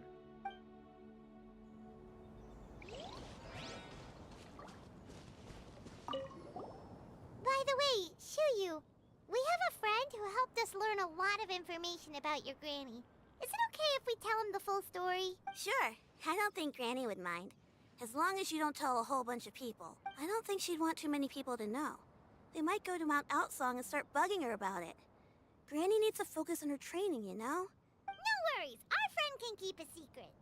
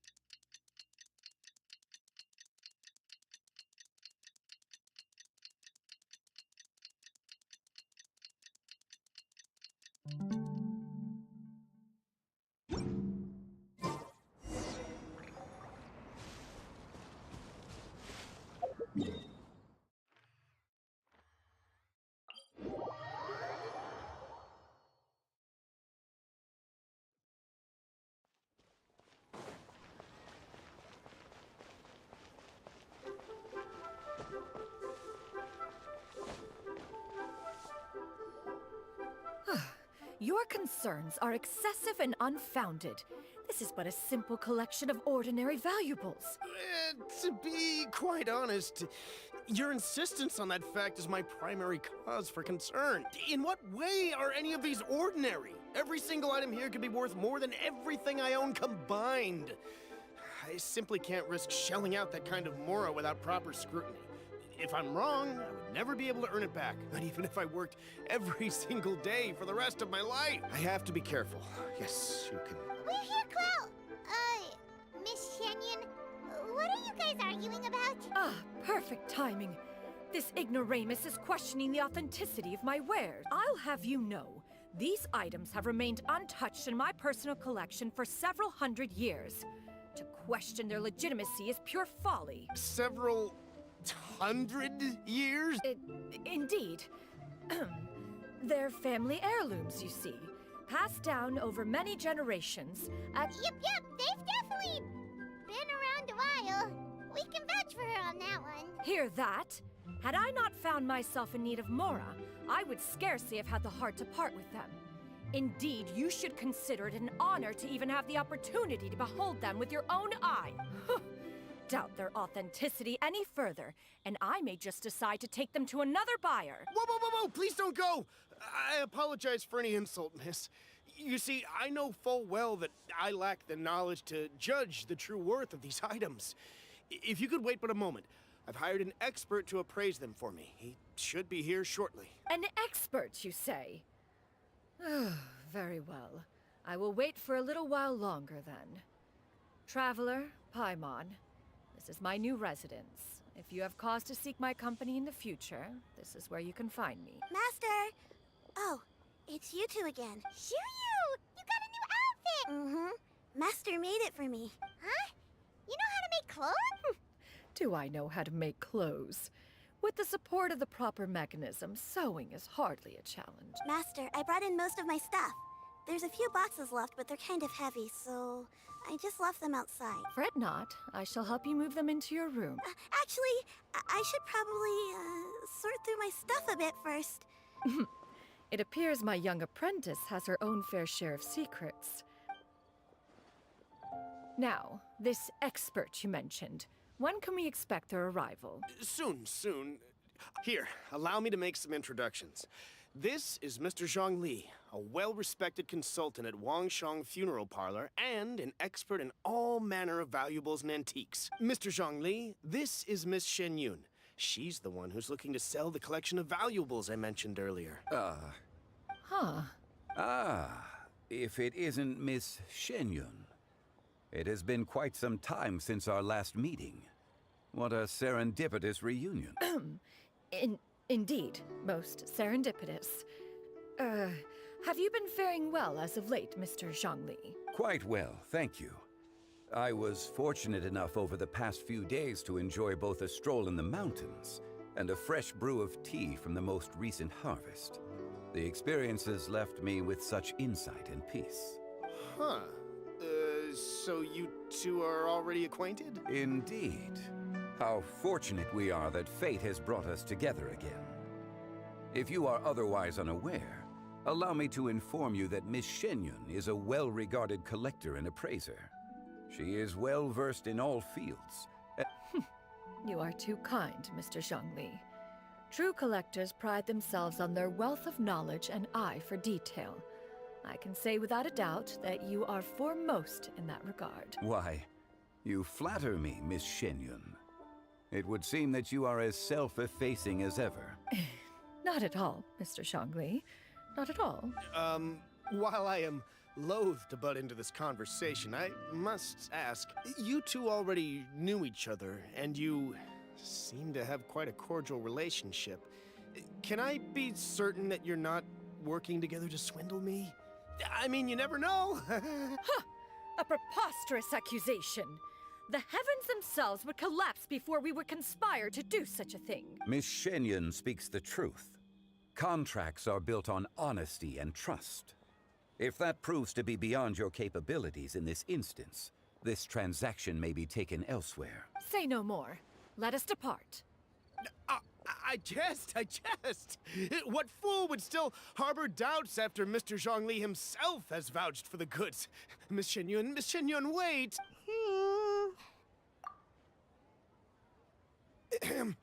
I deeply apologize for doubting you. So, There is no cause for concern. They are indeed rare and precious valuables.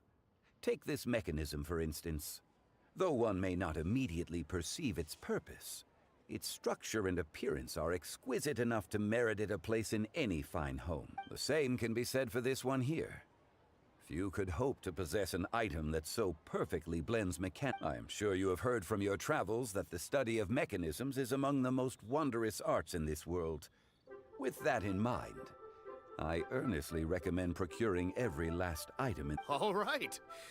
Since I hired you as my consultant, Mr. Zhongli, I shall, of course, trust your— Then, in that case, Miss Shenyun, I'll take the lot. However, since the final sum is quite large, how about we start with an initial deposit? The Northland Bank? Huh. Oh, you refer to the fiduciary house. I fear people only use the term bank nowadays. In that case, I'll be off for now. I'll return to collect the goods once you've received the funds.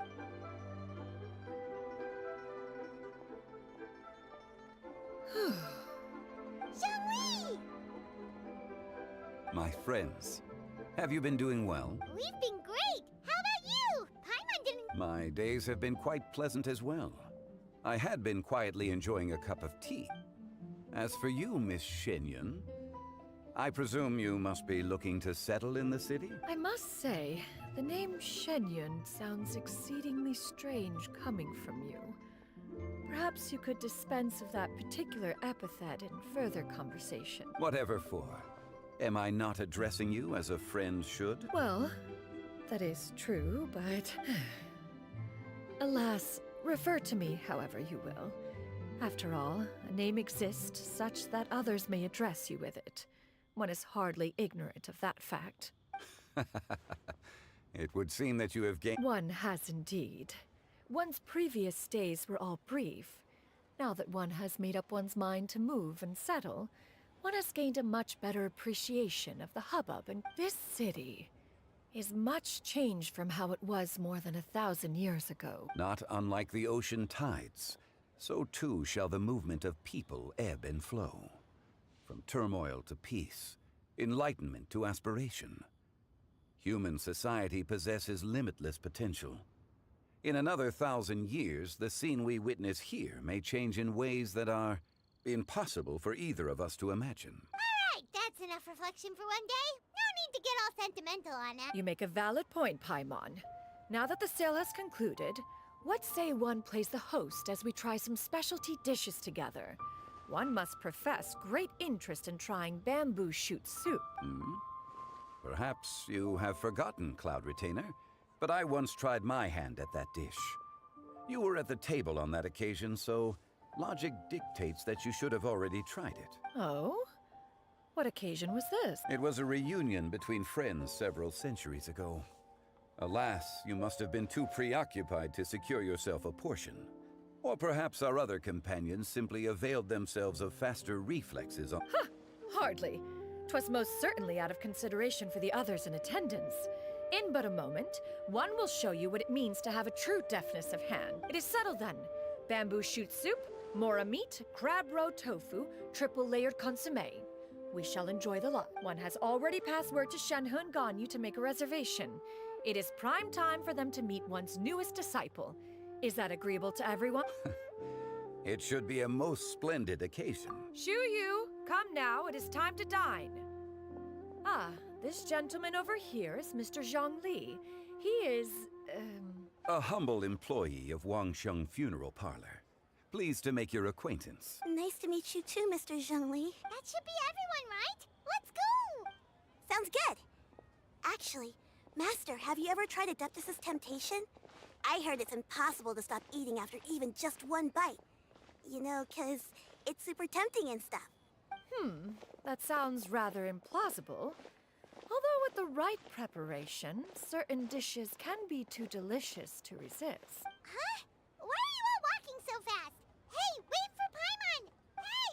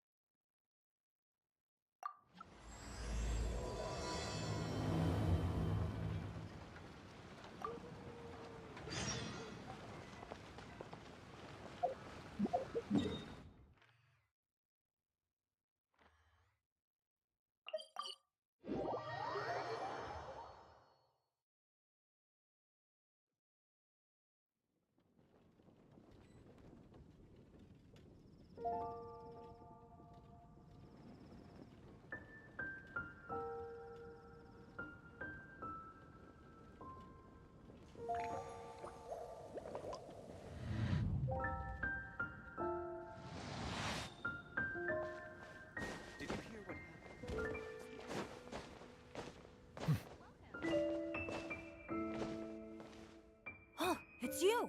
Didn't think I'd be running into you here. I guess it's my lucky day.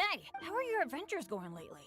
Did you come here to get a new commission from Catherine, or to get paid? And where are you going after this? Bet you've got a really exciting adventure lined up, huh? Oh, I'm talking too much. I was just so excited to run into someone I admire so much. And, maybe a little... Of course! You're the mysterious traveler, the hero who quelled the Storm Terror crisis, and the leader of your own adventure team to boot. If I'm being honest, I'm totally jealous of all your achievements. Yeah, word's been spreading in adventurer circles for a long time now. Your adventure team shows up all over the continent. It might look like you're just handling a bunch of boring commissions, but then, as soon as something big goes down, you're always there. Anyway, I just really envy you. You're sort of like the protagonist of this world or something. Me, on the other hand, I'm just some unlucky guy. I adventure team even... never mind. I shouldn't get all down in the dumps in front of someone I admire. I should be open to see what I can learn. Speaking of which, I have a favor to ask. When you go adventuring later, can I come and watch?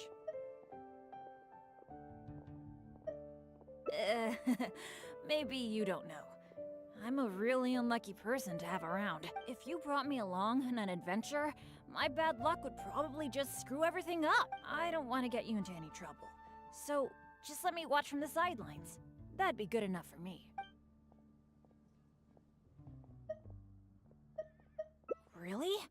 I didn't mishear you, did I? You mean, go adventure with you?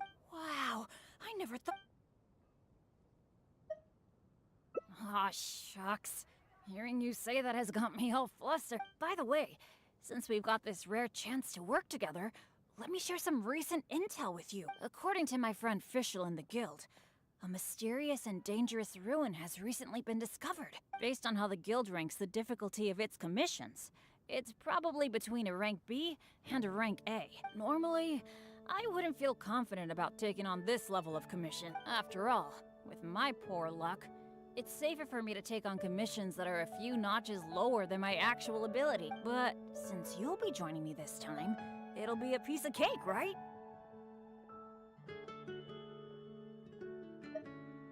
Of course!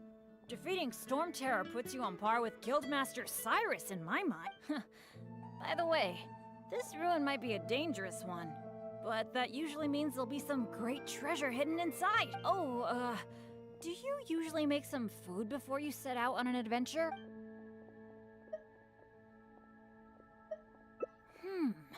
The cautious choice.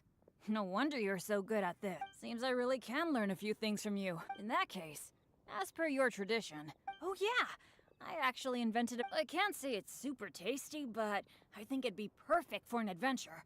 So, how about I show you how to make it? Oh, wait till you see... Ingredients. I'm really sorry. I probably need your help to get some. The ingredients needed for this dish are mint, radish, and slime condensate. You got that, right? I'll wait for you near the pot at Good Hunt.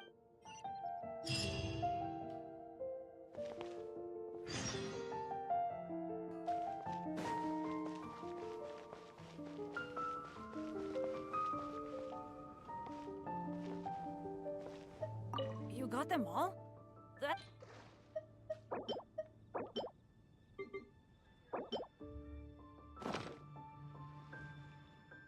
Now that we've got our ingredients... It's done. I forgot the exact order you're supposed to add the ingredient. I'll pack it up and leave it with you until we get to the ruins. I think so.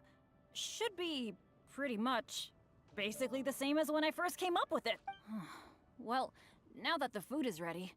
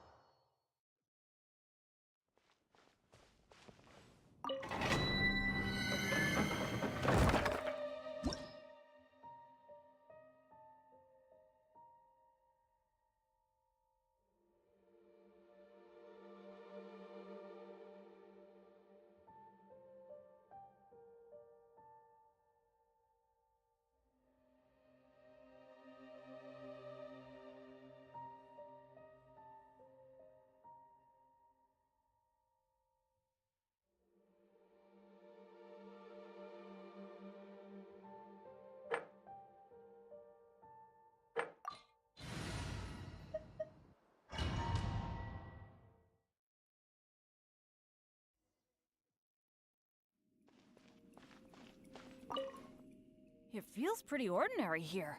I was Could it be that because you're here with... It looks like that mechanism must be for opening the next door, right? Right. Well, I'll go try to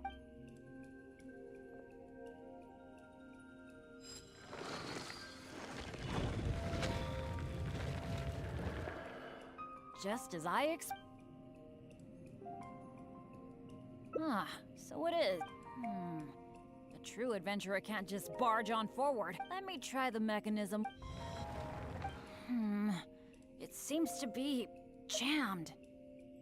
This is not good. It seems that we can't, but don't let this kind of thing happens all the time. What the? What's going on? Hey, did you sound like it came from the door up ahead of us? Let's go check.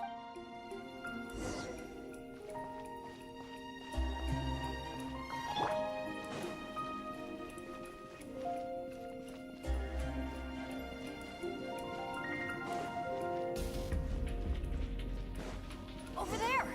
Another adventurer by the looks of it.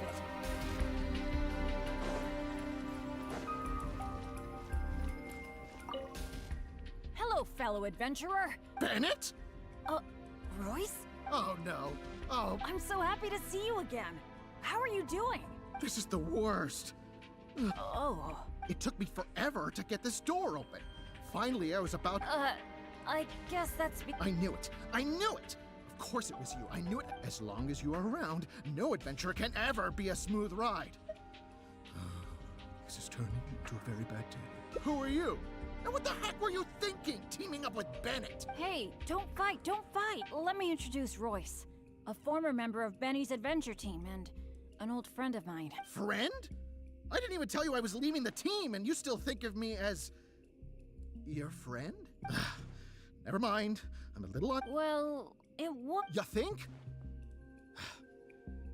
I left because at that time, I really couldn't stand it a second longer. But after joining your adventure team, I was tripping and falling one day, getting struck by lightning the next. Oh, and the number of times ruins would cave in on us, I just couldn't dismiss it as mere coincidence anymore. The last straw was when my left leg got hit by that random explosion that came out of nowhere.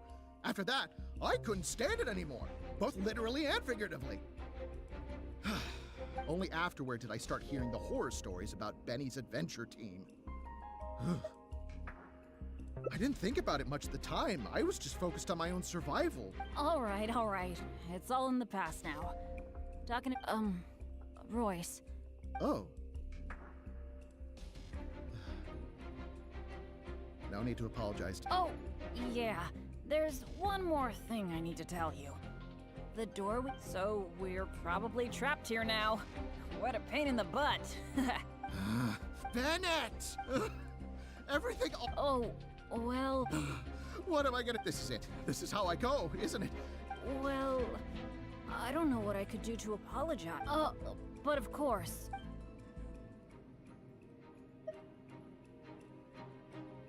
But it was because of my bad luck, though. So, you mean... As the unlucky one, I should think of myself more?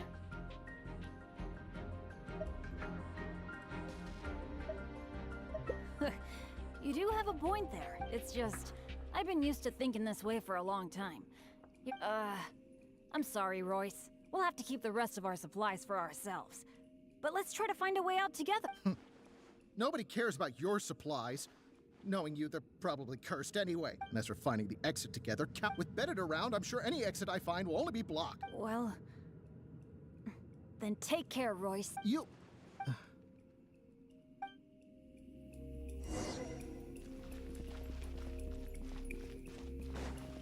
Whoa, that was so dangerous. I can't believe it. It's a trap. Nope, no luck here. Oh, what awful luck. I've checked every single nook and cranny in this place. Oh, still not a clue. Is there really no way out of here apart from that broken mechanism? Well, guess our only hope the Adventurers Guild might... Then again, that depends... Oh, I hate feeling helpless.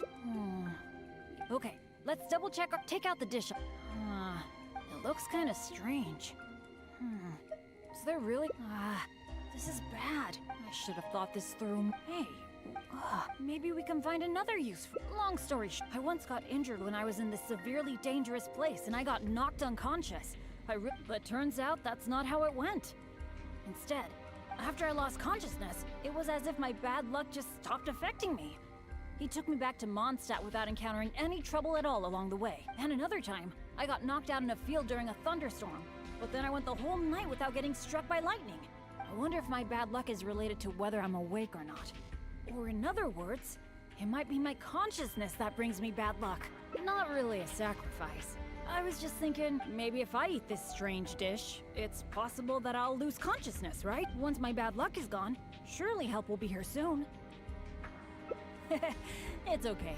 It's better than dread. You made a great point earlier when you said that I should take better care of myself. But right now, here goes.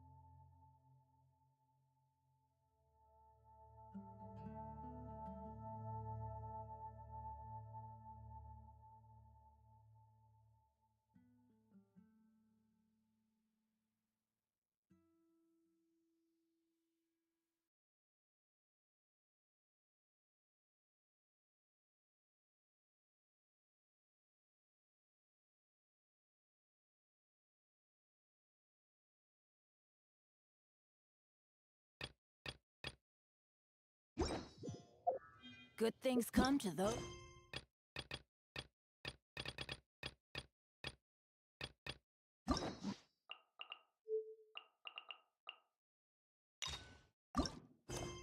Don't.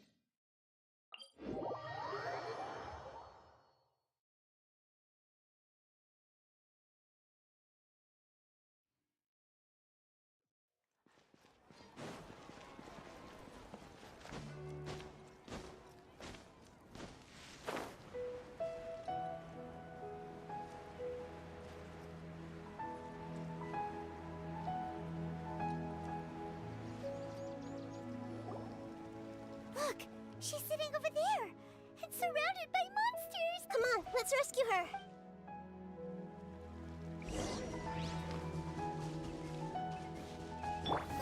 Get them! Committed to memory! Might be humble. Bow your heart. Whoa! Mark 2! Stay clear!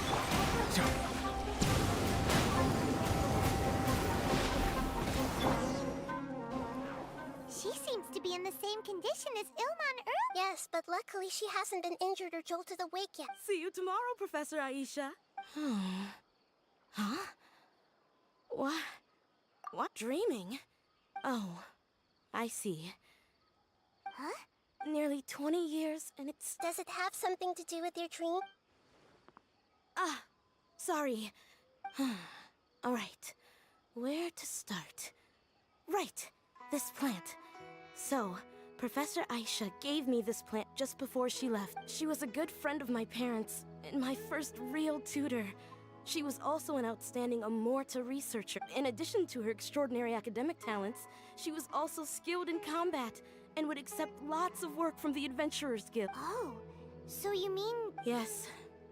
When I was about 10 years old, she told me that she must go look for the secrets of the Abyss. I grabbed hold of her and wouldn't let go. I didn't know what the Abyss was. I just knew. She hugged me, and we cried for some time until I fell asleep. She still decided to leave, but had left behind a letter for me saying that she claimed that investigating the Abyss could help more ordinary people protect. She had obtained some important evidence during her past adventures. if she didn't set off right away. Guess Ad Astra Abyssosque isn't just a slogan. She left a seed in the letter, telling me that if it sprouted and bloomed, then she'd come back no matter what sort of risk. She said she looked forward to seeing me all grown up, but strangely, I've tried watering it, feeding it, everything I could think of. I even went to ask the Immorta researchers. May I have a look at the plant? Of course. I was hoping. Let me see. Huh? We've never seen that look on Nahida's face before.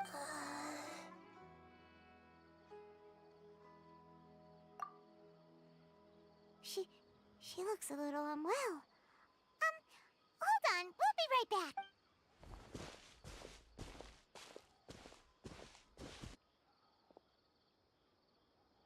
What's wrong, Nahida? You can't tell. No, I immediately understood what's happening with that plant. This plant is not known to the academic world. It's a new species that our teacher managed to cultivate by some special means. Judging by its features, I can tell from the moment it sprouted, it'll never be able to bloom. It can't be. It means that this Professor Aisha she keeps mentioning might have foreseen the danger and was prepared to never return. From my experience observing people, she would undoubtedly regard this as a brutal revelation. When forced to confront such brutal truths, people may break down into tears, talk nonsense, or lose their tempers. I know she has to face the truth, but at the same time, I don't want to hurt her. Yeah, that's a tricky one. But wouldn't that mean I'm just pushing it all on you? It's all right. There are all kinds of people, and the examples you observed are just the most extreme. Let's go back and tell her.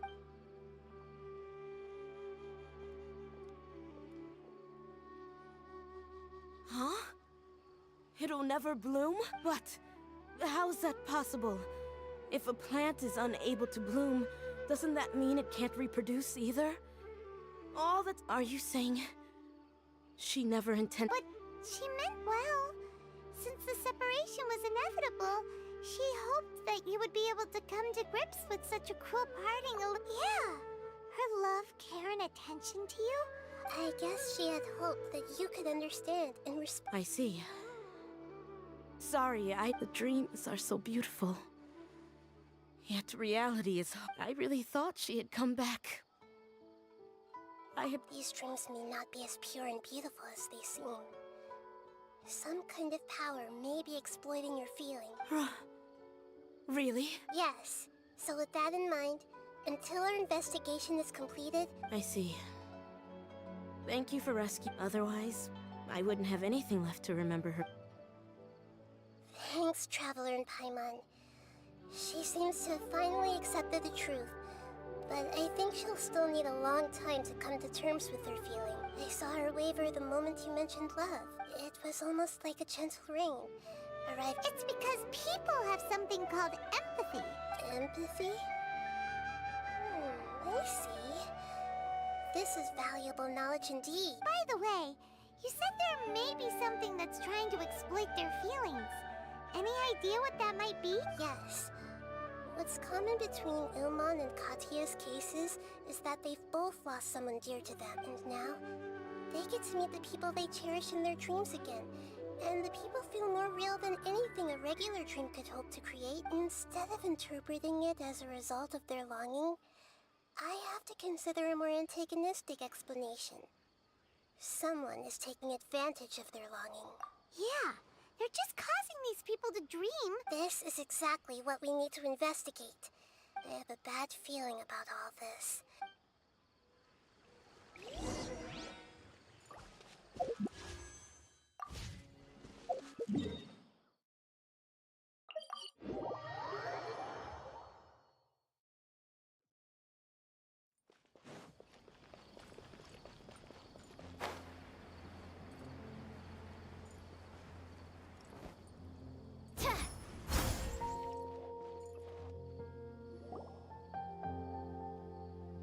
We're back. How's everything here? I am so sorry, Great Dendro Archon. We're still trying to figure out how to... Because of your warning, we've brought dreamers here even if they were completely unaware of the danger. But some of them have already fallen asleep, and they haven't woken up for a long time. I fear there's not... A moment of dreams is just a small interest group. Just as I expected. It's the Dendro Archon. She's back. What happened? What? Many of you here have been experiencing, but I'm sorry to tell you that based on our investigation, before we learn the truth, please don't try to recreate the scenes in your dreams. Whatever you see, don't be tempted by them. Huh? I don't think it's a big deal. Aren't we just dreaming?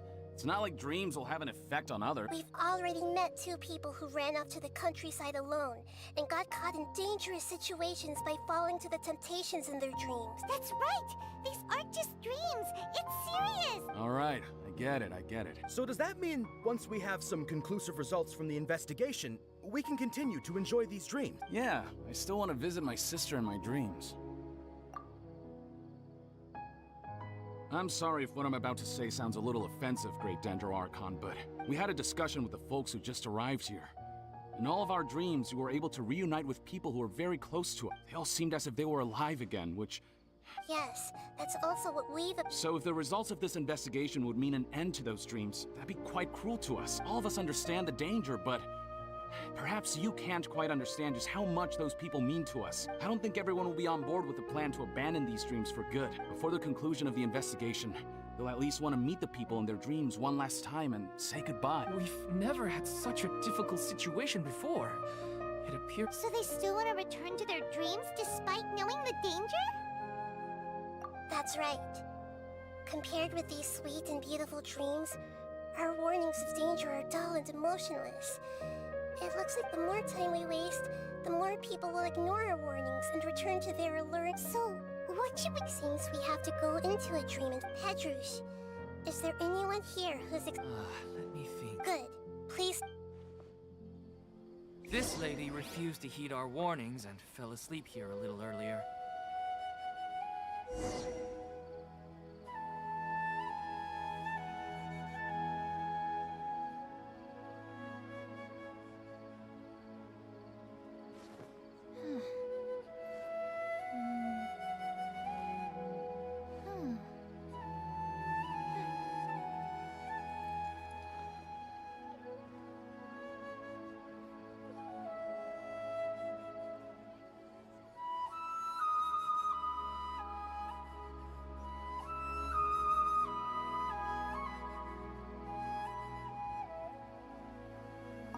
Actually, I can really... Sorry, I might have spoken a little out of turn. I just think that the gods really don't... All this commotion's making me wish... No way! All right.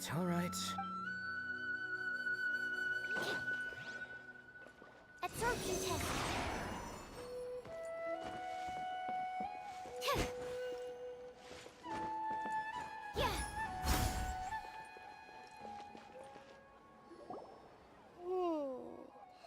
She's only asleep. Do we also need to fall asleep? Don't worry about that. I'm Lesser Lord Kusanali after all. Now, don't be nervous. Just close your eyes. You slowly wash over the shore and sink into the sand.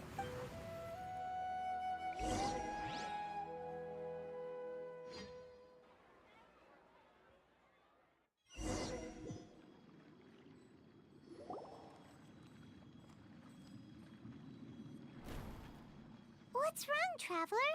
You look a little disoriented. Really? Paimon didn't notice anything. Anyway, seems like we've made it into the dream. I thought, whoa.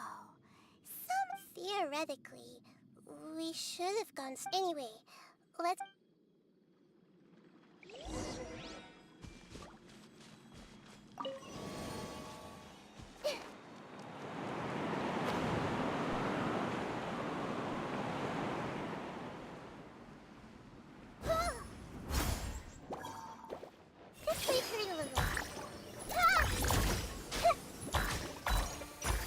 I see everything.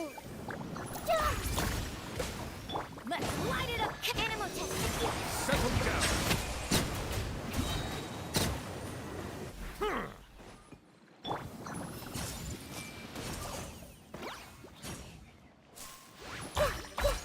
The time is begging.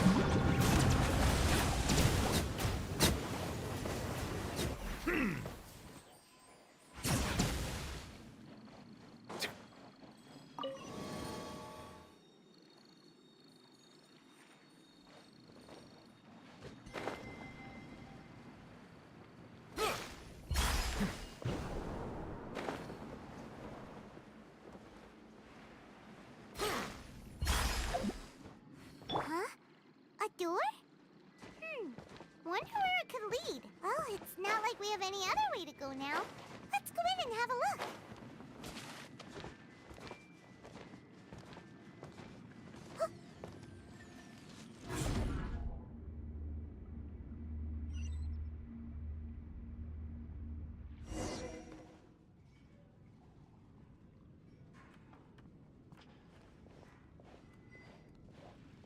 Hey, this place looks familiar. Isn't it? Oh, Paimon sees Debbie. She's right over there. Looks like we've... These alluring dreams often... Really? But what about that space we were in just now? You can't mean... This is another collective dream? Yes. Given that so many people have been experiencing these beautiful dreams, I would say it's very likely that they're interconnected. Compared to an interconnected dream, independent individual dreams would be much harder to manage and manipulate. Ah, Paimon gets it now.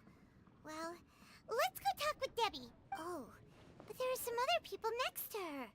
Are they dreaming too? If this space is exclusive to Debbie's dream, then the others beside her are most likely the people she cherishes. Anyway, we should confirm... Huh. How do we do that? Just leave it to...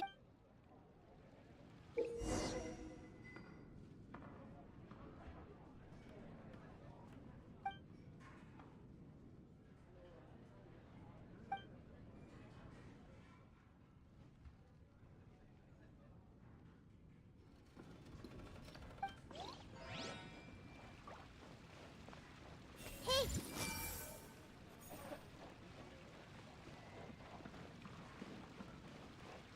Everyone hold hands!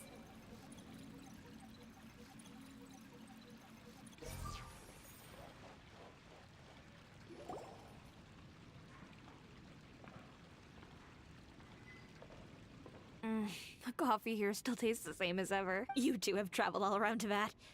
Surely you've all tasted better coffee than this. I suppose so, but no matter how good things may be elsewhere... That's right. It's hard to change your taste. Anyway, here's to...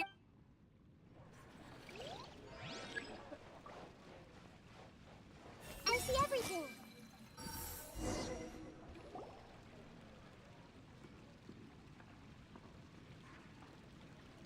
Huh.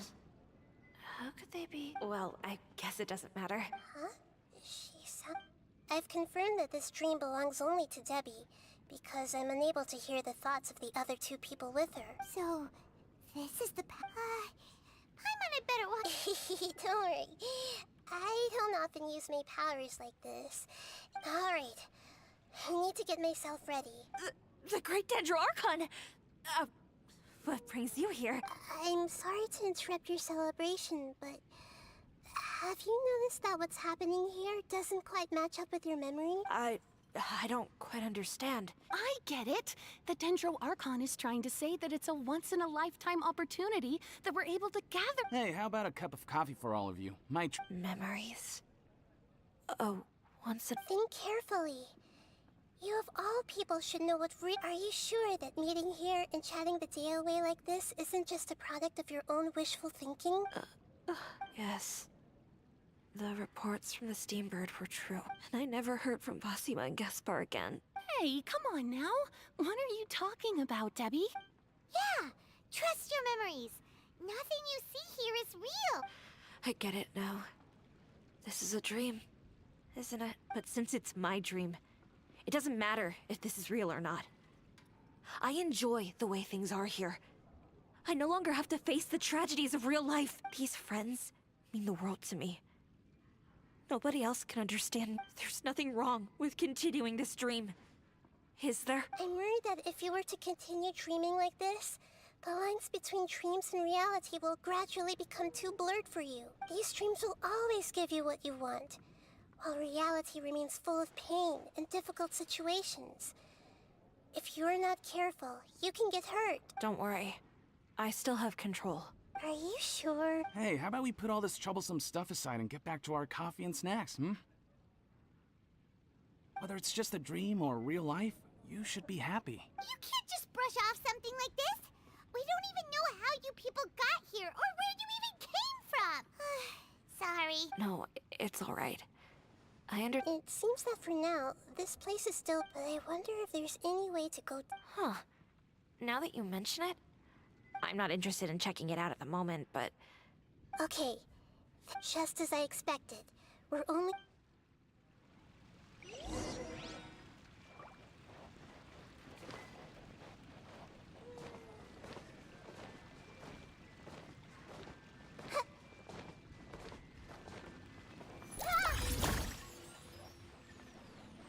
Everyone hold hands!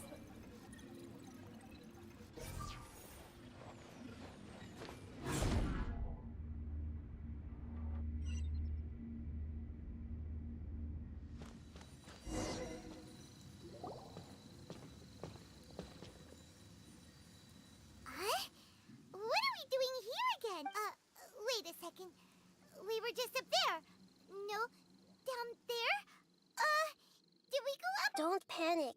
We've left Debbie's dream, but the dream is still continuing onward.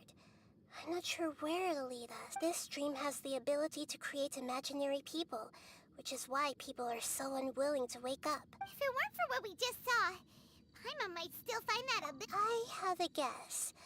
If these dreams are... The fact that Debbie was able to realize that she was dreaming means that she is not very deep in the dream yet, but the space we're in has been turned upside down. Do you remember the characteristics of dreams that I mentioned earlier?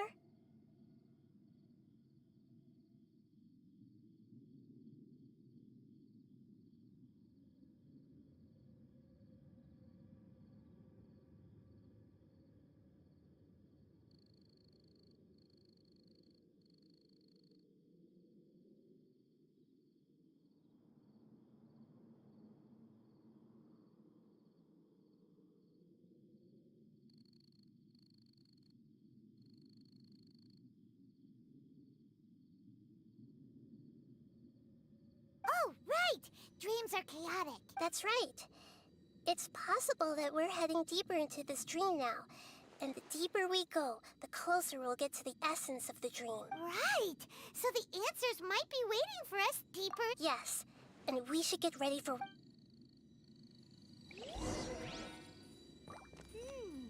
It looks like we may need to put something inside there. Hey! Oh, yeah! Yeah! Yeah! Yeah! Yeah! Yeah! Yeah!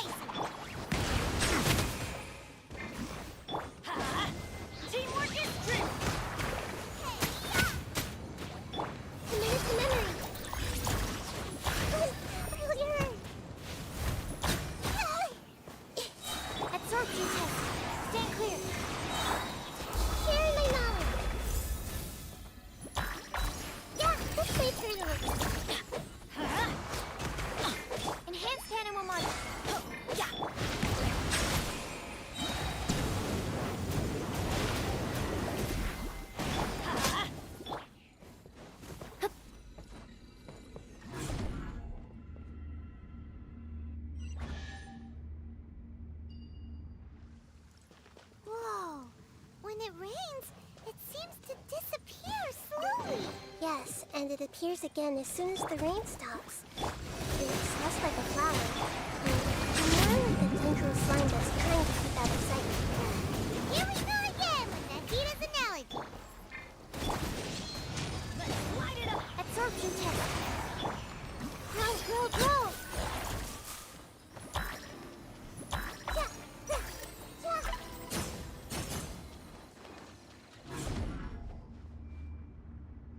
Huh?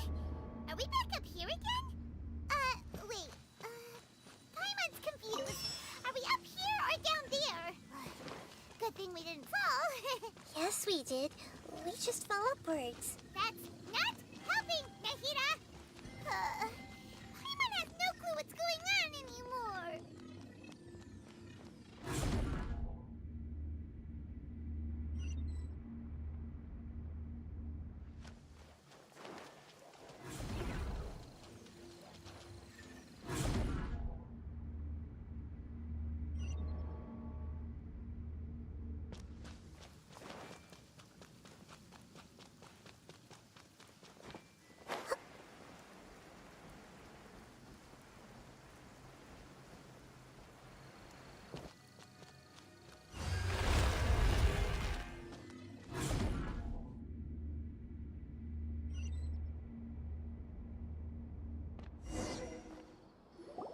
Wait, weren't we already... This is probably Ilmon's dream. Huh?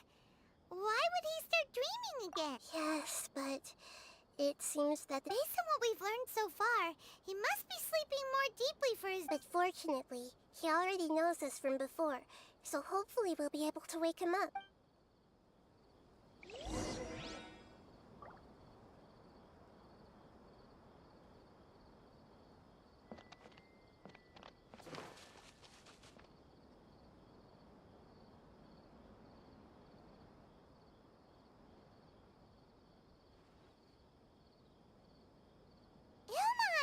Oh, it's you.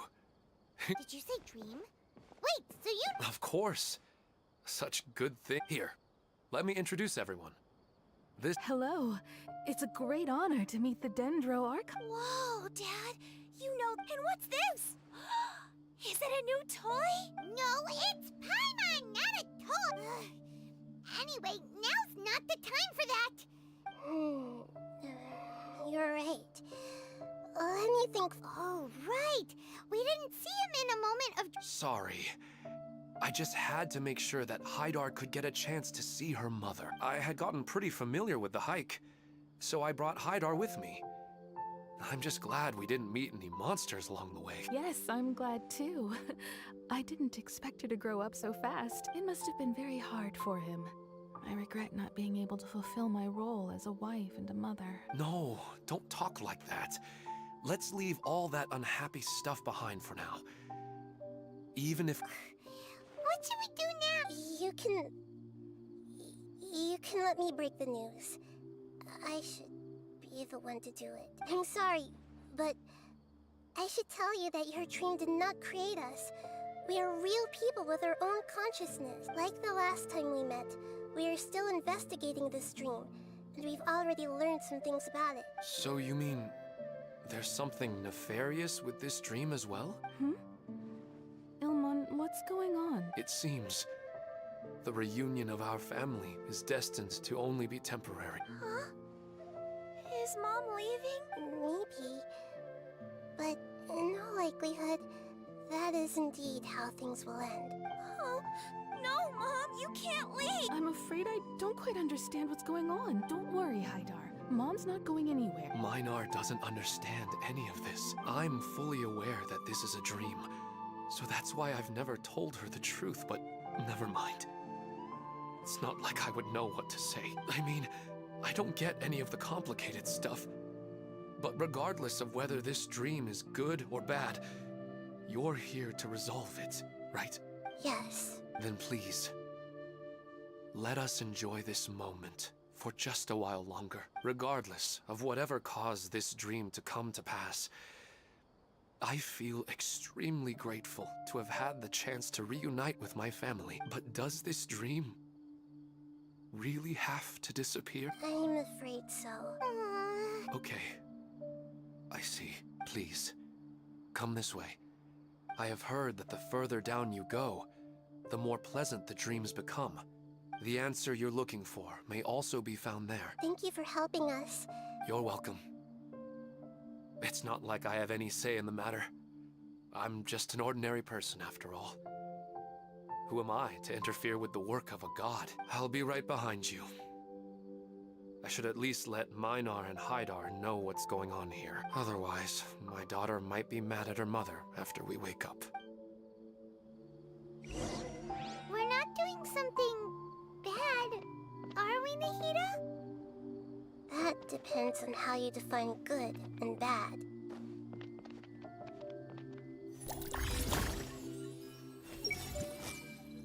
Is this too cruel for Haidar? How can I ever get her to come to terms with this?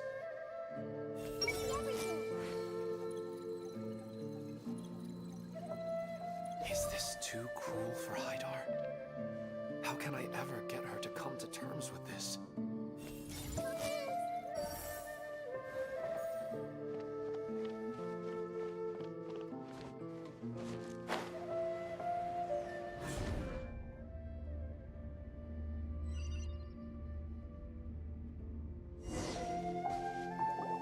It's the same place again. This place is almost like a flight of stairs that can... But they appear to be getting more and more aggressive. Regular stairs wouldn't try to attack us. Right. Something seems... Ilman is clearly aware that he's dreaming, and he's enjoying it. Rather than dreaming on a deeper level, he almost seemed more awake. I believe we're on the right track. It's not that the dreams are getting deeper.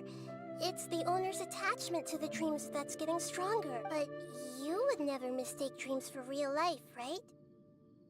Sometimes, Paimon almost wishes her dreams could be real, but it's just a quick thought. It's not long before Paimon's thinking... Listen, we're real beings living in the real world, and that's where our focus should... This also explains the insubstantiality of our dreams. No matter what they may become, we don't really care. But if we decide to abandon reality and embrace our dreams, then our dreams will become far more substantial.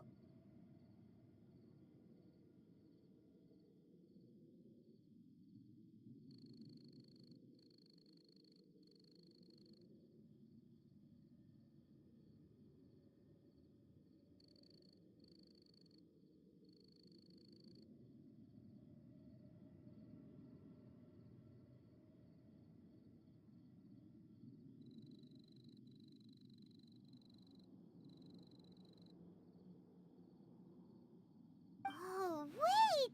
Paimon's starting to get it now? Your mind will begin to build the dream far more attentively, which in turn will make it feel more real. Do you remember how the Akasha can turn dreams into jnana energy? Constructing a realistic dream consumes a similar energy. Does that mean there's a host of these dreams here like Milu during... If we wake that person up, this collective dream will end? Mm-hmm. Most likely. But the collective dream in Sumeru City was created by the Akasha. And now the Akasha has been turned off. This has nothing to do with the Aranara. And humans are not capable of creating a collective dream. Which means... Huh? So, it's... That's impossible. But they are probably a scholar of the academia who had a close connection with the Akasha. Even so, how did they manage to do it? And how did they choose the host? Yeah, we haven't gotten to the end yet. Once we know their motive, all the questions will resolve themselves.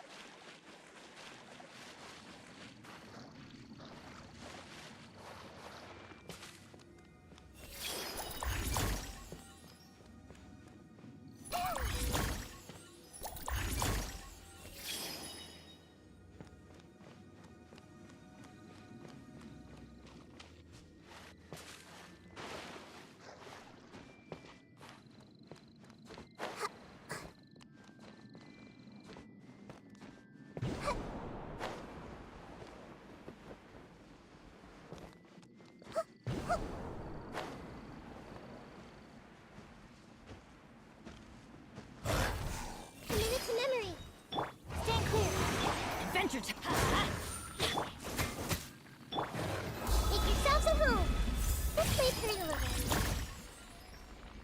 Absorption test. Stay clear. Bow your head. The tides beckon.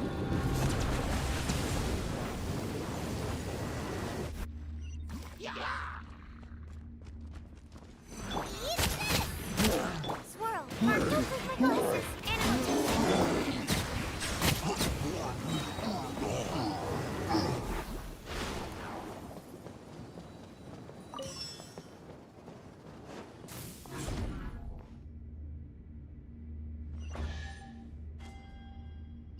All the water that used to be here has turned into rain. Then let's get through here before the water level rises.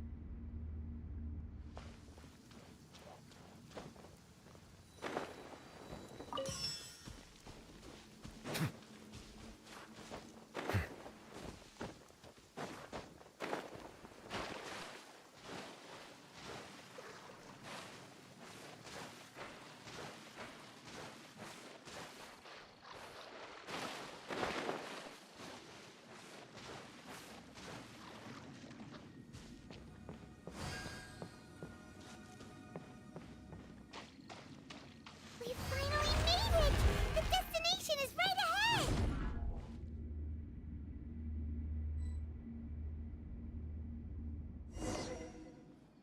Wow! A new...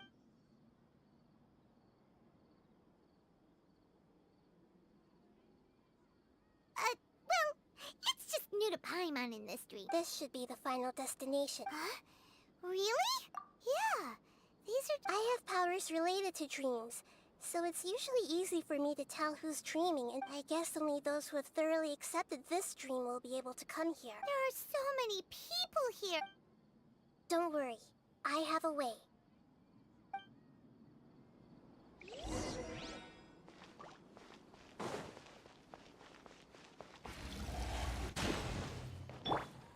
I see everything!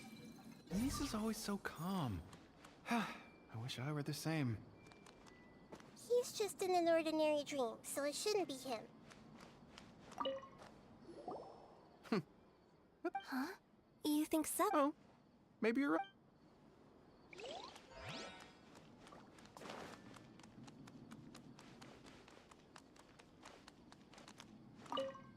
What should I buy? Ooh, how about this? Let me have a look. What should I buy? Ooh, let me have a look. Shadia has such good taste. I can never go wrong with her opinion. No, it doesn't seem to be her.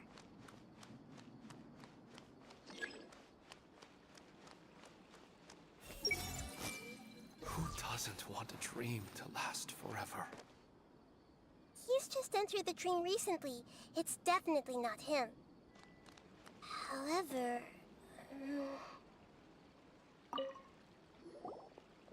Wow, what a beautiful place! Look, Mom! The scenery is so pretty here! Be careful. Don't fall now. Oh, hey. Seems we... Huh? How did you beat us here? Didn't you have to go through that super crazy, confusing place? I'm not sure what you're talking about. All we did... You're in the dream. The concept of fixed spaces doesn't always apply here.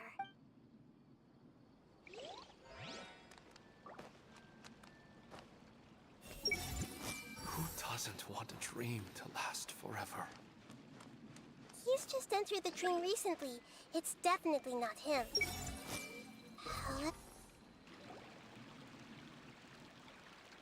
You know, I've heard that plants grow better if you play... And on that note, it's It's been a while since I last heard you play. Sorry, I've been a little busy these last couple days.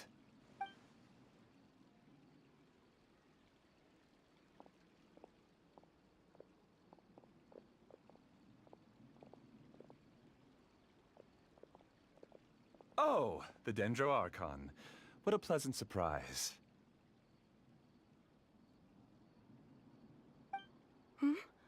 Oh, welcome, Great Dendro Archon.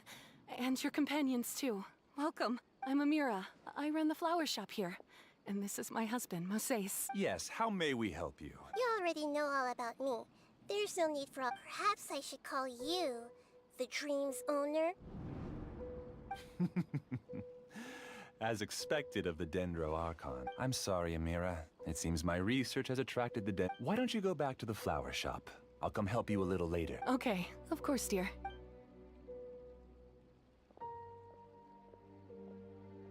It appears that I was too naive to think I could deceive the Dendro Archon in person like this. To avoid looking like too much of a fool, allow me to ask the first question.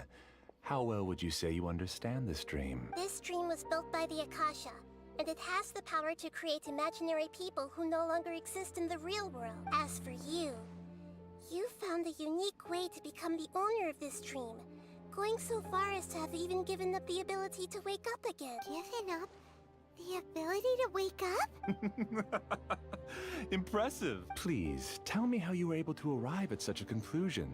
In return, I'll answer the question you're most curious about. It's simple. Apart from you, this space only consists of real people who are dreaming and imaginary people who are created here. Although you are here and appear no different from the others, I can't sense your dream. How can I wake up a person who's already awake? Fascinating. Since you're the fully awake owner of this dream, it can never collapse from you waking up. Theoretically, this should also give you absolute control over this place. I have to admit, it really doesn't get much better than that. But even knowing all of that, one question remains. How did you do it? Isn't the answer right in front of you, Great Dendro Archon? It's because I've dedicated my entire reality to this dream. I uploaded my entire consciousness into the Akasha when it was still running. Actually, this all started because of an accident. My original goal was not about the Akasha or a collective dream. No. You were motivated above all to create a hyper-realistic person. The desire to reconnect with a real loved one is the one shared sentiment between all our dreamers. That's right. However, human models are too complicated. Only the Akasha has a jnana energy supply powerful enough for me to generate and sustain my models. The Akasha is truly magnificent. If I siphoned a minuscule amount of its energy, nobody would even notice. And even this minuscule amount of energy was already more than enough for my purposes. Even using just crude methods, I was still able to train a fairly realistic person. I named my first work Amira. Huh? You mean the girl we just saw? She and I entered the academia on the same day. Starting with admission procedures, we bumped into each other 6 times on just that first day. And because of that one day, we eventually went on to fall in love. We studied, conducted research, and made breakthroughs together. Our rhythm was always in step. I felt like we were... However, Elazar later took her from me. Yes, I need more training samples to perfect Amira's personality. I found their details in the Akasha's database. Using the pretext of testing for mental health disorders, I implanted signaling devices in their bodies. This way I could connect them to a network, and Amira could feel their yearning. Little by little, they helped her to grow and develop a warm, human personality. To improve my efficiency and allow myself to focus on nothing but my research, I uploaded my consciousness as well, and became a part of the network. So, technically speaking, it's not that you won't wake up, it's that you can't wake up. Yes, because the Akasha was suddenly turned off, I lost all of my jnana energy. I became imprisoned in the very network I had constructed. At first, I panicked. But, after coming to grips with the situation, I realized that I could restart this world as long as I could find a replacement source of jnana energy. That means everyone in the network is providing you with jnana energy! That's all there really is to it. I don't think I'm doing anything wrong. I'm just saving them as well as myself. I provide a beautiful dream, and in return, I harvest their jnana energy as fuel for the dream. They can wake up anytime they wish. People need to sleep anyway, so why not have some beautiful dreams while they rest? I agree. This is the home we spent a great deal of effort on to build for ourselves. Yeah, she's right. We're staying here of our own free will. I don't understand this at all, but I just want to spend some more time with my family. Thank you, dear. Great Dendro Archon, I hope you can understand. You don't need to gather around here. It's all right. The Great Dendro Archon is nothing if not kind and considerate towards her people. She won't interfere with what we're doing here. Uh-oh. Now he's playing dirty.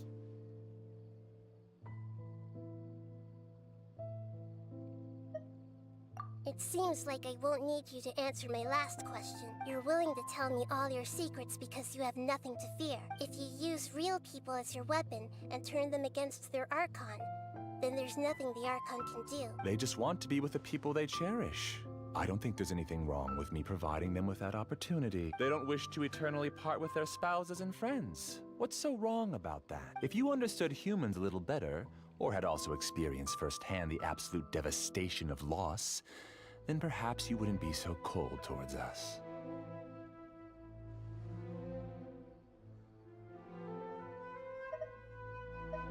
If you had used your talents and determination for a just cause, you could have become a sage of the new generation. Unfortunately, you've committed one of the 6 cardinal sins of the Academia by attempting the forbidden and fearing none. You equated people's feelings with cold jnana energy and deprived them of the pain that they have to face. You lured them into these dreams, and even now, remain completely unaware of how evil all of this truly is. Pain? Luring? Those kinds of things haven't existed here from the moment this world was created. She's right here. This is Ilmon's child, Haidar. Huh? My daughter? What's wrong with her? This dream relies on a set network, which means that only those with devices planted in their bodies can enter this world. Carefully think back and retrace your steps. I secretly went back to the mountainside with Haidar. Minar was already there waiting for me, and Haidar was able to see her mother. You mean she isn't actually the real Haidar? No, because unlike you, she can't enter this dream. The moment you came into this dream, it created a Haidar to realize your wish of reuniting with your family. So, tell me, where's the real Haidar? She's still out there on the mountainside. That's right. And she must have been terrified to see her father not in his right mind. Not to mention the monsters in that area. The situation is very dangerous. If Haidar's still out there, then... What are you talking about, Dad? I must wake up right now. I can't leave her there alone. Oh. It seems the others have also remembered something. People try to avoid pain and stay in their perceived bubbles of safety out of an instinct to protect themselves. This is human nature, but it is also one of their weaknesses. However, why are there still so many people striving to move forward, even when they know the path ahead is dangerous and painful? It's because people don't only live for themselves. They have families, loved ones, friends, and communities. They have dreams that they are still trying to achieve. But in this dream, you showed them only the most comfortable and soothing things. This entire world has been built on the foundation of buried and unseen pain. It's all just a well-devised scam. It seems like I've stayed in the dream for too long. I still have so many things I haven't done. I thought gods didn't understand humans. That would have explained why they created such a flawed world where countless tragedies took place. I didn't expect you to arrive at the answer through sheer power of observation.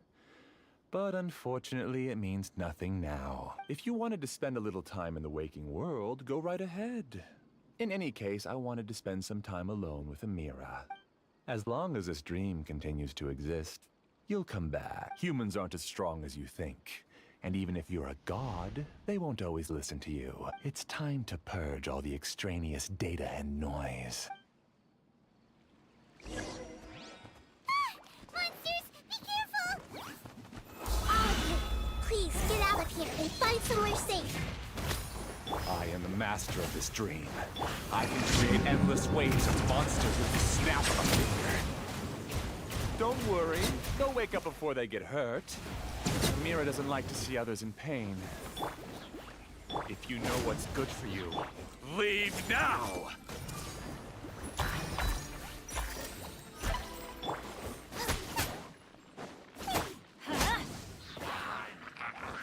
Stay clear.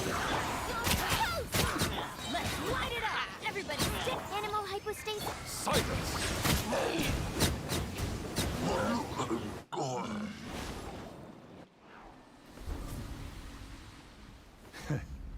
You haven't won just yet.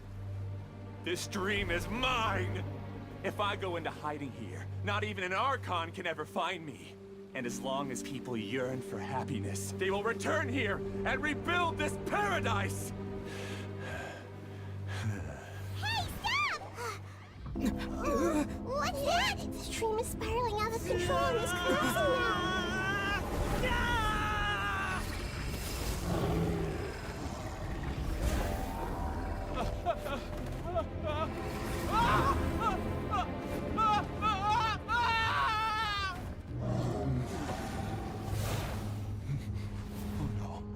Amira! Amira!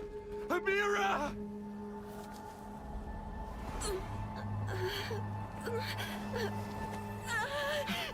Amira, are you all right? I don't feel well. No, no, no! Please, no!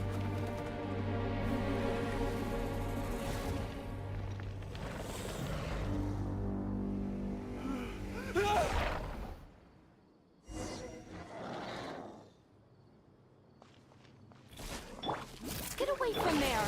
Don't ruin my flowers! What should I do? Where did it go? Want you anymore. Try to be humble.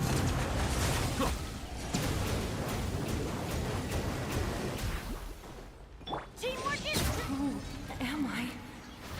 I'm...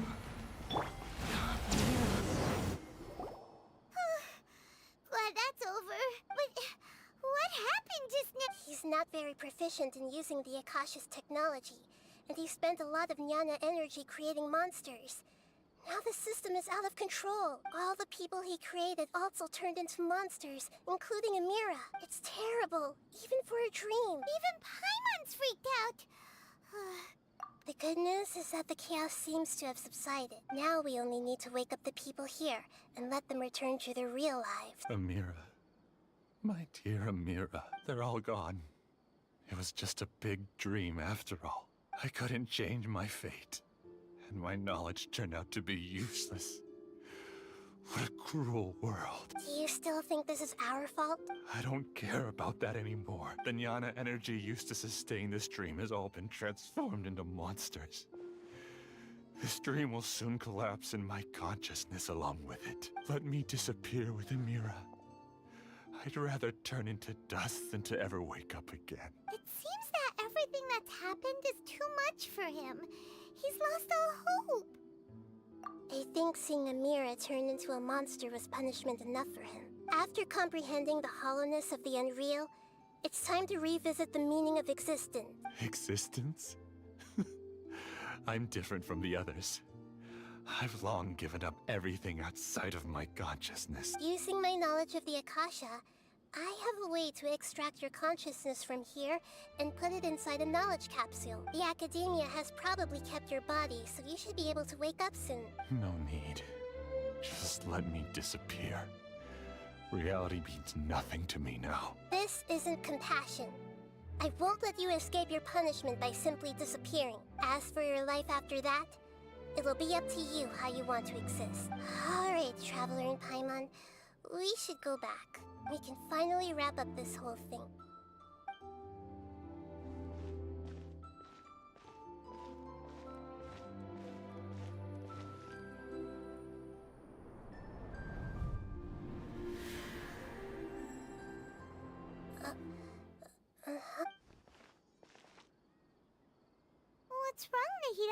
Oh, nothing.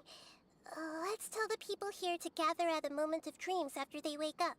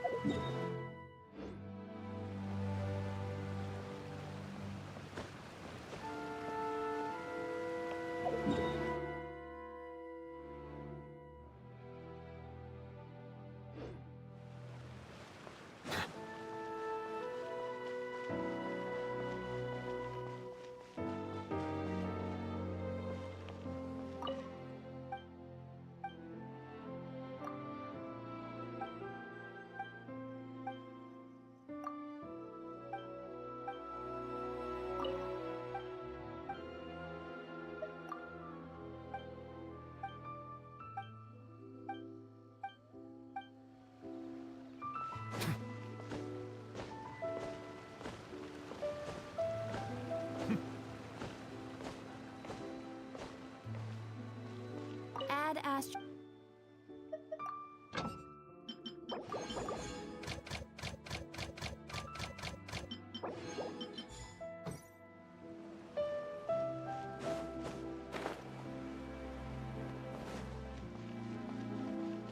Add Astro.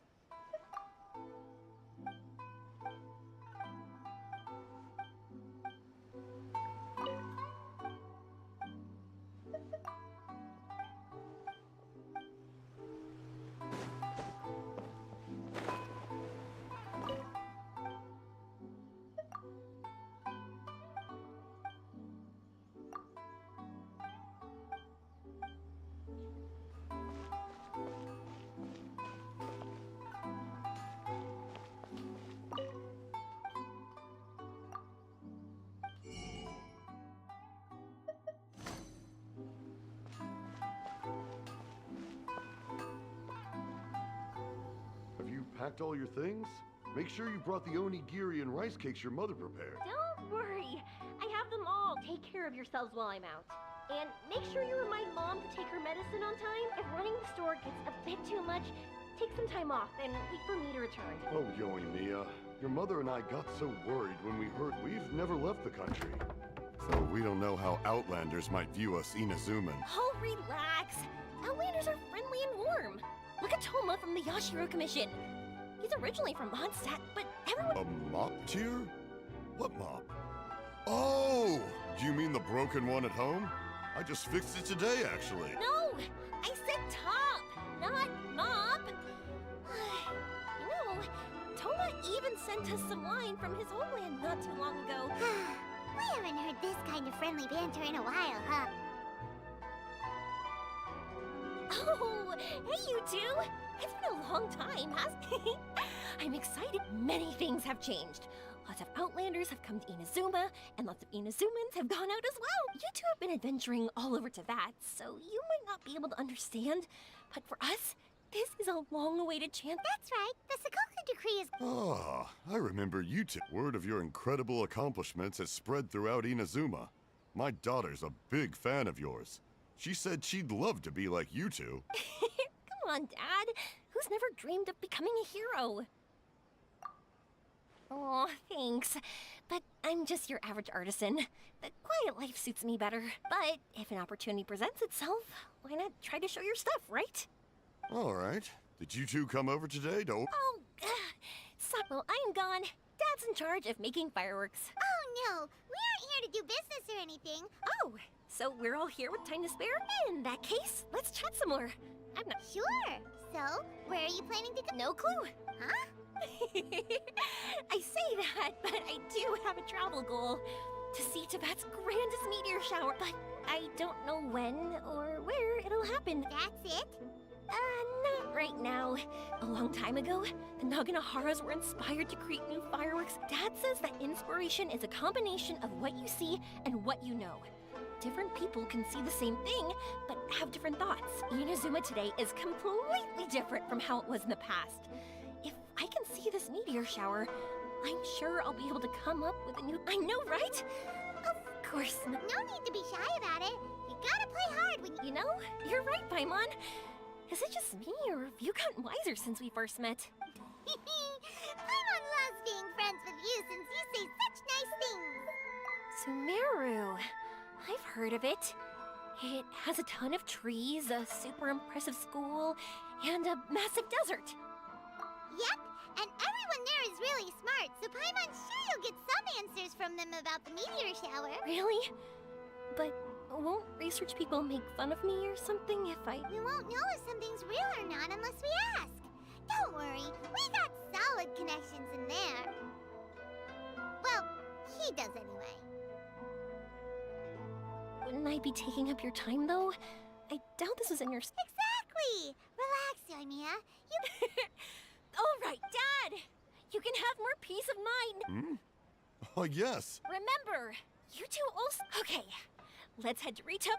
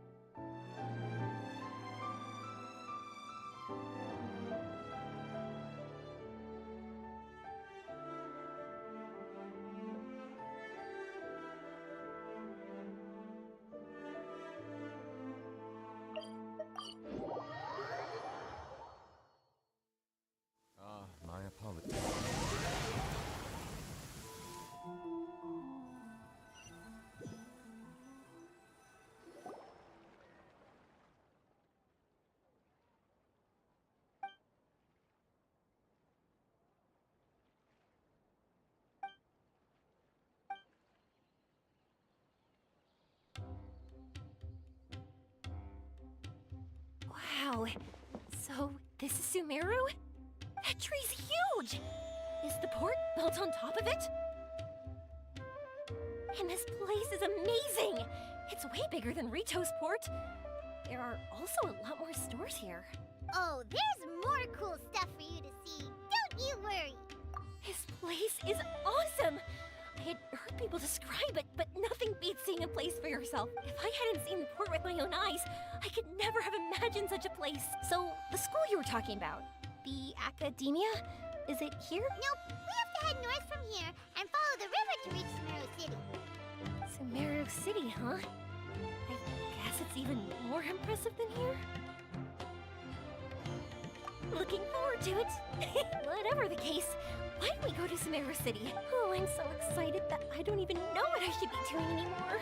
The important thing about going on a trip is to enjoy yourself. You don't have to think so hard. I'm just worried that if we don't get down to business soon, we'll take but if you insist, then let's look around.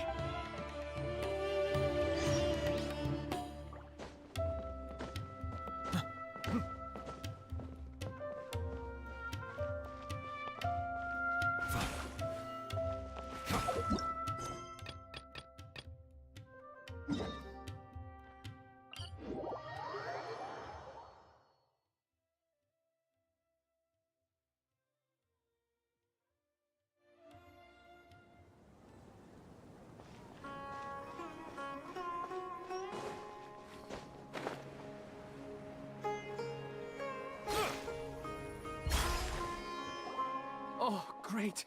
You're awake! Everybody has started to wake up, and we've heard similar reports from around the city as well. From the looks of it, you were able to successfully resolve the issue. Yes, though it took us a good deal of effort. There will be many people gathering here shortly, so please do your best to maintain order. I need to go to the academia with them now, but we'll be back soon. Are we going to ask about that scholar? Yes, but it may take some time for him to wake up after his consciousness returns to his body. We can leave the rest to the Matra.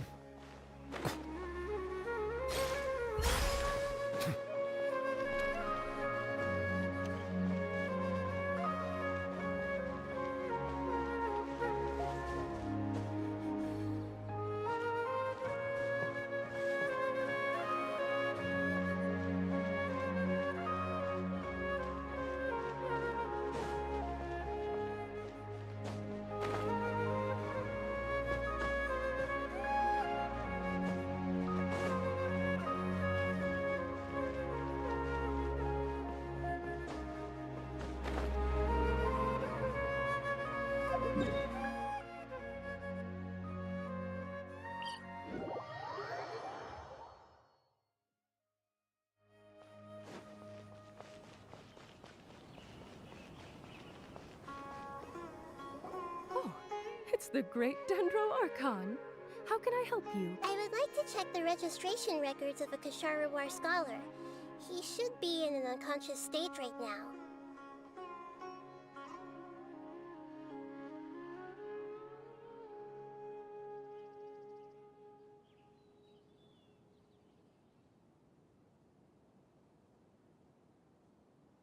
Okay, just a moment.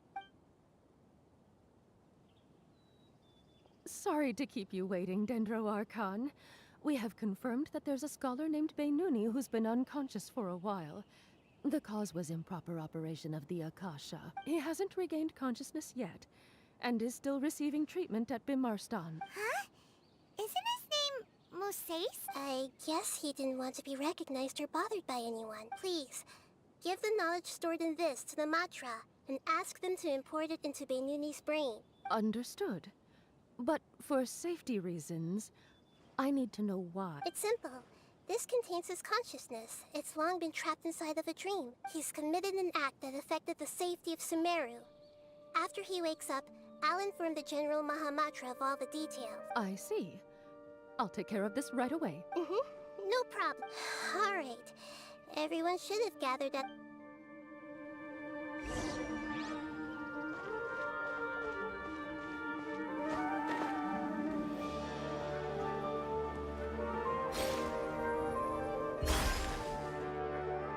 Let's be quiet and I wonder what she's going to say. Hello, all of you who have just woken up. I'm sorry for interrupting your beautiful dreams. Dreams have amazing power.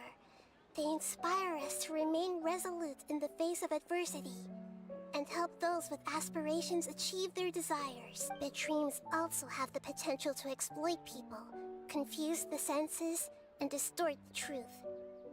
Unfortunately, you are all chosen as prey for an elaborate scheme. As I've said before, I am still learning and cannot fully empathize with the pain of all the loss you've experienced. But just take a good look around you, and you'll see many other people who have had similar experiences. You should be proud that you've been able to gather here and look toward the future together. The path of life is long, and it's hard for us to see the destination.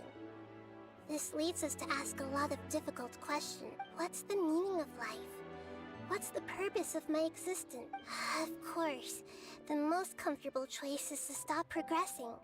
Give up thinking, and just keep repeating whatever you're already familiar with. Whenever you have such thoughts, just look at the people and things around you. Some people work hard all day so that their families can have a hot meal on the table at night. Some people travel all over the world in order to create art that resonates with all of Teyvat. Some venture in search of the world's secrets to prevent rapidly approaching, yet still unknown, world-shattering catastrophes. Life is not just about yourself. Each and every one of your actions shapes you and the world around you. Look, friends and family will remember what you've done, and even some people you've never met may benefit from your actions. Therefore, many people will strive forward to forge new paths, even if they have to endure great pain to do so. Once you begin your journey on that same difficult yet rewarding path, you'll come to know the answers to those big existential questions.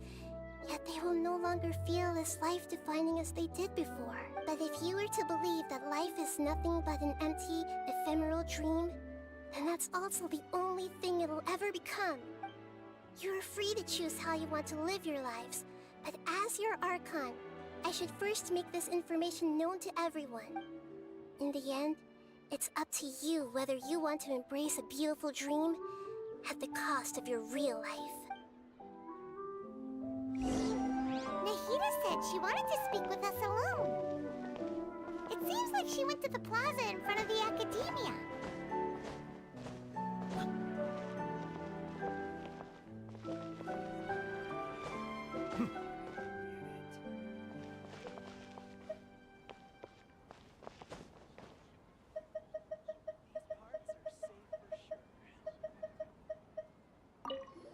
I'm getting ready to go on an adventure. I shouldn't just sit here waiting for her to come back. Professor Aisha was so determined to explore those secrets, so I should go take a look too. Thank you. May we meet again in the future.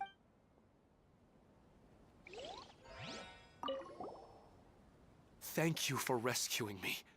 I'm really... Dad said you're amazing. I'm still a little dizzy from sleeping so long. Just give me a moment here.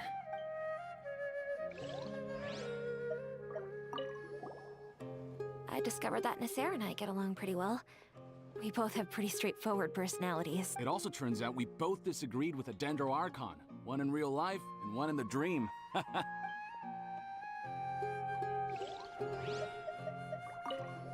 Since we were neighbors in the dream, how about we rent a place together? Sounds good.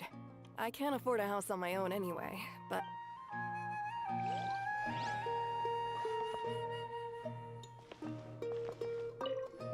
I'm really glad I reached out to you earlier. You did a great job.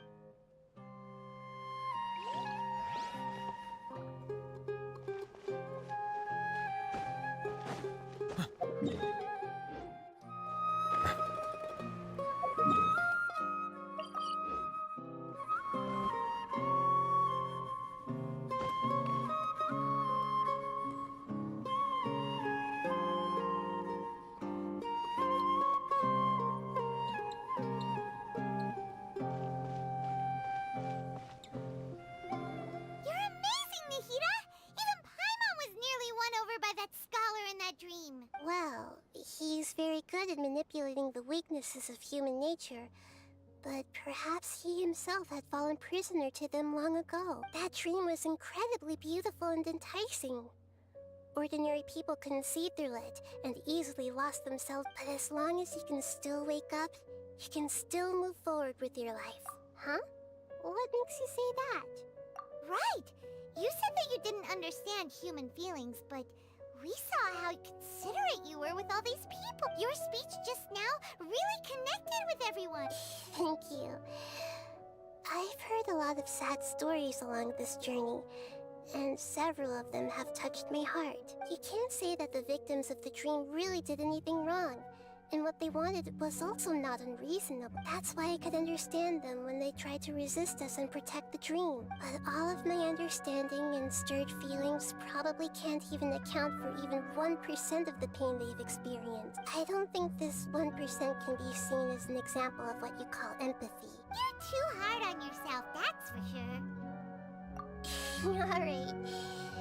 I suppose going out into the world will help my confidence grow. I've learned that emotions are nothing like knowledge, and that's why it's hard for me to put them into words. And Benyuni, or Mercedes, said that I had never personally felt the pain of loss. But I have a vague feeling that this isn't true. The moment I entered the dream, I felt like I was wrapped in a blanket of warm feelings. It was so warm that it felt like I had returned to the start of my life, and I didn't want to wake up anymore. But when I opened my eyes, the feeling was gone without a trace. If I have to make an analogy for it, I would say I can no longer see words on a piece of paper after they have been erased, but I can still see the slight indentations of where the words had been written. But now that I've experienced this dream, I think I can say with confidence that I won't dwell too much on the meaning of that warmth. It's enough that I can tell I was once supported by that warmth, and its existence has allowed me to get to where I am today. If I dwell too much on its exact nature, I would be putting the cart before the horse. I gave a speech to inspire my people, so if I were to fail to live up to those words myself, then that would be too embarrassing.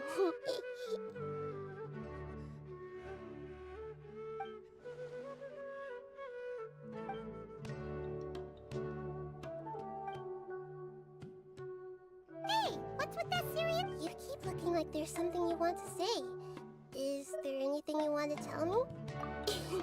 Okay, since we just woke up, let's stretch a little bit. A new day is about to begin.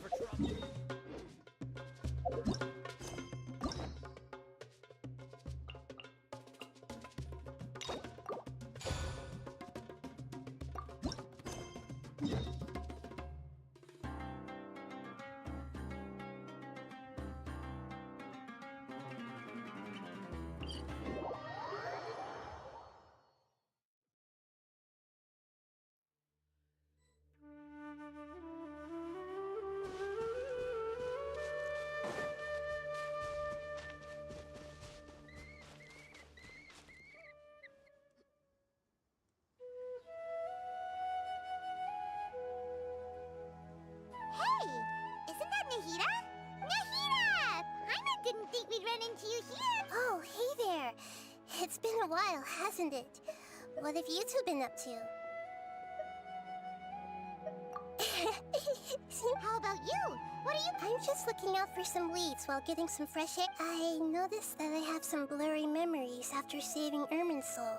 I almost feel like there's still something extremely important I need to do. But I can't remember what it is. What is that? Don't worry, we'll help you remember. Thank you so much. Since you're willing to help, I have something I'd like to show you.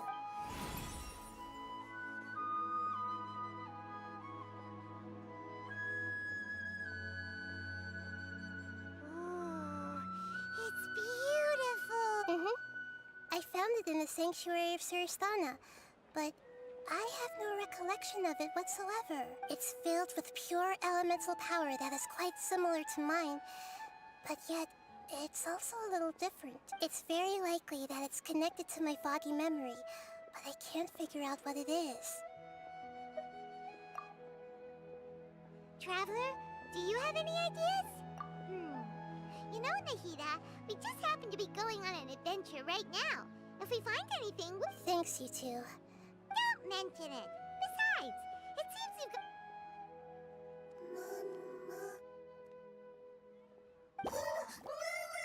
Hey, get out! You shouldn't be around here! I'm sorry, Lesser Lord Kusanali. Fungi don't usually come near this place. Last warning! Get out before I kick you out, you hear? Hang on. I think it's trying to tell us something. But Great Dendro Archon, it's a monster! Please, don't worry. I think I understand. Seems that it wants us to follow it. You can understand it? Even though different creatures have varying habits and ways of communicating, I can feel its anxiety and fear. It's in dire need of our help. Well, fungi are kinda cute, but— that's true. Alright, lead— Although they all look about the same, some fungi are friendly, while others are super aggressive and attack anyone they see. It can't be helped.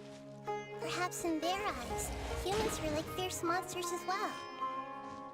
After all, they can't distinguish which human behaviors are hostile or not, and it'd already be too late for them once humans have drawn their weapons. Hence why they tend to strike first, rather than waiting. That's not too different from how humans think sometimes. That's what I meant by shared emotions.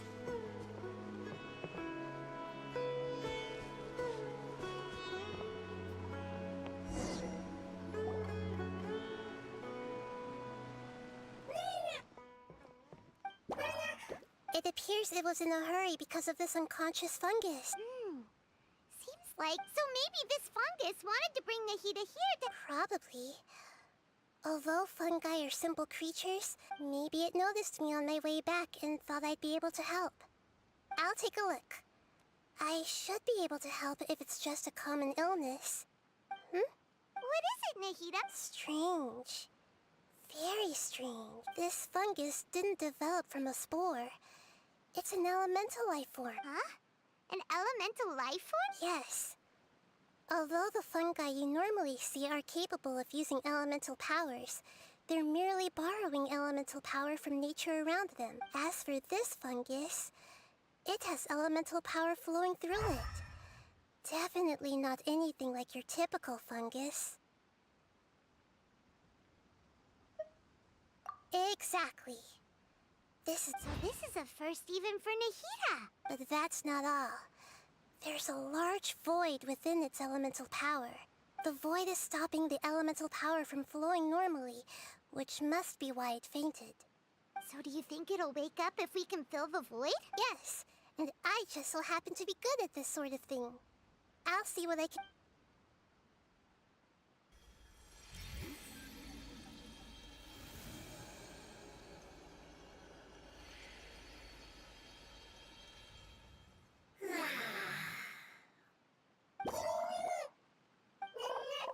My power was compatible. Lord of Dendro? Is it really the Lord of Dendro? Oh, I can't believe the Lord of Dendro saved me. didn't expect such a strange creature to make a sound like that. Seems I'm just as shocked as you are. What? Of course Paimon can talk. Paimon isn't a strange creature. Paimon's just... Paimon! Hello, Paimon. I am not yet able to evaluate an organism's intelligence from its appearance. I will only know you are able to speak once you have spoken. Oh, well, no need to take it seriously. But does Paimon really look so dumb that people might think Paimon doesn't know how to talk? You misunderstand, Paimon. A mouth is used for eating, breathing, and other functions that are more important than speaking. So a creature may not speak, even if it has a mouth. I've never seen a creature like you before, so I dared not make the assumption that you could speak. Even if you do possess a number of human traits, it is still very common for creatures to have similar external forms but completely different interiors, just like fungi and slimes. Did this fungus study at the academia? It seems even more talkative than Paimon. You're not a fungus, are you? That's correct. This might be surprising to you. It might startle my fellow family members if I speak too much using this strange voice. Me, me, me, me, me. It says that it's very thankful for your help.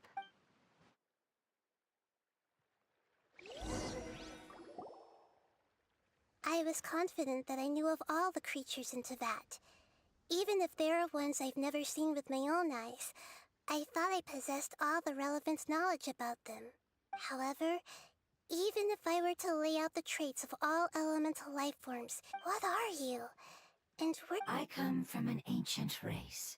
We have existed for a very long time, possibly longer than any records in existence. My home was filled with flowing water and great mountains. Lush grass covered the land, and my family and I lived in bliss and happiness until the apocalypse came and changed my home forever. A horrifying power consumed all there was. The seeds of catastrophe nested and grew inside of us, twisting and warping us, causing us to lose control. We were victims of the apocalypse. Yet, in time, we also became the apocalypse itself. The apocalypse? I'm not sure what it means either. It's a long and complicated story. It will take me some time to explain it clearly. Don't worry, we'll listen. I was lucky and managed to survive. Afterward, I left with some of my family and came to Sumeru to search for— We came in contact with many species and learned from their cultures and knowledge, hoping to understand the truth behind the apocalypse. We later found out that humans know the power of the apocalypse and refer to it as forbidden knowledge. Your home was destroyed by forbidden knowledge? It said that they are looking for a way to save their homeland, but the catastrophe of the desert should have ended a long time ago. The Lord of Dendro is correct. We are not from the desert. I would very much like to tell you the location of my homeland, but unfortunately, I've forgotten. That may sound a little odd, as it is very important to both me and my family. Yes, how could you forget? I am a life form that was contaminated by the apocalypse. A part of my knowledge and memory was taken away as the contamination inside of me was burned. I get it now. I'm sorry. That's okay. Lord of Dendro, there is no need to apologize. And not only did you save me, but you've also already rid the world of the remaining forbidden knowledge, right? That's right. The forbidden knowledge is no more, and your homeland should be safe now. My home should be safe now. We can go home. For the longest time, this moment has only seemed like a dream. I was unable to fulfill our calling. It's not your fault. Every species paid a grave price in the fight against forbidden knowledge. This is not a responsibility you should carry on your own.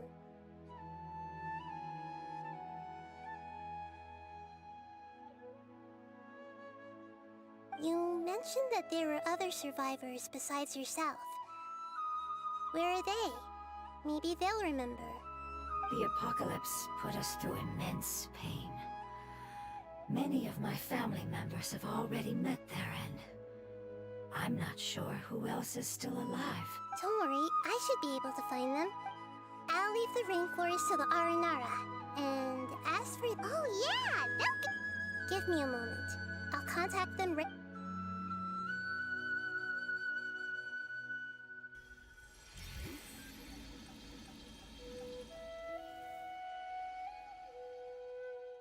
That should do it. It may take some time to find them. Thank you, Lord of Dendro. The moment I saw you when I awoke, I had a feeling you were here because of the agreement. Hmm? Agreement? You might not remember, but this is a prophecy that we deeply believe in. That the Lord of Dendro will bring us home once the catastrophe comes to an end. Ah, I see. I'm sorry. There are also some blurry segments in my memory as well. But I'm very concerned about your homeland. This is something I should help with. It's really no trouble to me at all. Would you all be willing to come with me somewhere as the more family members that can return home? But didn't you say that— Yes, but I know their end.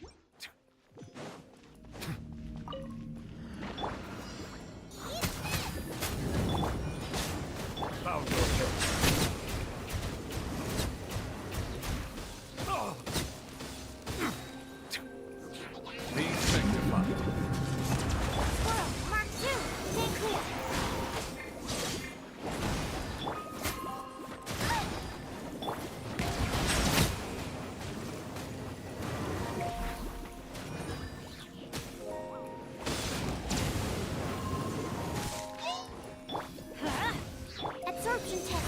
Mama, get them! Go in! Here we go!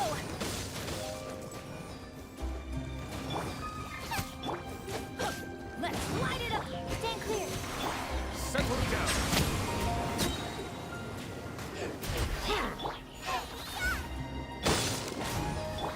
Mighty be humble!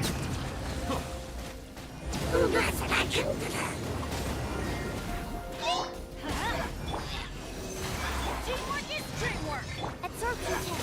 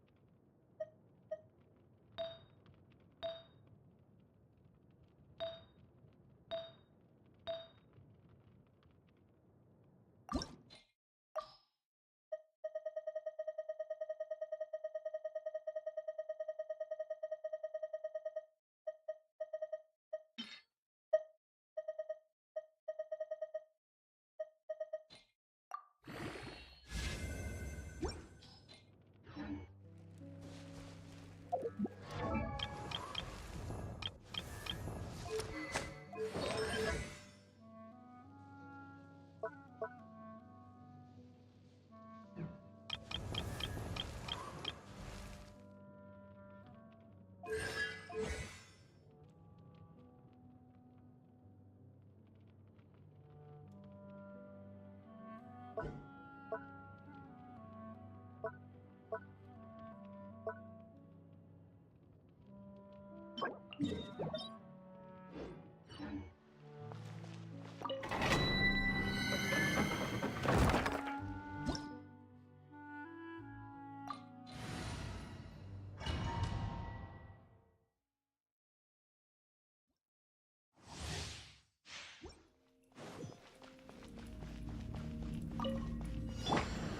and slick. Enhanced animal model.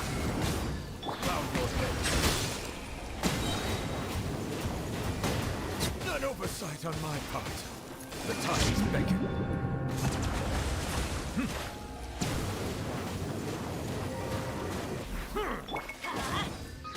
Settle down.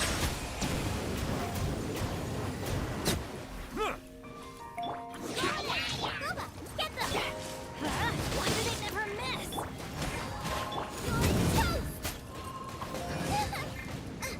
Silence! Justice is blindsided. Be sanctified.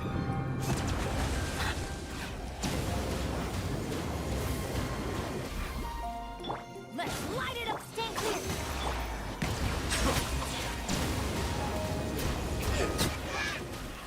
Everybody stand! Animal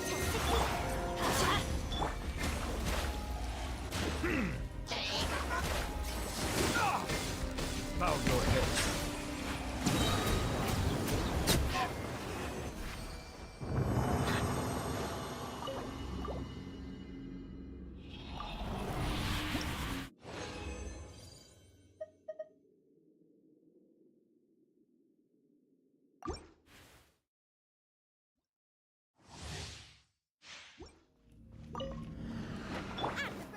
Animal hypostasis simulation.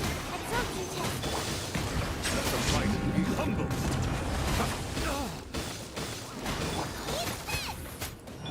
Let's light it!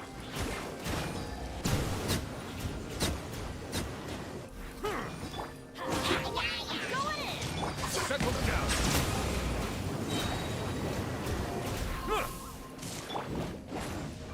Be sanctified.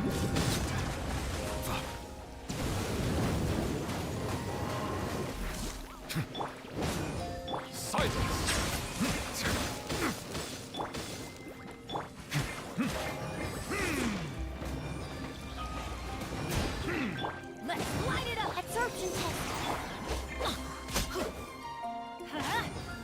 Bow your head.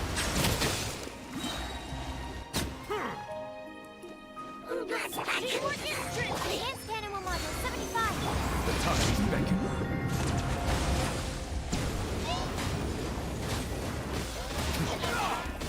Let's light it up! Absorption test. Settle down.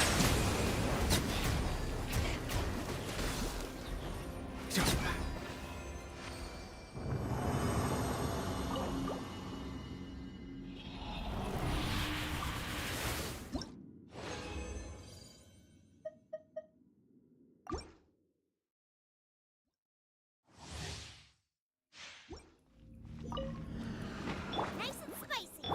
Animal test.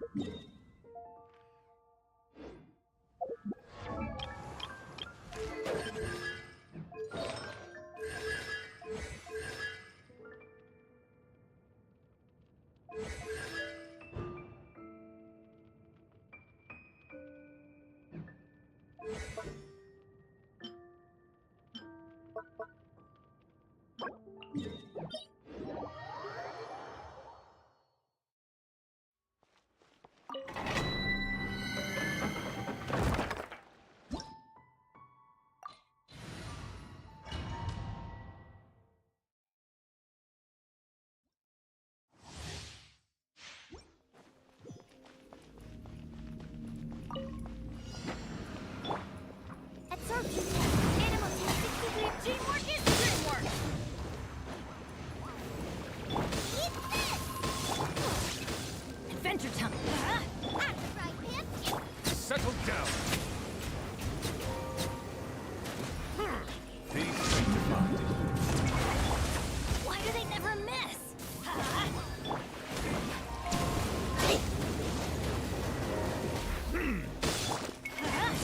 Silence! I'm going in!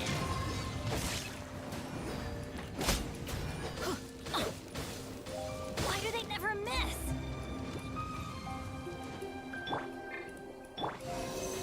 Bow your head.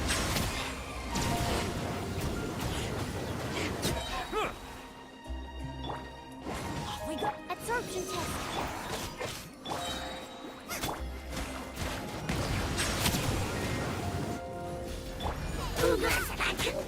Everybody stand back!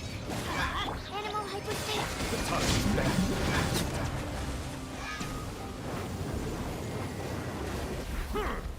Let's light it up! Silence! Stand clear.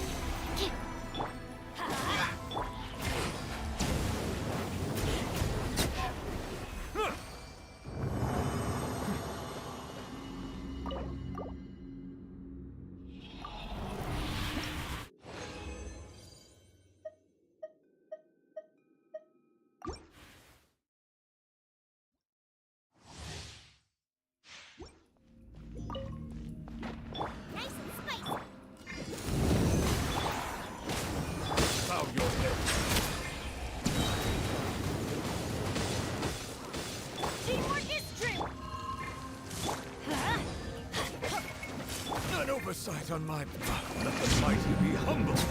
Settle down.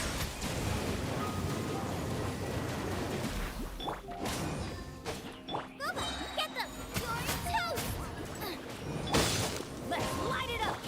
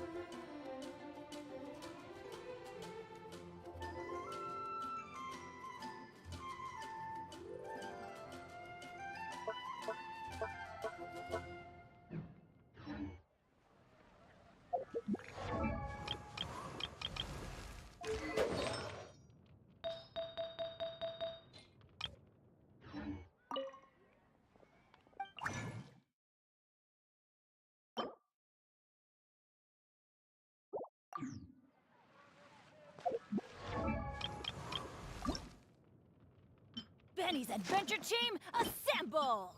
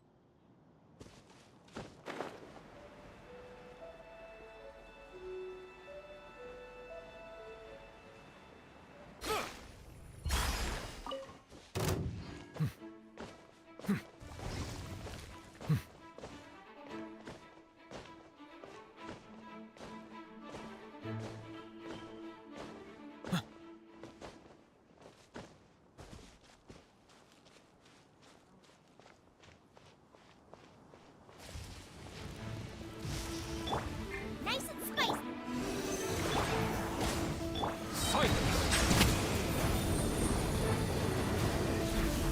Be sanctified.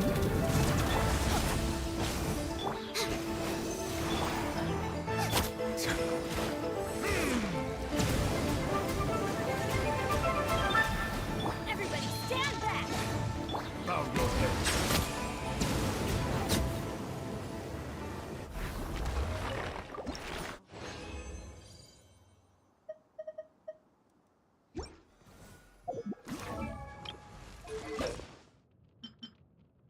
Oh, ow! Where did that come?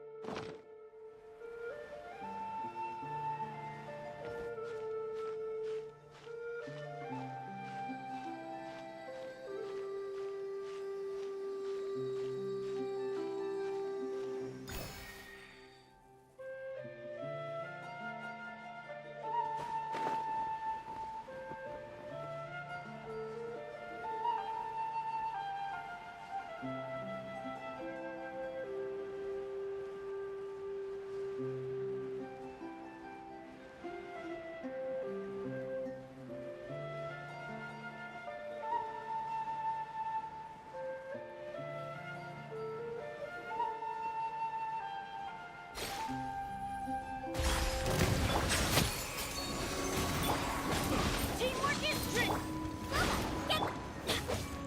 Let the mighty be humble!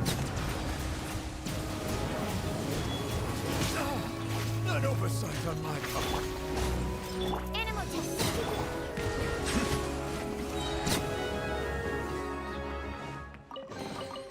Let the record show that I verbally consent to relinquishing these items into your possession.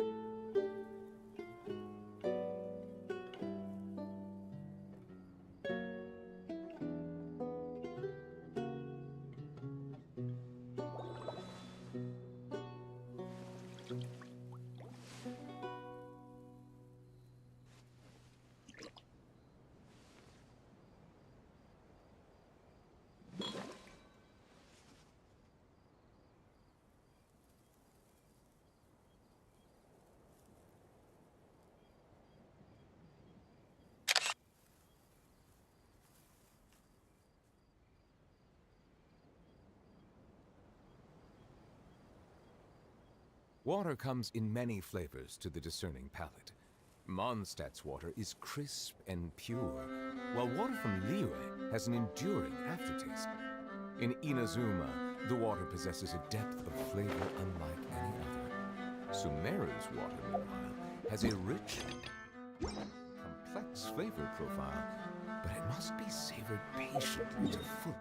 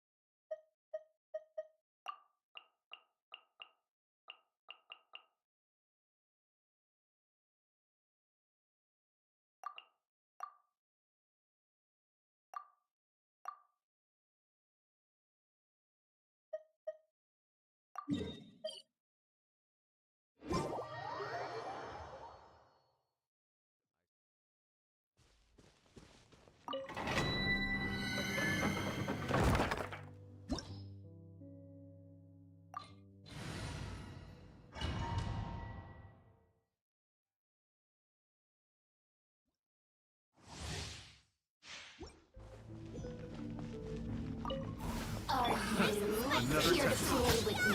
Go in! Stay clear. The touch beckon.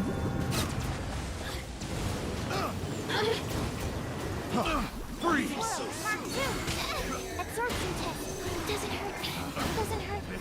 Silence!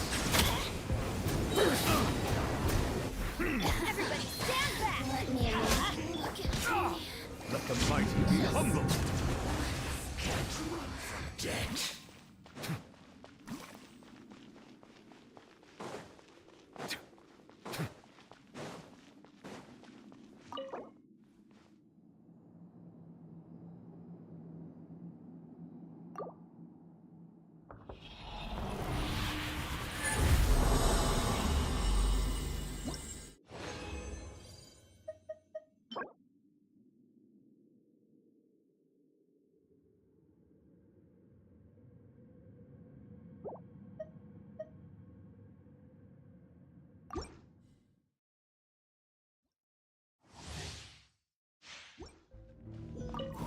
There you are. Another test subject. Let's light it up. The merrier.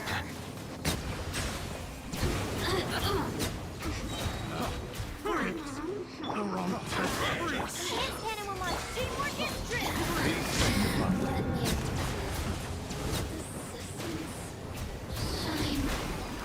Let's light it up. Bow your head. Can't run from.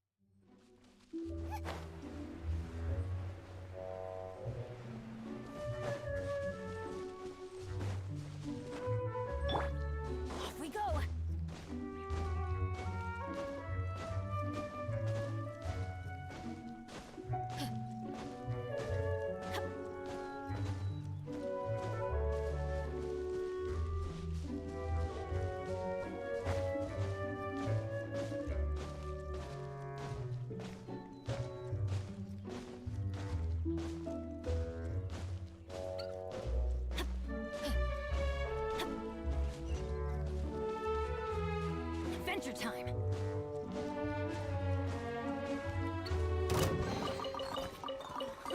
It's a miracle!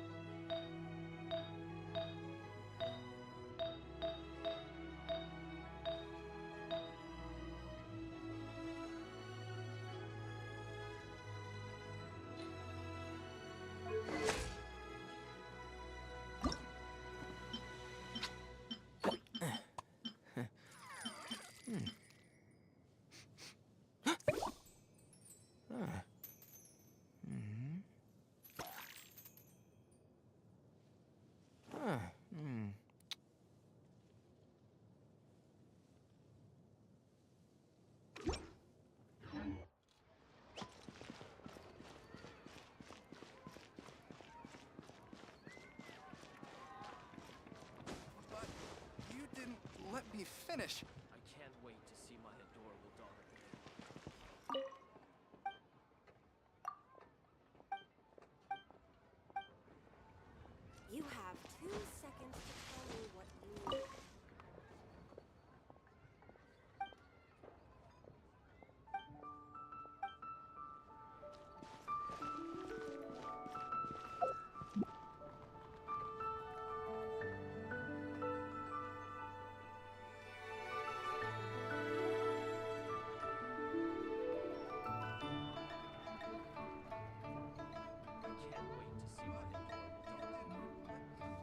No one's joined me on an adventure in ages. Come on, let's go!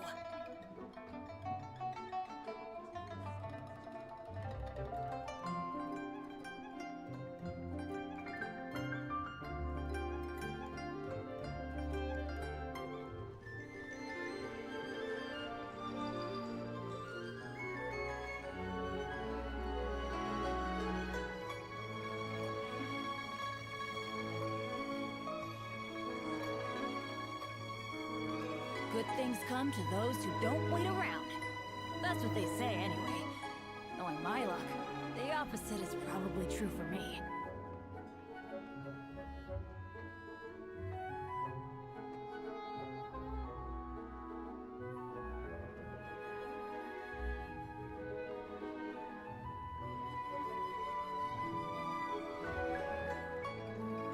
Oh, ow! Where did that come from?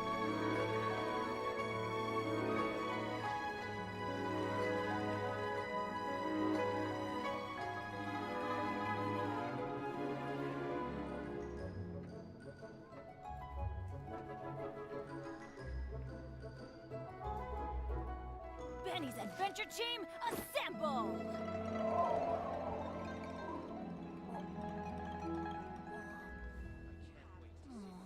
Or not.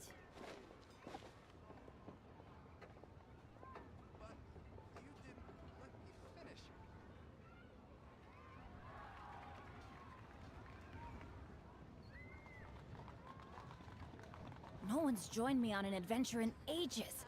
Come on, let's go!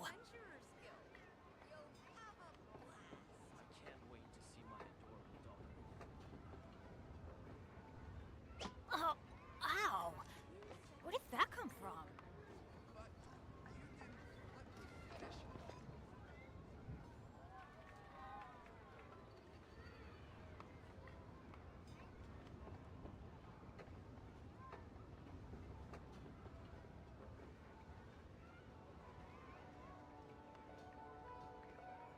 Benny's Adventure Team, assemble!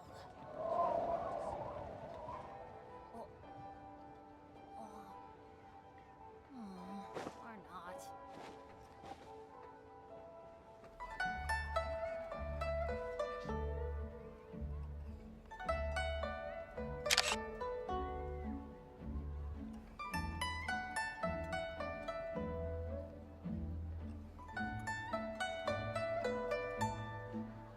Let's go find some treasure.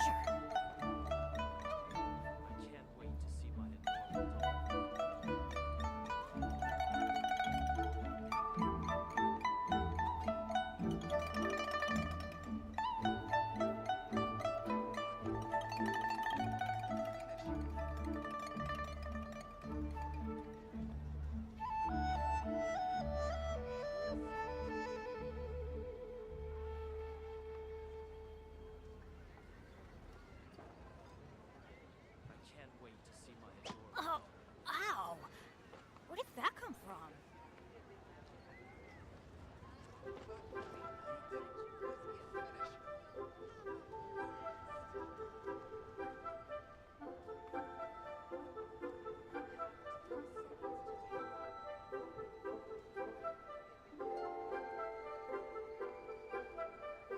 Benny's Adventure Team, assemble!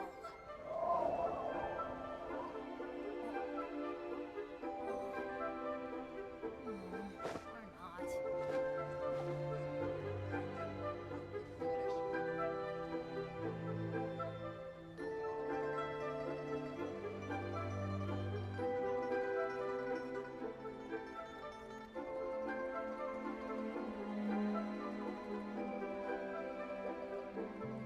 No one's joined me on an adventure in ages. Come on, let's go!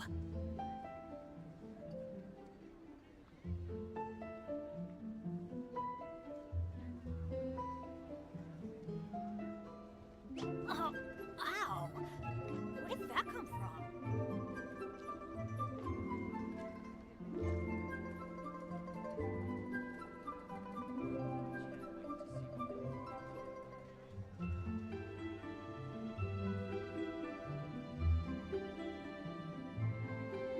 adventure team, assemble!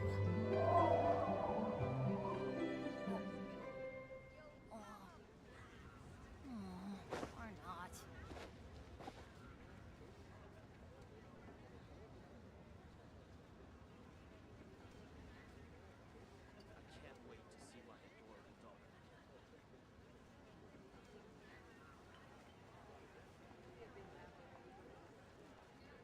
Oh, ow!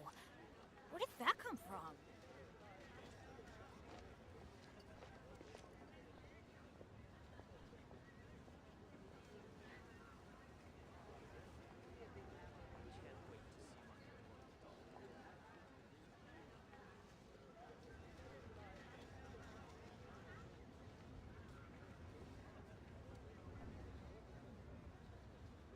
Benny's adventure team, assemble!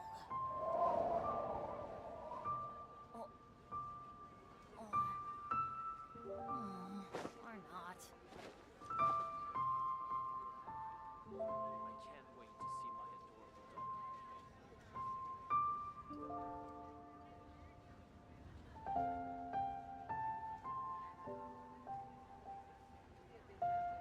Good things come to those who don't wait around.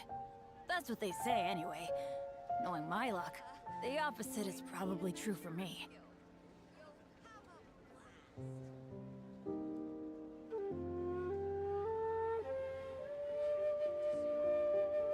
Benny's adventure team, assemble!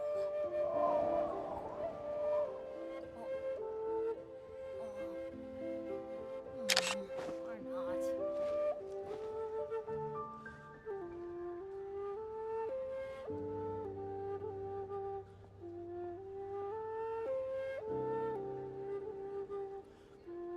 Oh, ow! Where did that come from?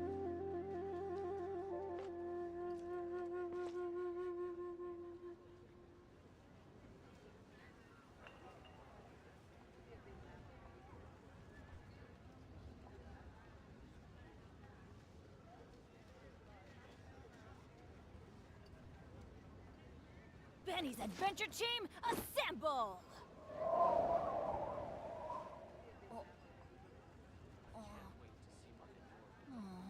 Or not.